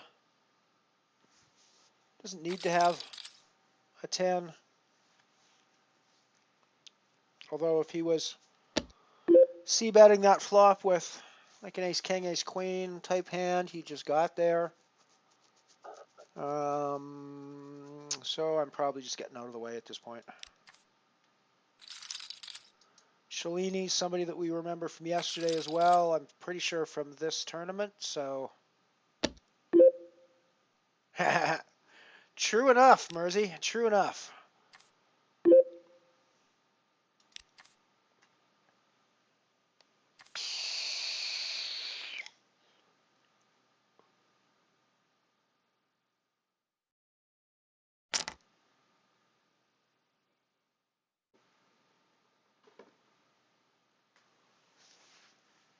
So we got 3 games on now. We got the Singularity, we got the Titan Nano, and we've got the Qualifier, where we're in pretty rough shape in the Qualifier.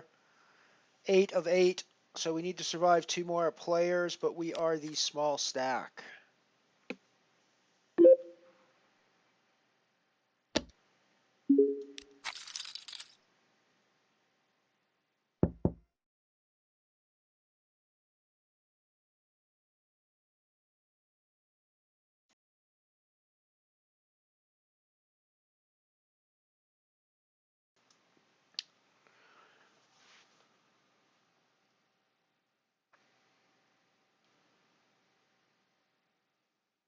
Are you still in this qualifier, Ant-Man? Is your secret identity still in this qualifier? I should ask.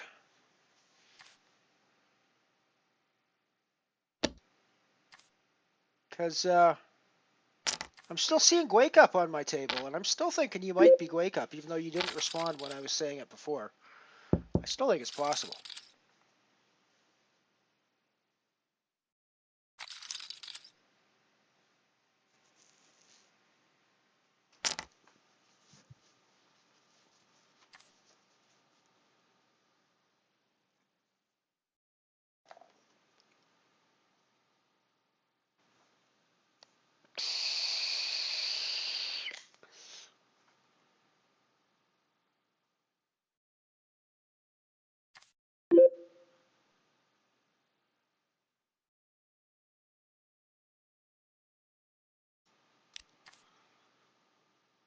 Oh yeah, the mouthwash ad with Helen. That one is, yeah. I just have to shake my head when I see those sorts of ads.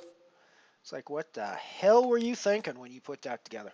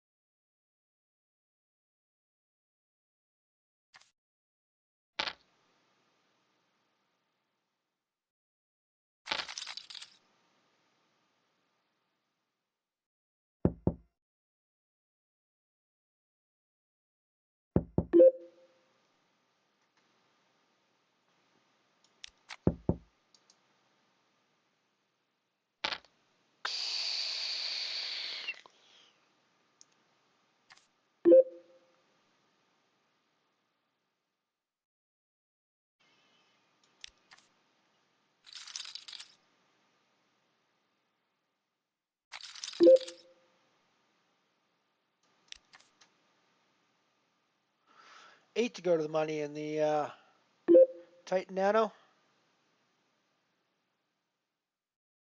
All right, Mike, have a good night, man. See you tomorrow.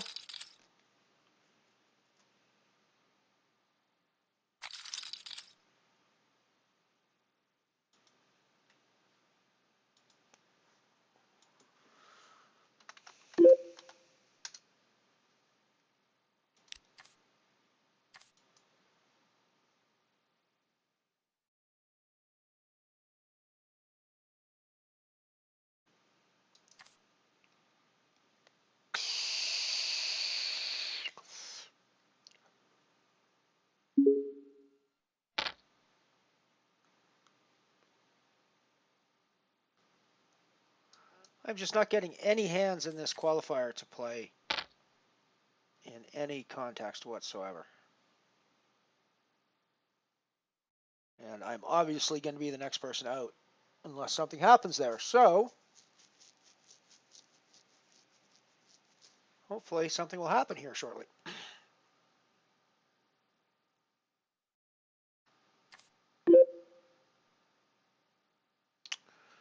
8-5 is not the hand to make it happen with, though. Even though we're down to less than 3 big blinds now.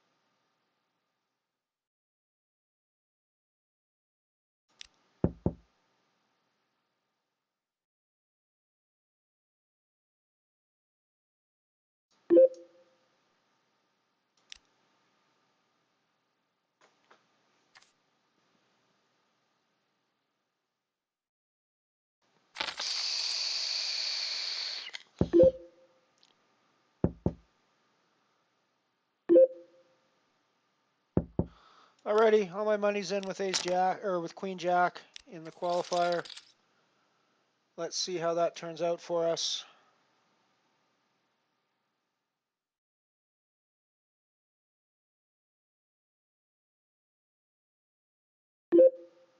No, we don't get there when we're behind.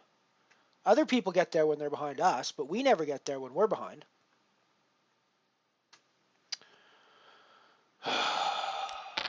Sigh.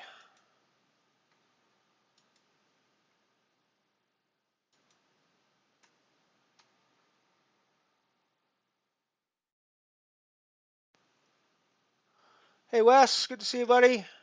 Welcome to the stream. It's been pretty brutal so far today.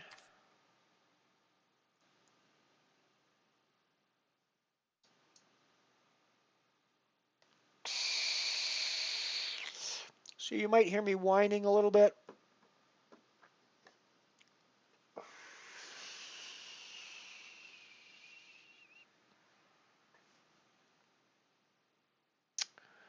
As you can see from our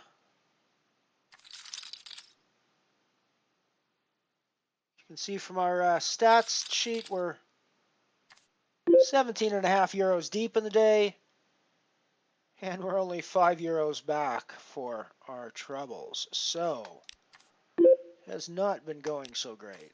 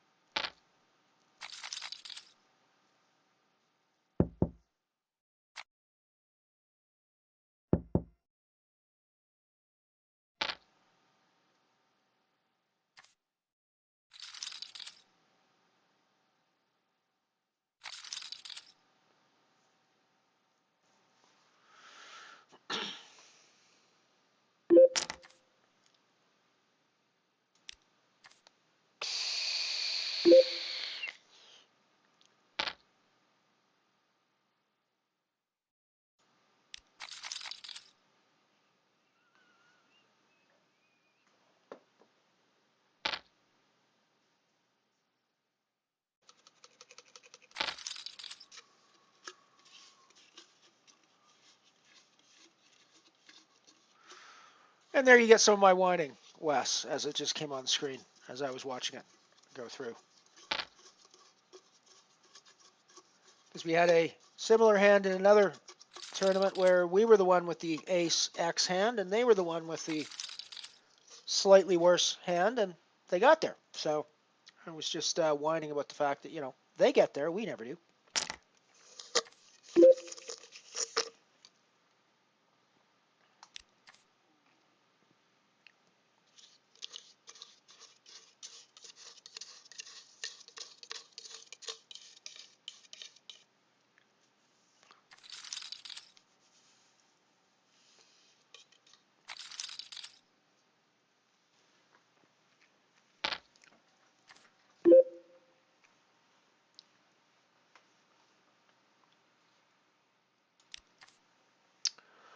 So down to 2 tournaments now. The €1 singularity that we went fairly deep in yesterday.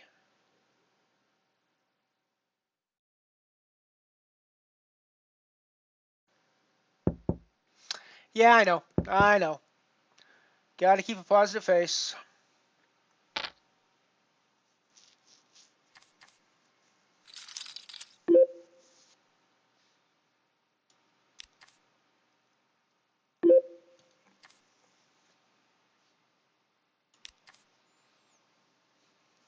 I mean, that was literally the best hand I'd seen in like 5 orbits on that table, so I really had much opportunity to do anything else previous to that, so.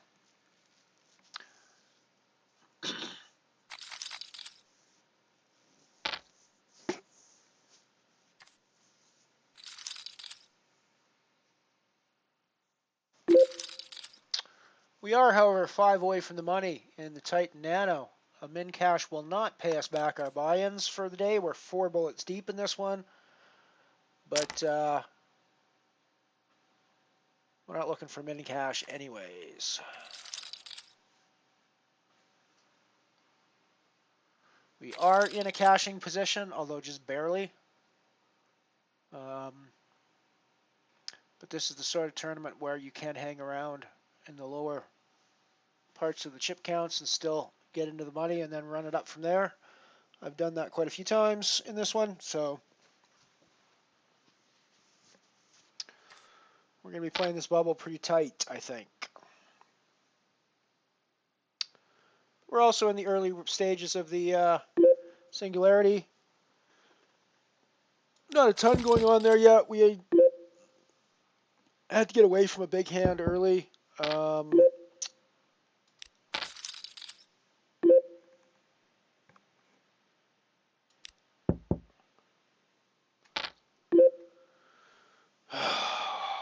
just getting bullied off pots in the Titan that we can't do anything about because the run out just comes so gross. You guys didn't see it, but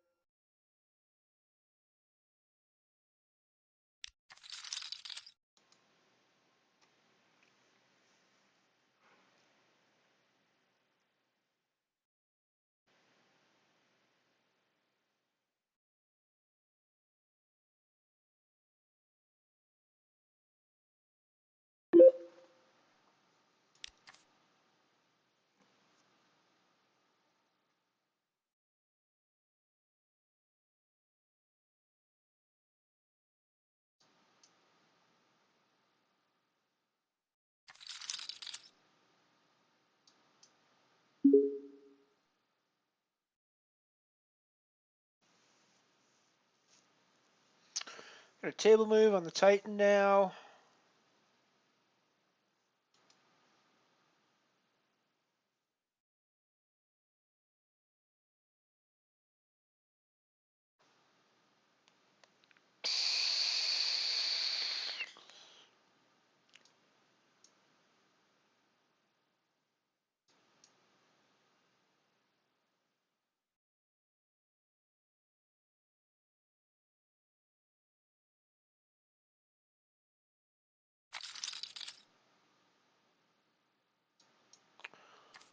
Oh, Shiny is a familiar face here on the table.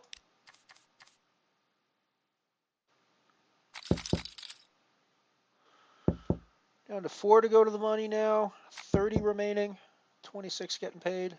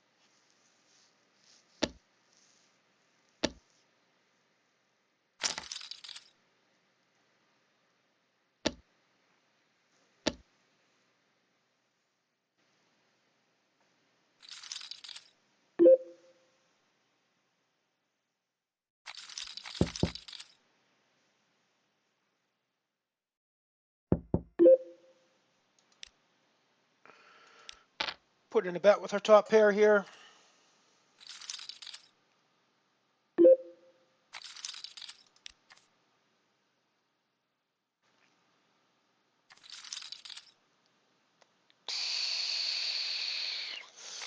$21 of 30 now, so we're well inside the paid brackets. Although I'm guessing that the chip stacks around that level are pretty close because we've been moving pretty liberally between like 21st and 26th for the past little while.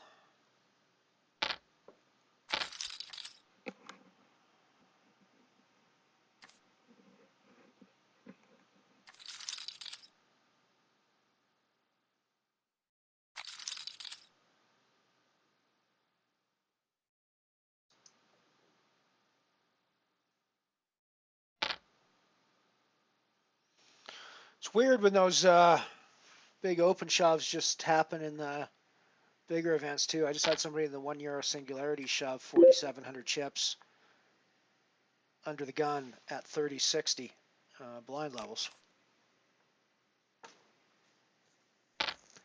It's not quite 100 big blinds, but it sure is 70.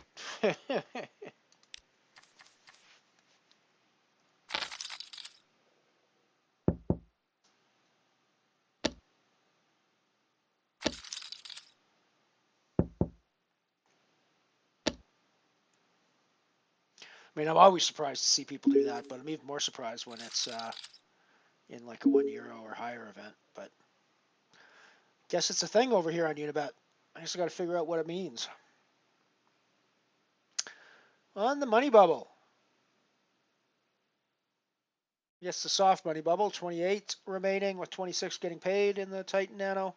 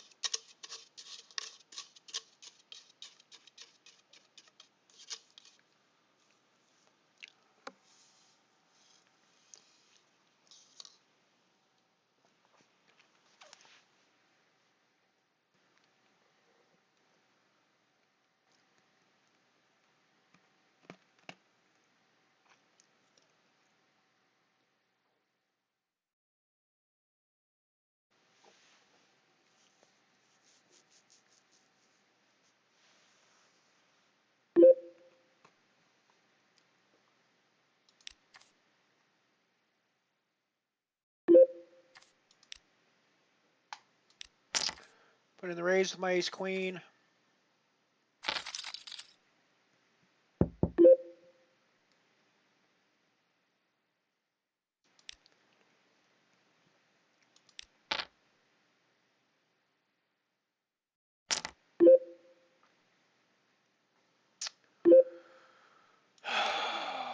Should have known better than to bet that flop. I should check back, but then he just does this on the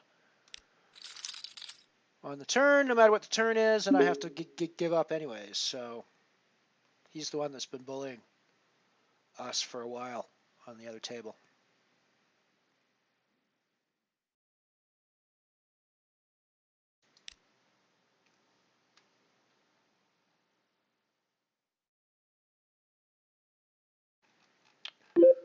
That's very annoying. I mean, I don't think I can do anything else there, right? It's not like I can call there or anything. I mean, I can check back, but I'm just folding the turn there all the time anyways when he bets out, and he bets out 100% of the time on 100% of the turns there. I think most players bet out given the stack dynamics there on the turn. That particular player that I've been playing with for the last hour or so at least, does it 130% of the time there with 130% of the turn cards.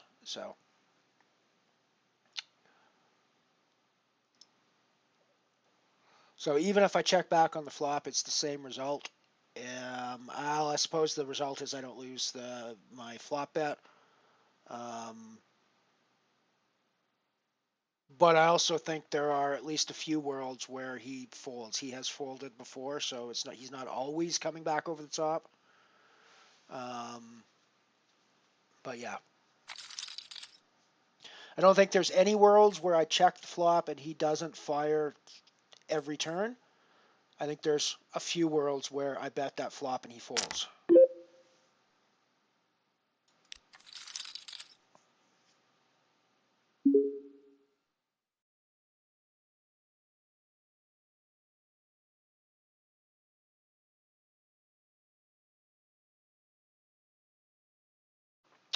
So we're on the hard bubble now.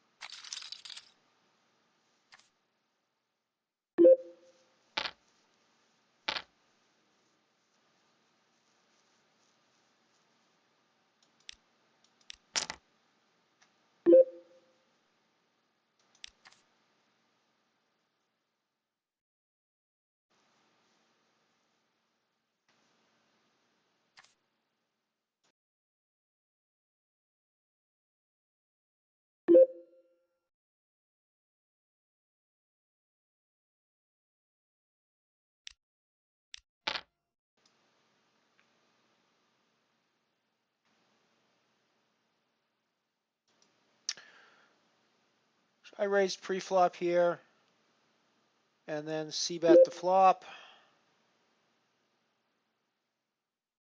and we get 3-bet, or we get re-raised, since it's flop.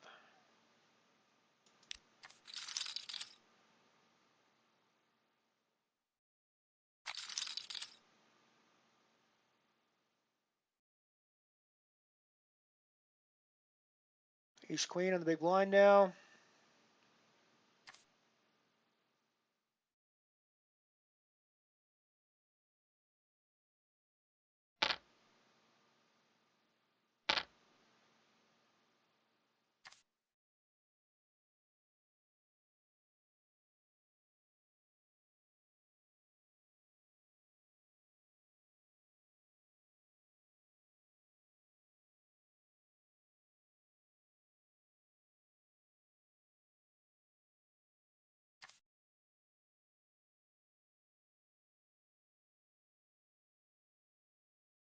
Hey MV, I'm doing good. It's been a pretty gross day, but you know, life's like that. Putting in the raise from the big blind with my ace-queen.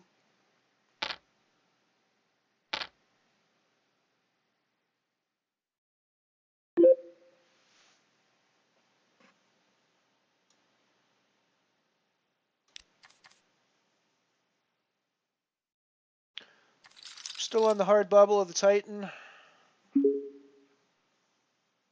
I am 23 of 27.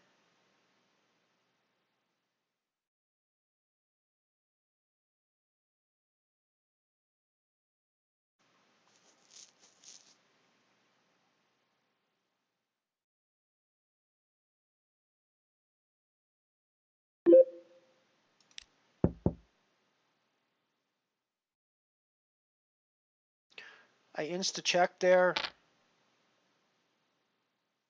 Yeah, trying to make them think I was trapping them. But I guess I gotta get out of the way now.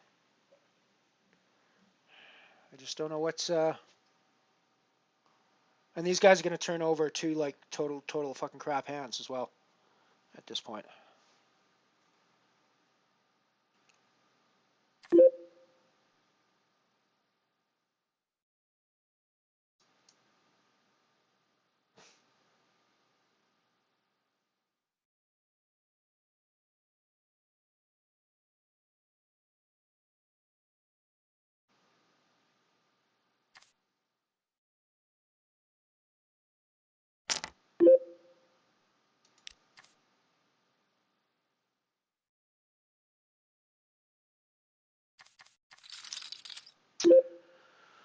I honestly don't know what I'm supposed to be doing here. Apparently, because playing good cards is apparently not the answer.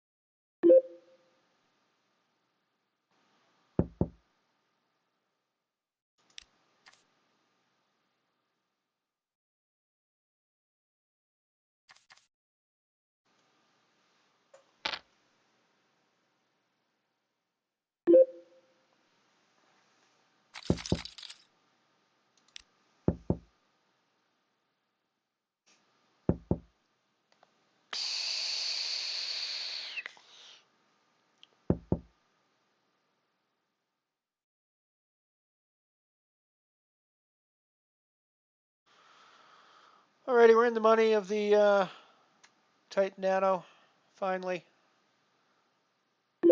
I need to run up my stack though, because the min cash that I currently have is not going to do anything for me. However, I've just had a rather fortuitous flop situation come up.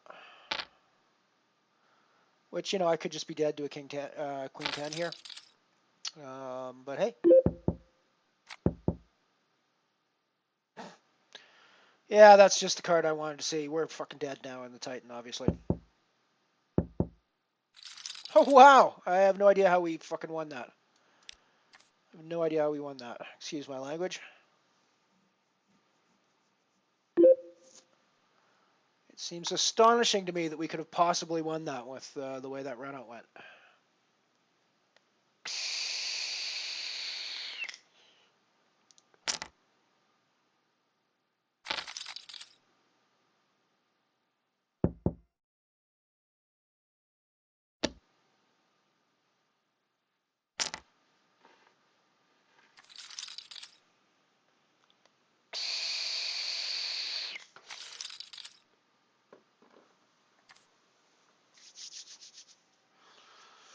Alrighty, let's run this back up again.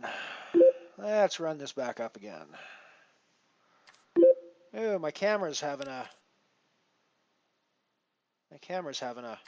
fucking heyday.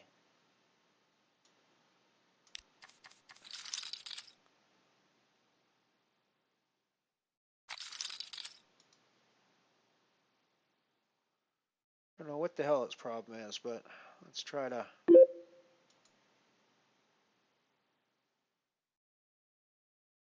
Well, it still seems to be pretty, There we go. Finally stabilized. Okay.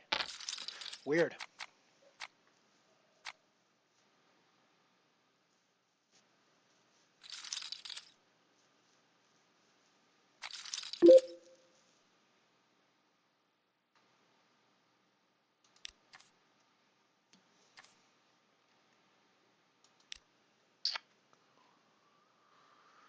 So we don't really have a pay jump now.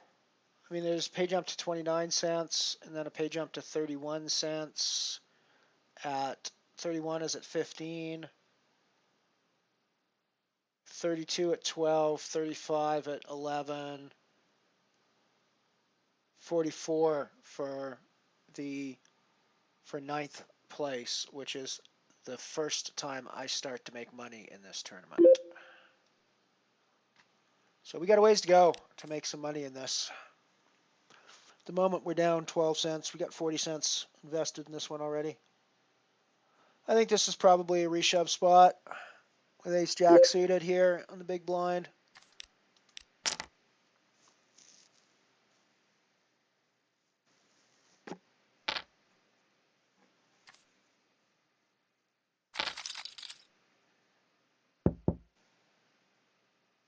Looking for queen.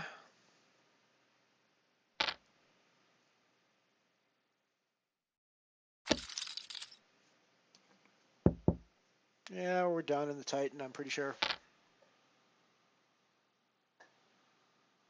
Given this action, we're behind. We're still behind. Yep.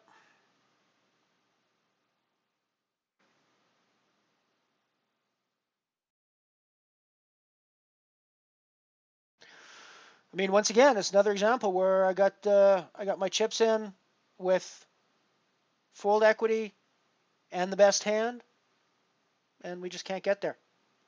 So I don't know. Maybe poker's not my game. Obviously, I mean, I can't even win when I have the best hand. Never mind winning. You know, never mind winning the stealing pots when I have the worst hand. Can't even fucking win when I have the best hand.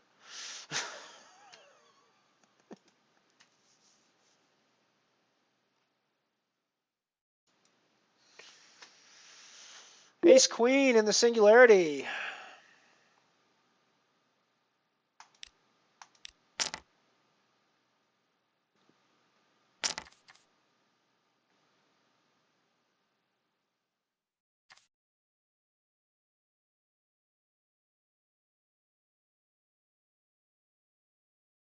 Nice one, MV. Good job. Good job. Good job. I mean, I can't just raise and call. I can't just keep, you know, this is like the third or fourth time I've raised and been shoved on this fucking table.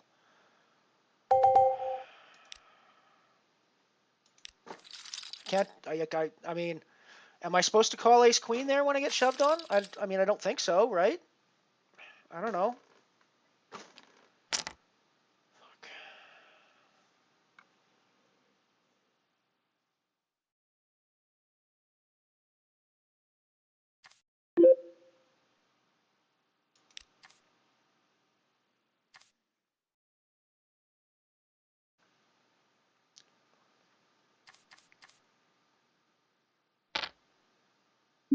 You know, I don't know. Maybe I'm just supposed to fucking snap off ace queen there.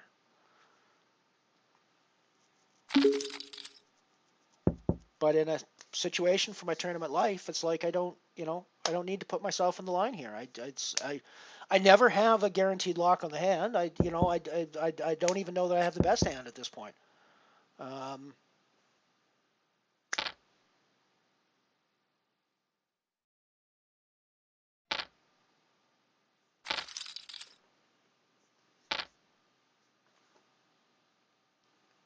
But that, of course, means I'm totally exploitable because all you have to do is shove on me, and you know I'm going to fucking fold because I don't want to put my tournament life on the line.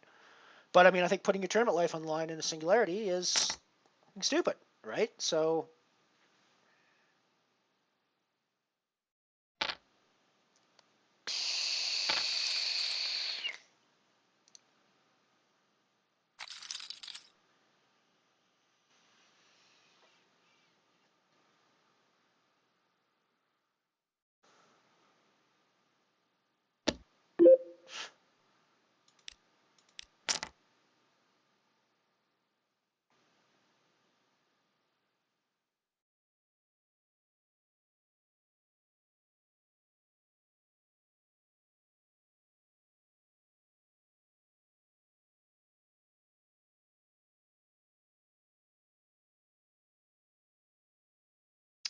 Hello, Ged. Welcome to the stream. I have been doing some whining tonight because basically it doesn't matter whether we get in with the best hand or the worst hand. We have the worst hand by the end of the day. So it's been pretty fucking gross.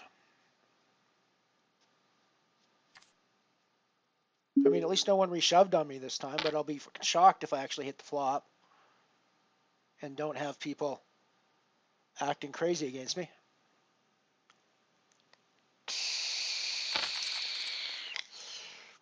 I guess we did hit that flop. And we're dead to the king 10.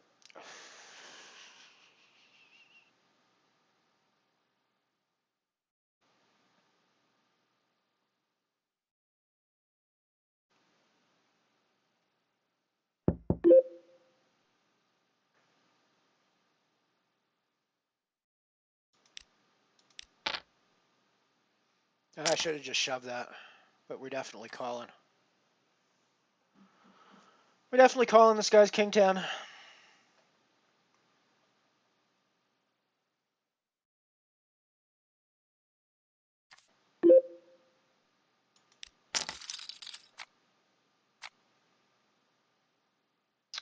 Ace is full. Cool. Something actually went for us. Something actually went right for us in the singularity in one of these tournaments. Nice one, MVE. Good job, buddy. Good job. I didn't jump it. I didn't go in that one today. This singularity is going to be the last one I play today, I think. It's been pretty painful so far. You can see the stream results on my stats panel. It has not been a pretty day as far as our money is concerned. I spent like $7 on the challenges to win a €2, or like €7 on the challenges to win a €2 ticket. I don't really think that was particularly good value for my money.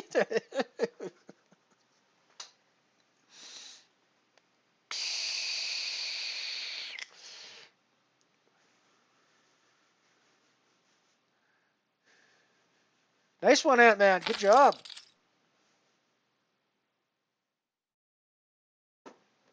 Dirty, dirty, filthy, filthy. You're one of those guys I'm whining and bitching about today, Ant-Man, just for the record. You should be aware of that.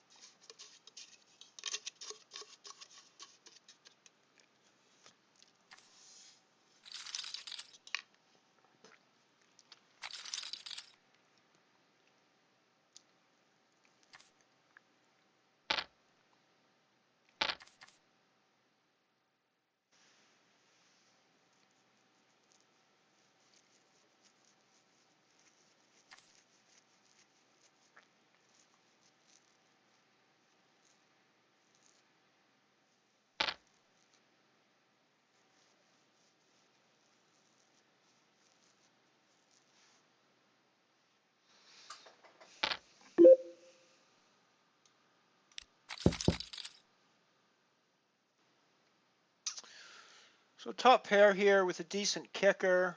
We're going to be best here most of the time. We might just be up against another ace that's better than us.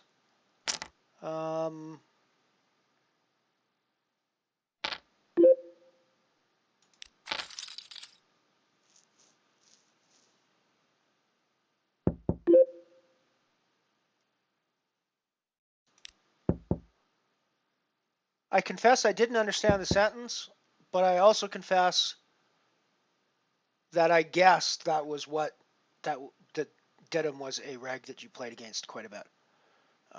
So I did kind of guess that, but nice one, Ant. Congratulations on the FT.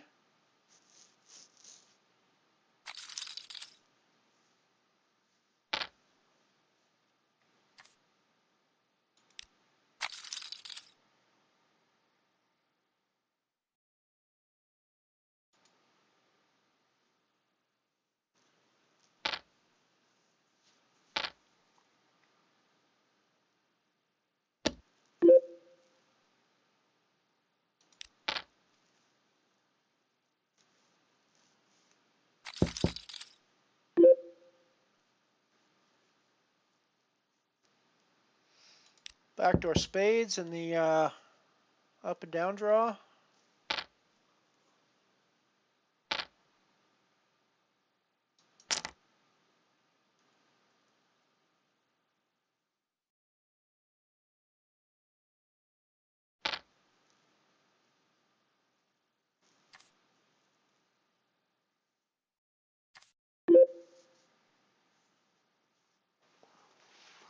I mean, there's going to be 10 jacks out there. That's certainly what K Lolo is repping. And we're in pretty rough shape to that. And we don't actually have anything other than the draws on this board, so I guess we get out of the way.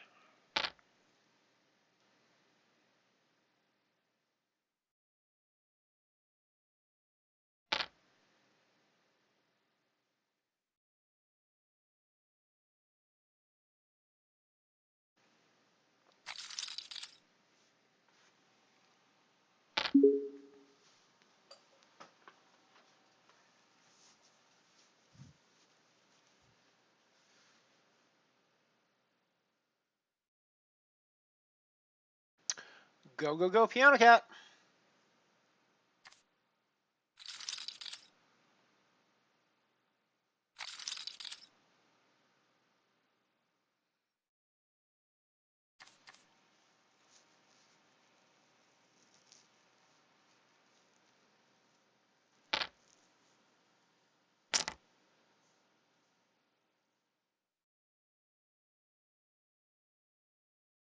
Yeah, you pull cash out. That's it's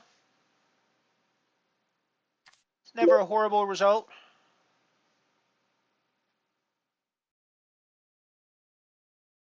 Just going to call behind with my ace-king here in position, I think.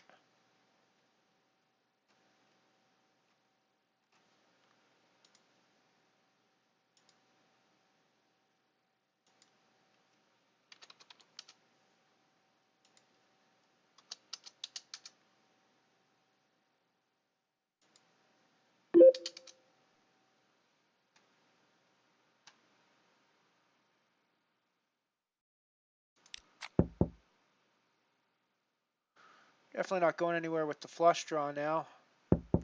Paired board makes it not the best draw in the world, but the action does not make me believe anybody's got anything approaching a full house at this point, so.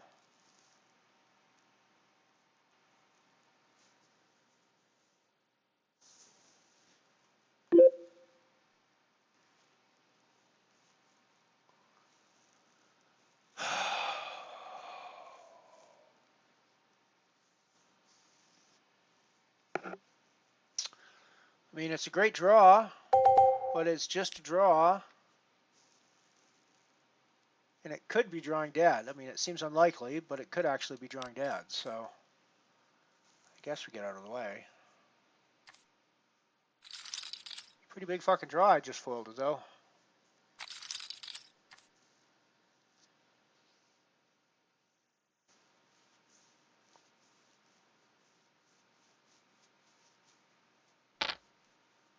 I don't know, maybe I'm not supposed to fold there. I mean, it wasn't for my life, it was for... I mean, I would have had like 5,800 chips after that, or 5,700 chips, I think, after that.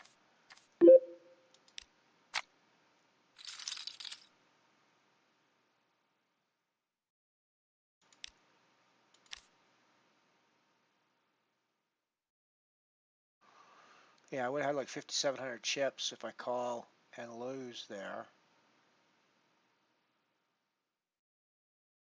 Yeah, maybe I should be making that call. Maybe I should be making that call. What do you think on the ace-king hand there, Ant?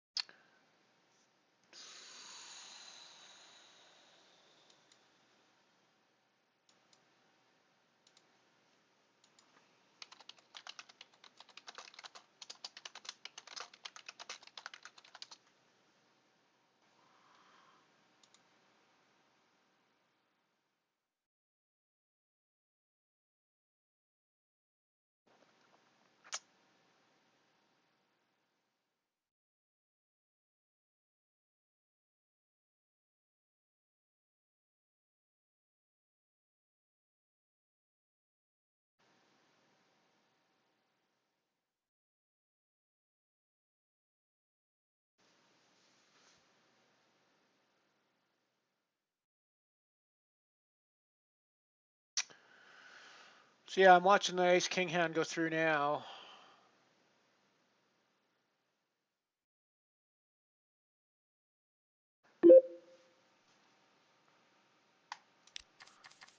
And I don't know, it's just the overshove. Shoving for more than the pot here. That, I mean, I might be drawing out to a good flush, but it just sort of feels to me like, well, it could actually be another flush draw for sure. Could also be a made straight on the flop that is trying now to get value after they checked, trying to get me or somebody else to fire in. Yeah, hard to say.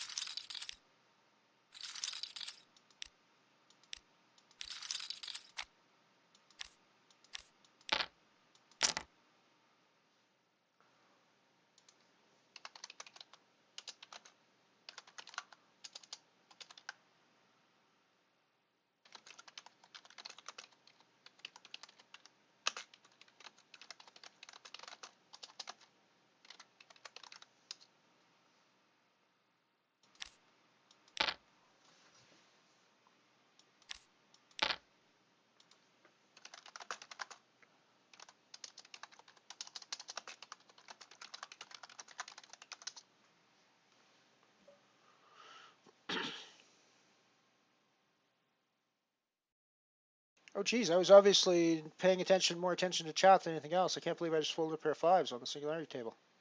Oops.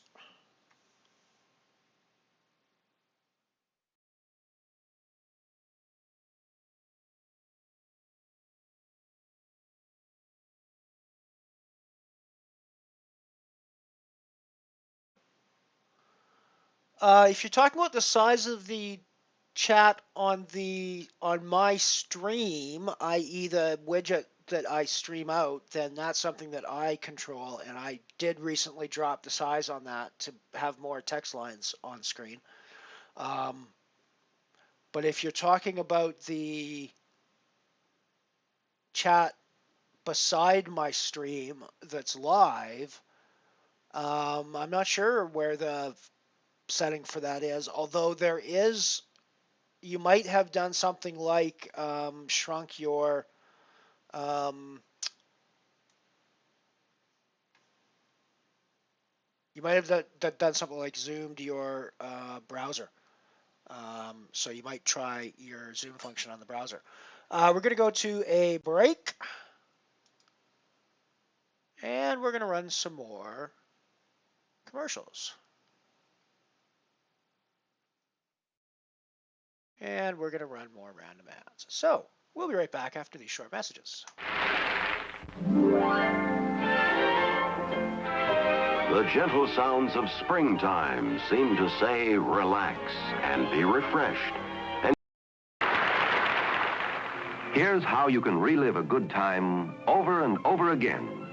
See it, big as life in full color slides. The newest, smartest way to take color slides is with a stylish Kodak Signet 40 camera. You'll wear it proudly everywhere you go. Just aim, focus, snap. It's as easy as that. Exciting action shots, eye-catching close-ups, beautiful scenes, indoors or out, day or night. You can take them all in rich, beautiful color. The Kodak Signet 40 is the smartest color slide camera you can buy, yet it costs only $74 or as little as $750 down. Other fine Kodak color slide cameras range in price from $31.50 to $175. Ask your dealer about easy terms, and remember, when your camera is made by Kodak, you know it's good. Folks, why do you eat Wheaties? We like it. But did you know it's always been whole wheat with all the bran, and bran is one of nature's best sources of food fiber. That's news to us. Wheaties breakfast this morning? Sure, it helps me feel fit. But do you know Wheaties has bran fiber your body may need? That's news to me. Why Wheaties? Oh, we love the taste. I have for years. But do you know for years you've been getting something extra for your diet? Bran fiber? Well, that's news to me. Wheaties. It's brand news. I bought the fresh stick, just as you told me. You're absolutely right. It's neat and quick, and it goes on dry. It did make me feel cool and sweet, just as you said. I did everything you said, but my boss still hasn't asked me to lunch. Unlike some deodorants, Fresh doesn't guarantee you'll get ahead in business. All Fresh does is keep you fresh. When you think of it, that's quite a lot. If you hate to reach down to clean that bowl with cloths, cleansers, bleaches, you need Sanaflush Toilet Bowl Cleaner. This beaker illustration shows how Sanaflush cleans the modern way. In minutes, its chemical boosters remove dingy film that forms in any water, even dissolve hard water rust rings. Cleans brighter because it contains the stain-removing chemical sodium binoxalate. Just pour, let stand, swish, flush. Your hands never touch the water with Sanaflush. What's the best way to reduce? Eat what you want or starve yourself? Starve yourself? Wrong. A half-empty stomach causes hunger tantrums. Now you can avoid hunger tantrums, lose weight naturally and fast. With the RDX Full Stomach Reducing Plan, you fill your stomach, yet fat just seems to melt away. And safe, pleasant-tasting RDX tablets contain no dangerous drugs, no hormones. So if you want to eat and lose fat, get RDX at your drugstore today. I'm Dr. Arthur Black of Black Flag. Aren't mosquitoes annoying? They bite, too. May I suggest Black Flag Insect Bomb contains 5 proven bug killers. And unlike ordinary sprays, it hangs in the air longer to catch more flying insects. Costs 10 to 20 cents less. Because Black Flag sells more insecticides than anybody. Remember! The only good bug is a dead bug. Black Flag dead. The price. We are back.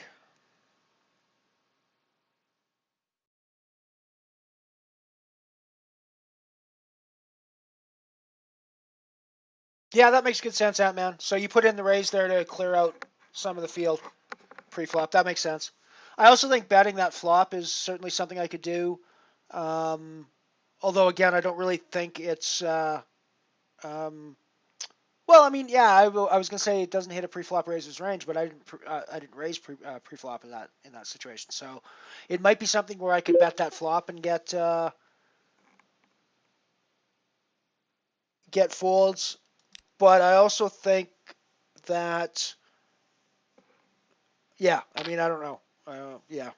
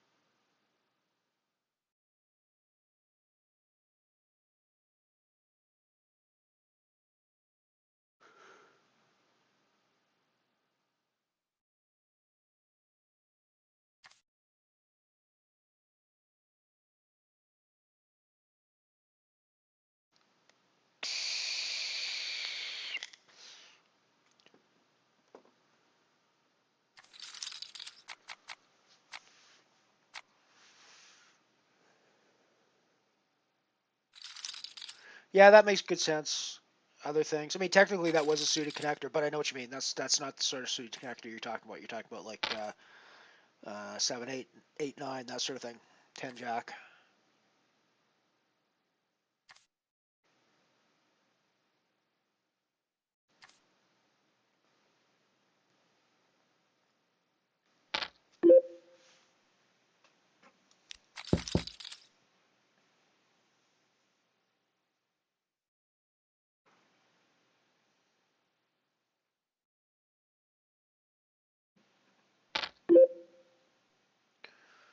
We're sticking around with second pair here.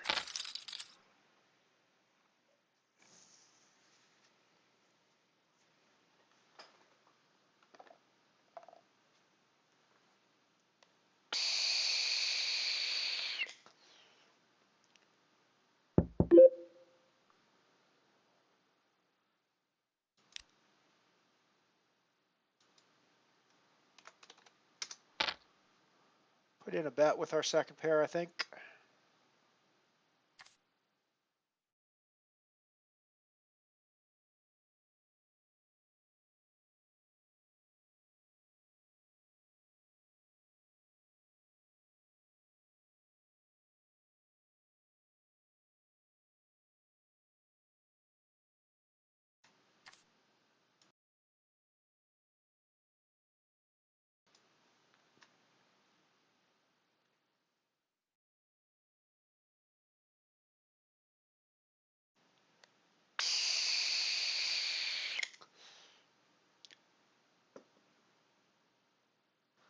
Long streams the last couple of days. We're over 5 hours now. We cracked 6 yesterday.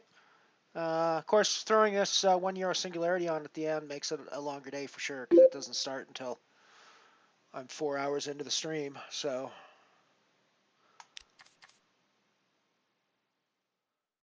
thank you, MVE. You have a good night, my friend. Thanks for popping by. It's always good to hear about your results. You are one of the nano kings out there. You're always getting in the money in those, and it's very inspiring. Hey, good job, dude.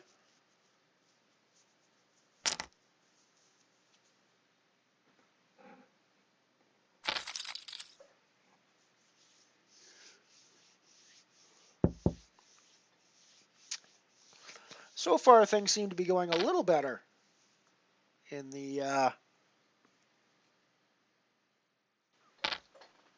singularity than it has in other tournaments today, but we'll see how that continues.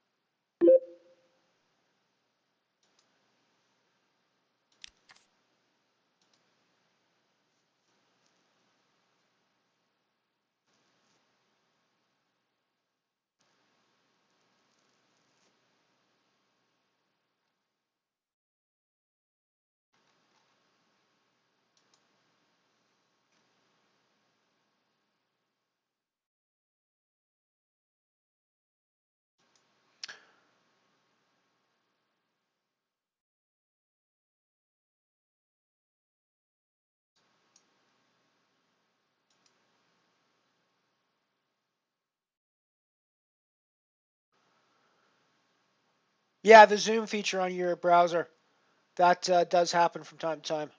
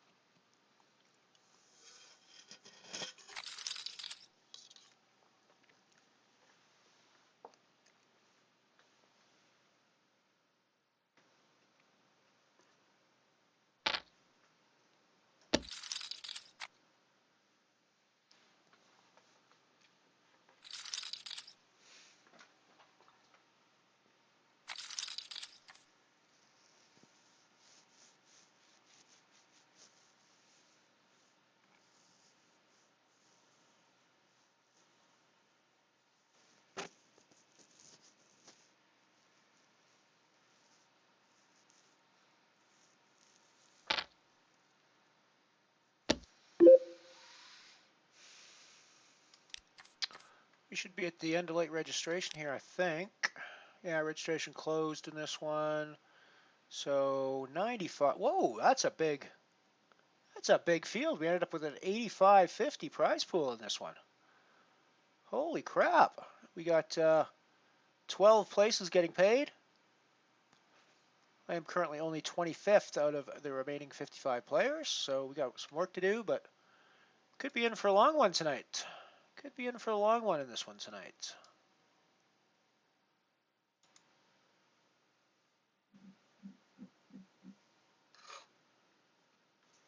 I know it's late for a lot of you guys, so I totally get that.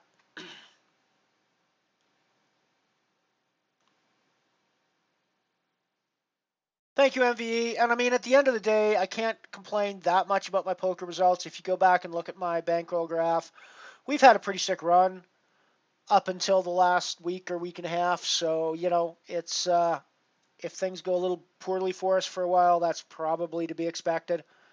You know, we did have a pretty sick run there for a couple of months without really any major downswings. So this is our first sort of major downswing on this trip, and I think we just got to roll with it and keep trying to keep trying to do it.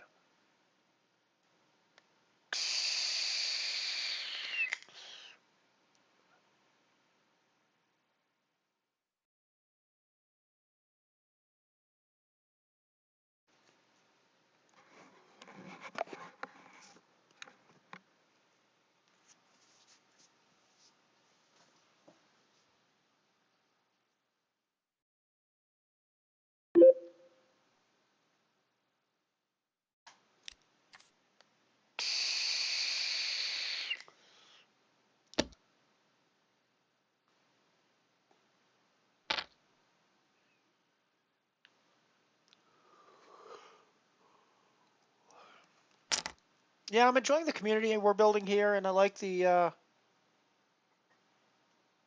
fact that we all get together and play games sometimes as well. That's fun. So yeah, it's been a lot of fun so far building this, and I hope we can keep growing it. We can keep growing it. I am gonna throw a post in the community here pretty quick, advertising everybody to the stream. I was kind of hoping to wait until I got my new graphics and full branding and stuff sorted out, but I'm not sure when that's actually going to happen. So I think I just need to go ahead with what I've got now, and then just, you know, update it as it comes, as the new stuff comes. So I will probably over the weekend try to put that post in place. Say hello to everybody on the communities, and try to get a few more people out here.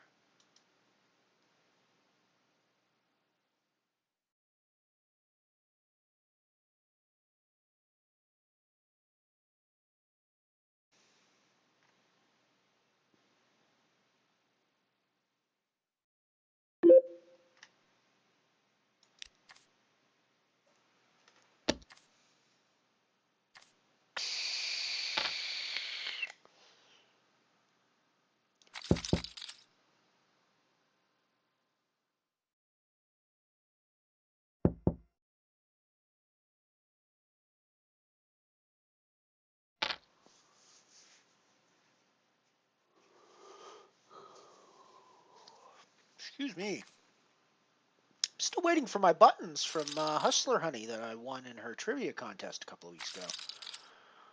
But I know I'm still waiting for them because Canada Post.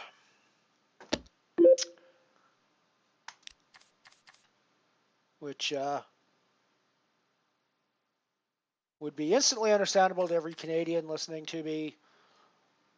But I think it's probably also instantly understandable to just about everybody listening to me, because I'm guessing that most of the world's postal systems are in pretty rough shape at the moment as well.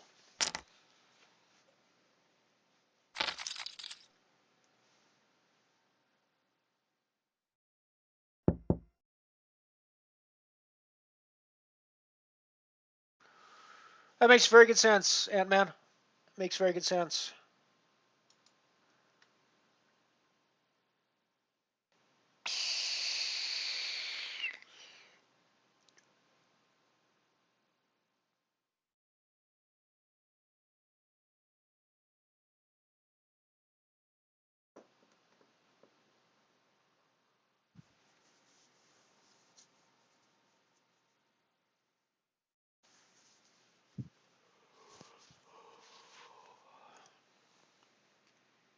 Excuse me for yawning into your faces there.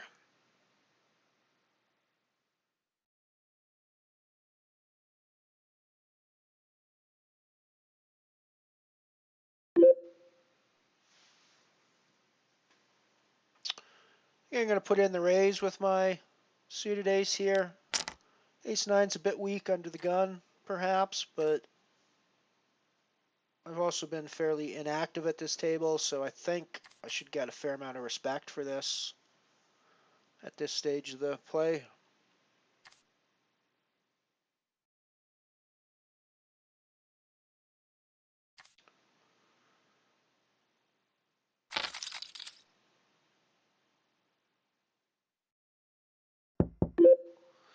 I think this should be a pretty good board for me to c-bet.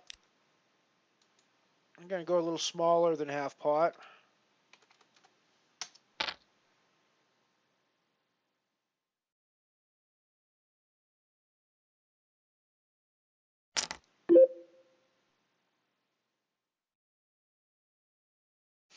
And I think we just have to fold to the aggression because our ace 9 doesn't really have any draws even to draw out on. We're just basically looking at an ace at that point.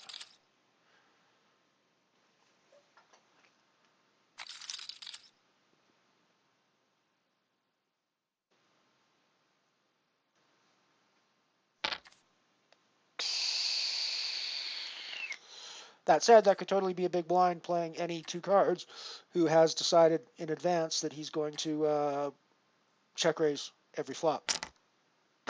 So, but I don't think there's anything I could do against that.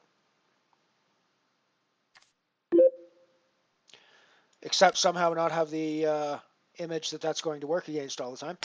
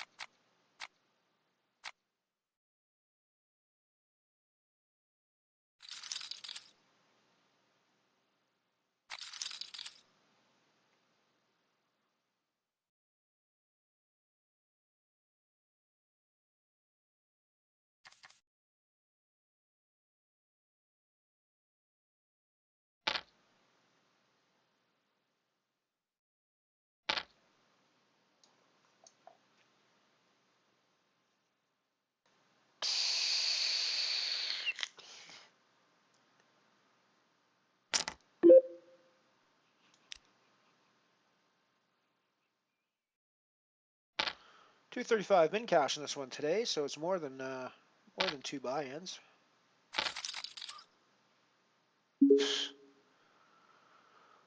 We folded our king, of course.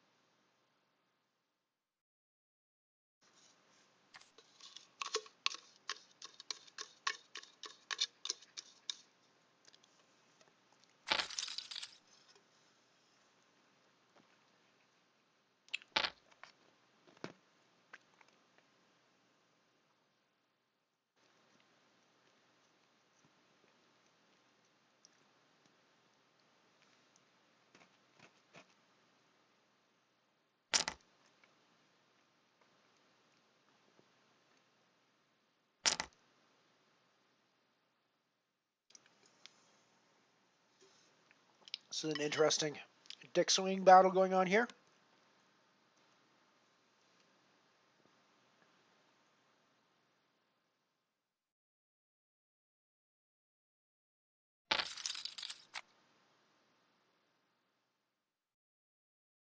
Wow.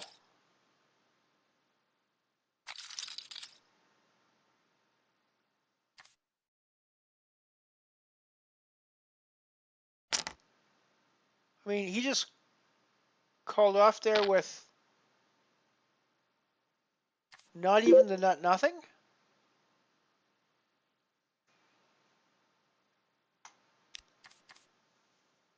That was pretty bizarre. I guess we have to look at his action in a whole new light now. I mean, I'm sure I just saw what I think I just saw, right?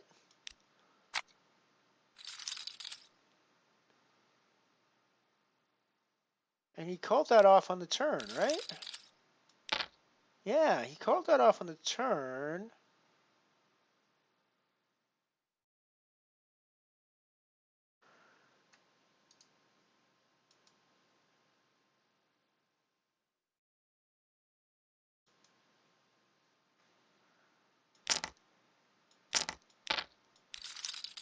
Let's just have another look at this hand. So, we folded pre-flop. I was pretty upset with that when I saw the two kings come, but, you know, obviously now when we see actually what happened, it ended up being, like really weird. But, so, Dukin and DNX here get into a really weird dick swinging contest at this point that I don't understand why DNX is even there. So there's a raise on the... Well, let's actually go back to the flop action, because the flop action was interesting as well. So we check. Dukin puts in a min raise, or a min bet. And DNX comes over the top. Now, obviously, they're trying to rep a king here and try to get people to fold. So, you know, cool. Alrighty, no problem. Dukin calls behind. And if you're DNX, you got to be thinking flush straws, that sort of thing. You got to be thinking that he has a king, maybe. When the flush comes in, I don't understand this action. I mean, the bet makes perfect sense here. The bluff re-raise, okay. Maybe you don't think he's on diamonds and you want to try to get it off. But then when Duckman shoves here,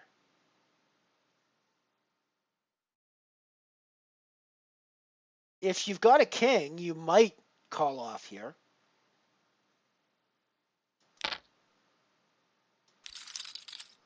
But when you've got queen of clubs, jack of spades, how the hell do you call off on that board? I mean, what do you think you're beating? What do you think you can beat on the river? I mean, I just don't get it. There's not even a diamond in the hand to go on.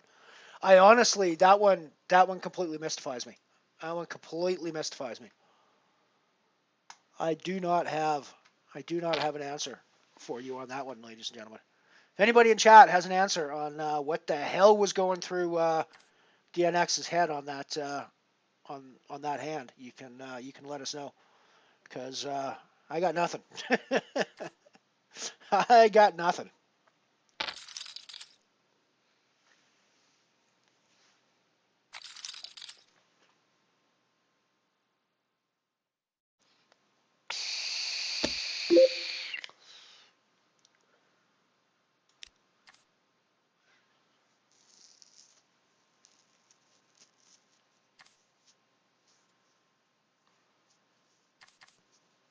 So we definitely have to look at his aggression in a way different light now, I think.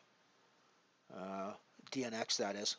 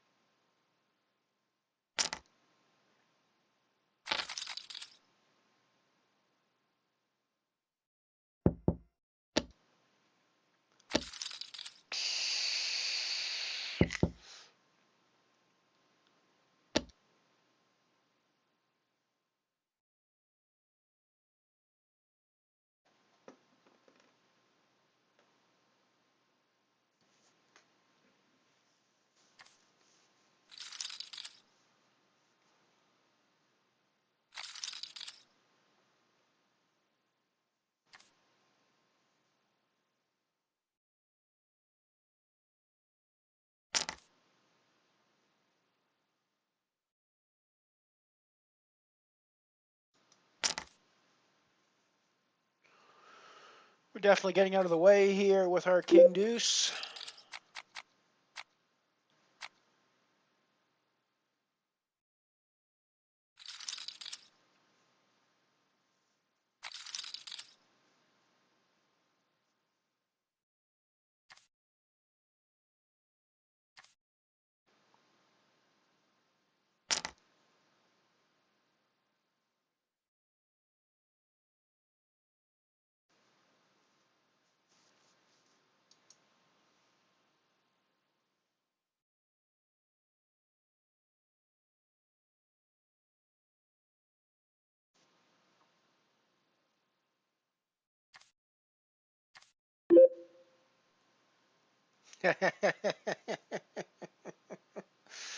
That's good to know, Aurora. Well, maybe not good to know, but it's good to see you, by the way. How'd you do? Yeah, it's pretty weird shit, I gotta say.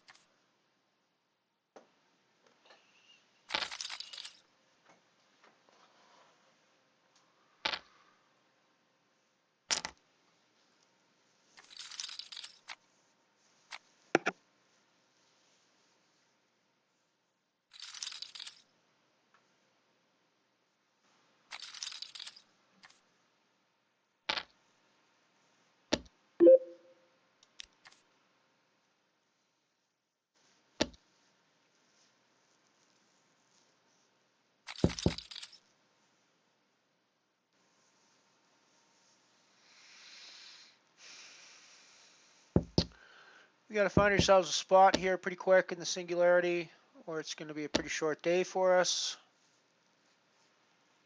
Well, it's actually not a short day for us. It's a long day for us anyways, but we do have to find a spot here if we want to get anywhere close to the money.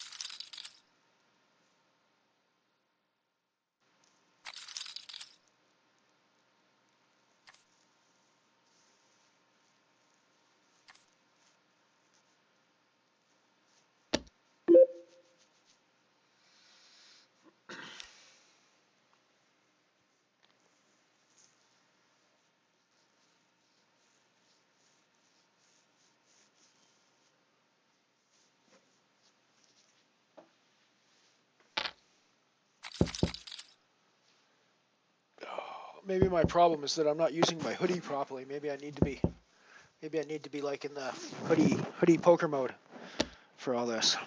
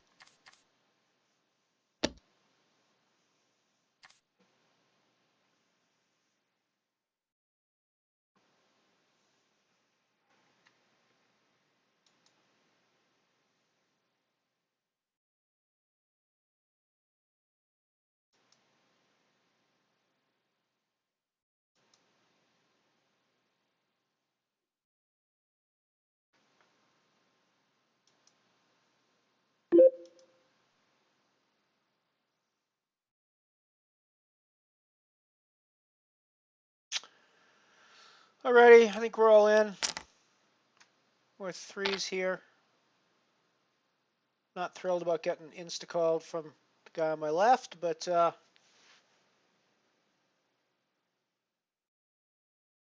oh, yeah, no, this is probably going to end up badly for us here. I mean, is that just a fold with my stack size? It seems like any pair at this point I've got to be putting my money in with. I mean, we got a chance. Yeah, we're not going to get there, but we had a chance. We had a sweat. Oh. How did I... Okay, my board reading skills are having issues again. Oh, ace, 2, 3, 4, 5. Duh. God, read the board, Lyle. Read the board. Pay attention. Thought I needed the 6 to get straight.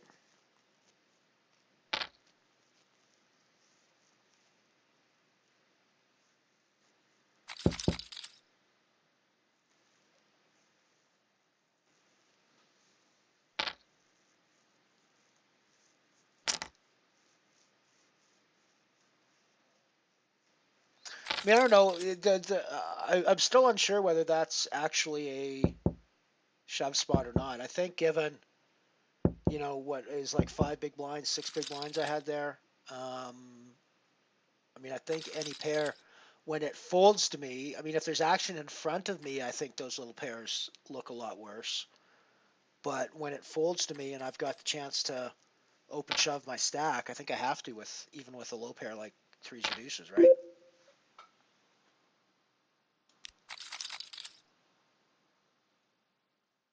It worked out for me that time.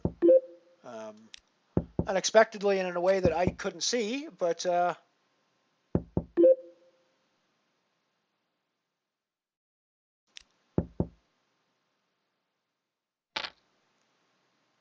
wondering if that was the right move in a more general sense.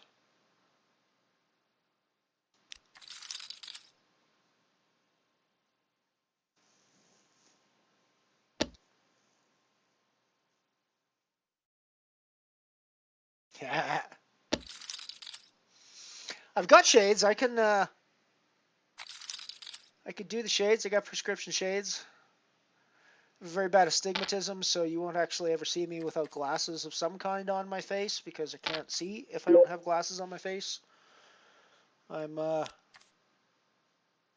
legally blind or anything like that, but I am I can't see, like if I'm in a car if I'm trying to drive without my lenses, which is illegal. It's actually written on my license with the codes on my license. I can't be driving without prescription lenses. Because I literally cannot read road signs. No matter how close I am to them in my car, I will never read the road sign. It is just a bunch of blurry white and green to me.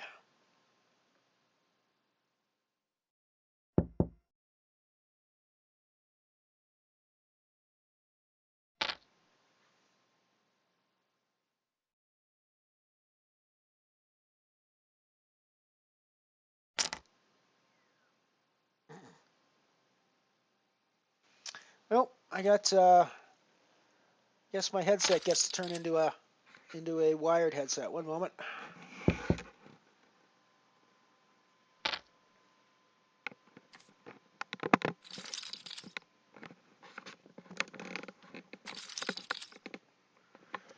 There we go.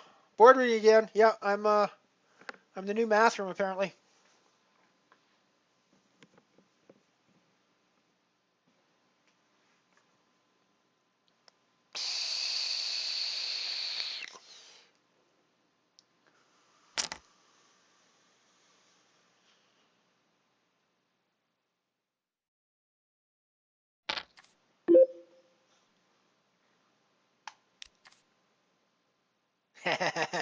Lanny skills. Alrighty.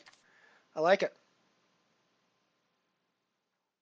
I might be Bathroom's father. It's possible. It is possible.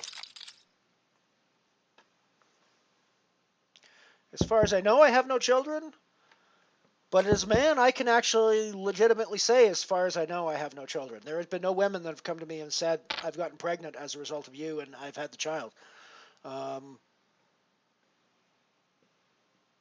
But it's at least possible that they haven't told me. So, it's at least possible.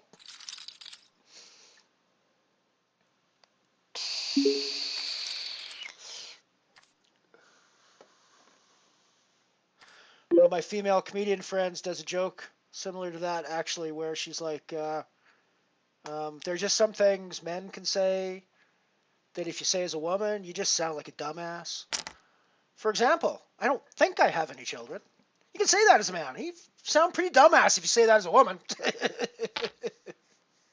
You should be pretty certain about that if you're a woman. That should be something that you're relatively... I mean, there's very few things in life you can be certain about. If you're a woman, I think you'd be pretty certain whether you have children or not. That's something you're going to remember, and it's something that's going to be something you're have a fairly high degree of certainty over, I think.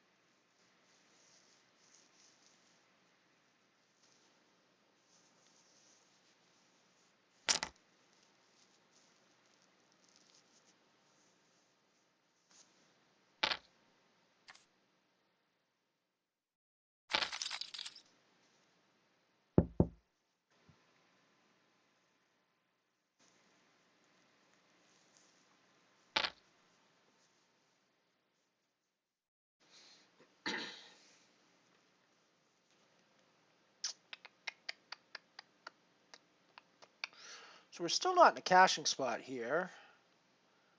We're also not in desperate shape either.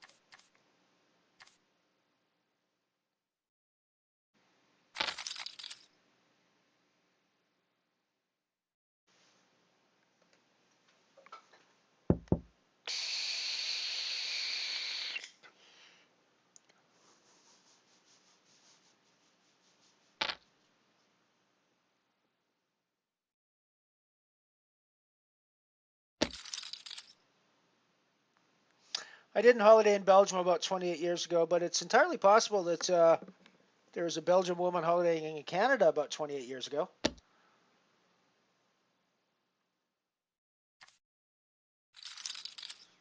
"28 years ago, I would have been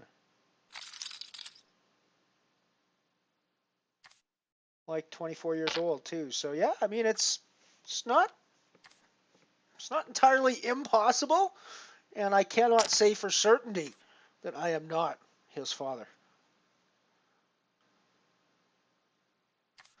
Although I think the odds are very much against the possibility that I am his father.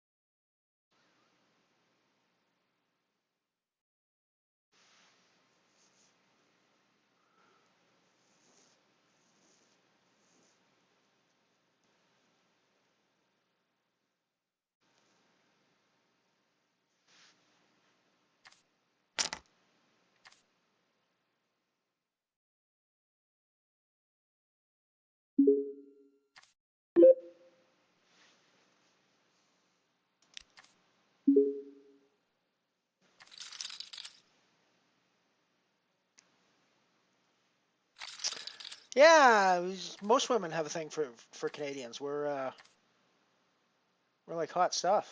Got a pair of kings here. It's gonna be nice. We're gonna get our chips in the middle with it, and we're gonna hope for the best.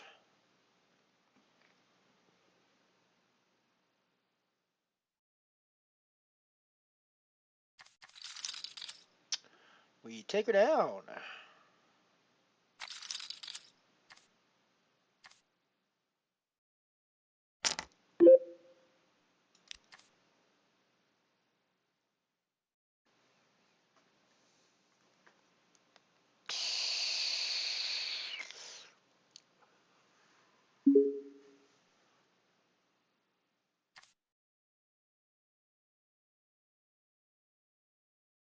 "32 years ago, I would have been a strapping young 20-year-old.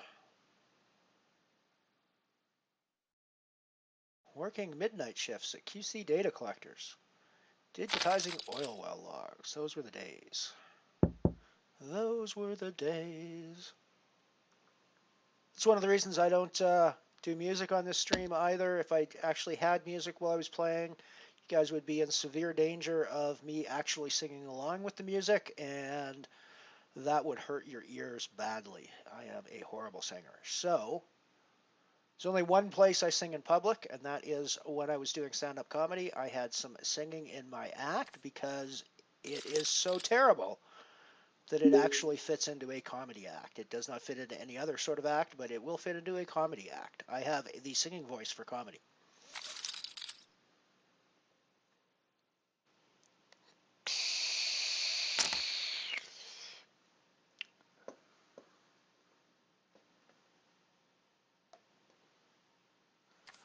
I was something of a dirty comic when I was doing my act. I have a song sung to the tune of My Favorite Things from The Sound of Music that I could be almost certain is the foulest, dirtiest thing you have ever heard in your life. And it probably goes well beyond what you're imagining as you think about this right now. I probably should just open shove that. Yeah, I probably should just open shove that, but we're calling this off from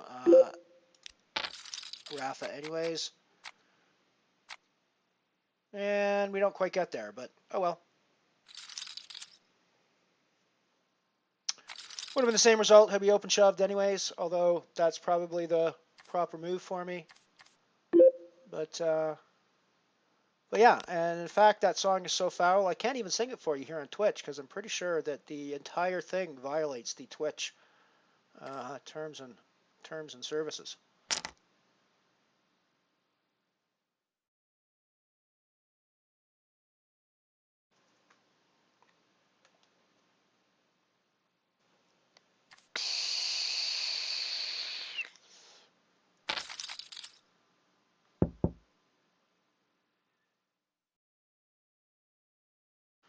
In fact, if you're an intrepid sleuther and you go dig through my YouTube channel, you just might find video of me singing that song on stage. If I'm not mistaken, at an Ottawa comedy club, I believe.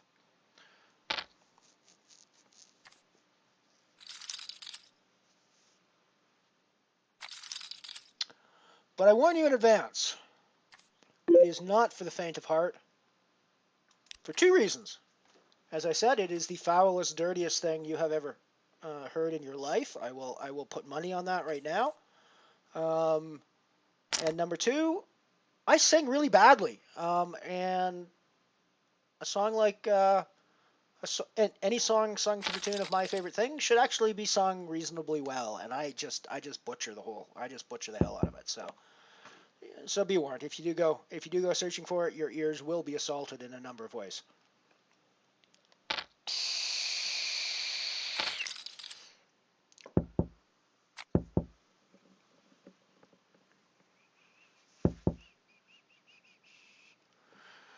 The kings held. Unfortunately, my ace-jack did not against the queens.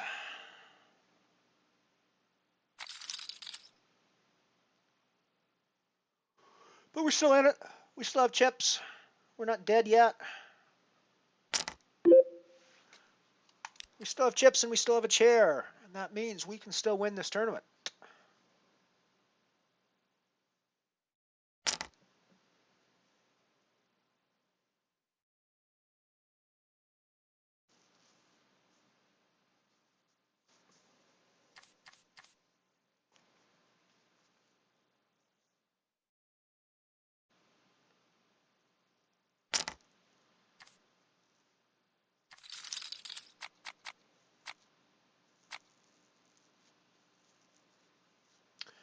Dr. Hookman with the aces. Brings us one step closer to cash. We are 11 away from the money now. 10 away from the money now, I think. No, 11 away from the money. 10 away from the money now.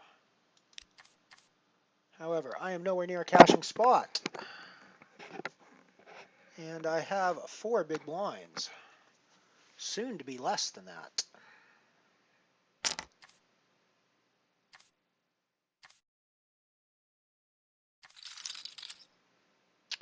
But I don't really think we've had a spot where we could have done anything differently. So we're gonna have our chips in the middle in this pot in every situation except where they limp or where they walk to us.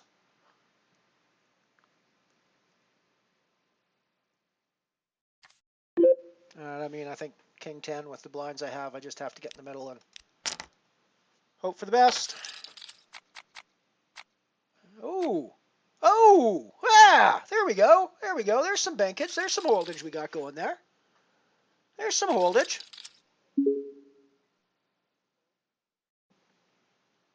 There's some bankage and some holdage. I'll take it. I'll take it. Still alive.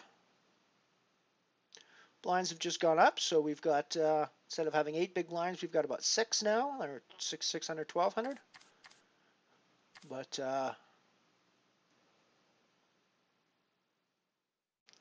that's cool. We've still got chips. We've still got a share. I think we play these small stacks pretty well.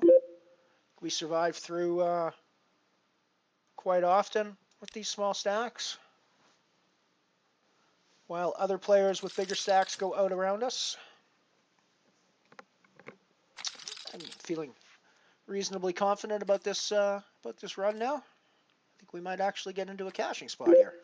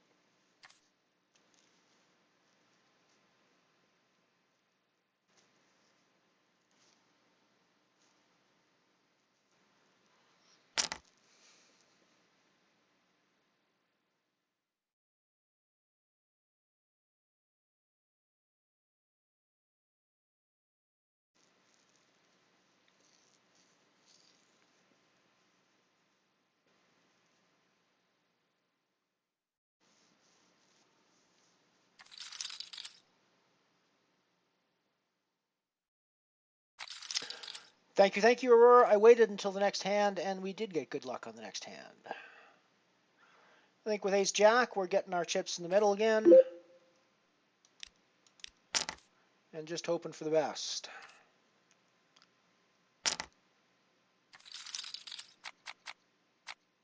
And we're not going to get the best this time, because they hit a set on the flop. So we are done. We are done for the day. It's been a pretty brutal day. We're down like 12 euros. A good chunk of that is the result of me trying to run through the missions today. Very unsuccessfully from a caching perspective, although I did get the mission. It cost me like 7 euros to get my €2 ticket from there. So yeah. So yeah, it has not been a great day for us. Has not been a great day for us. But that's cool. I think I'll be back tomorrow again for more of the poker action. Probably around the same time again, probably around 11 a.m. my time, like I came on today. So, look for me there. And thanks for hanging out with me today. Talk to you soon. Later.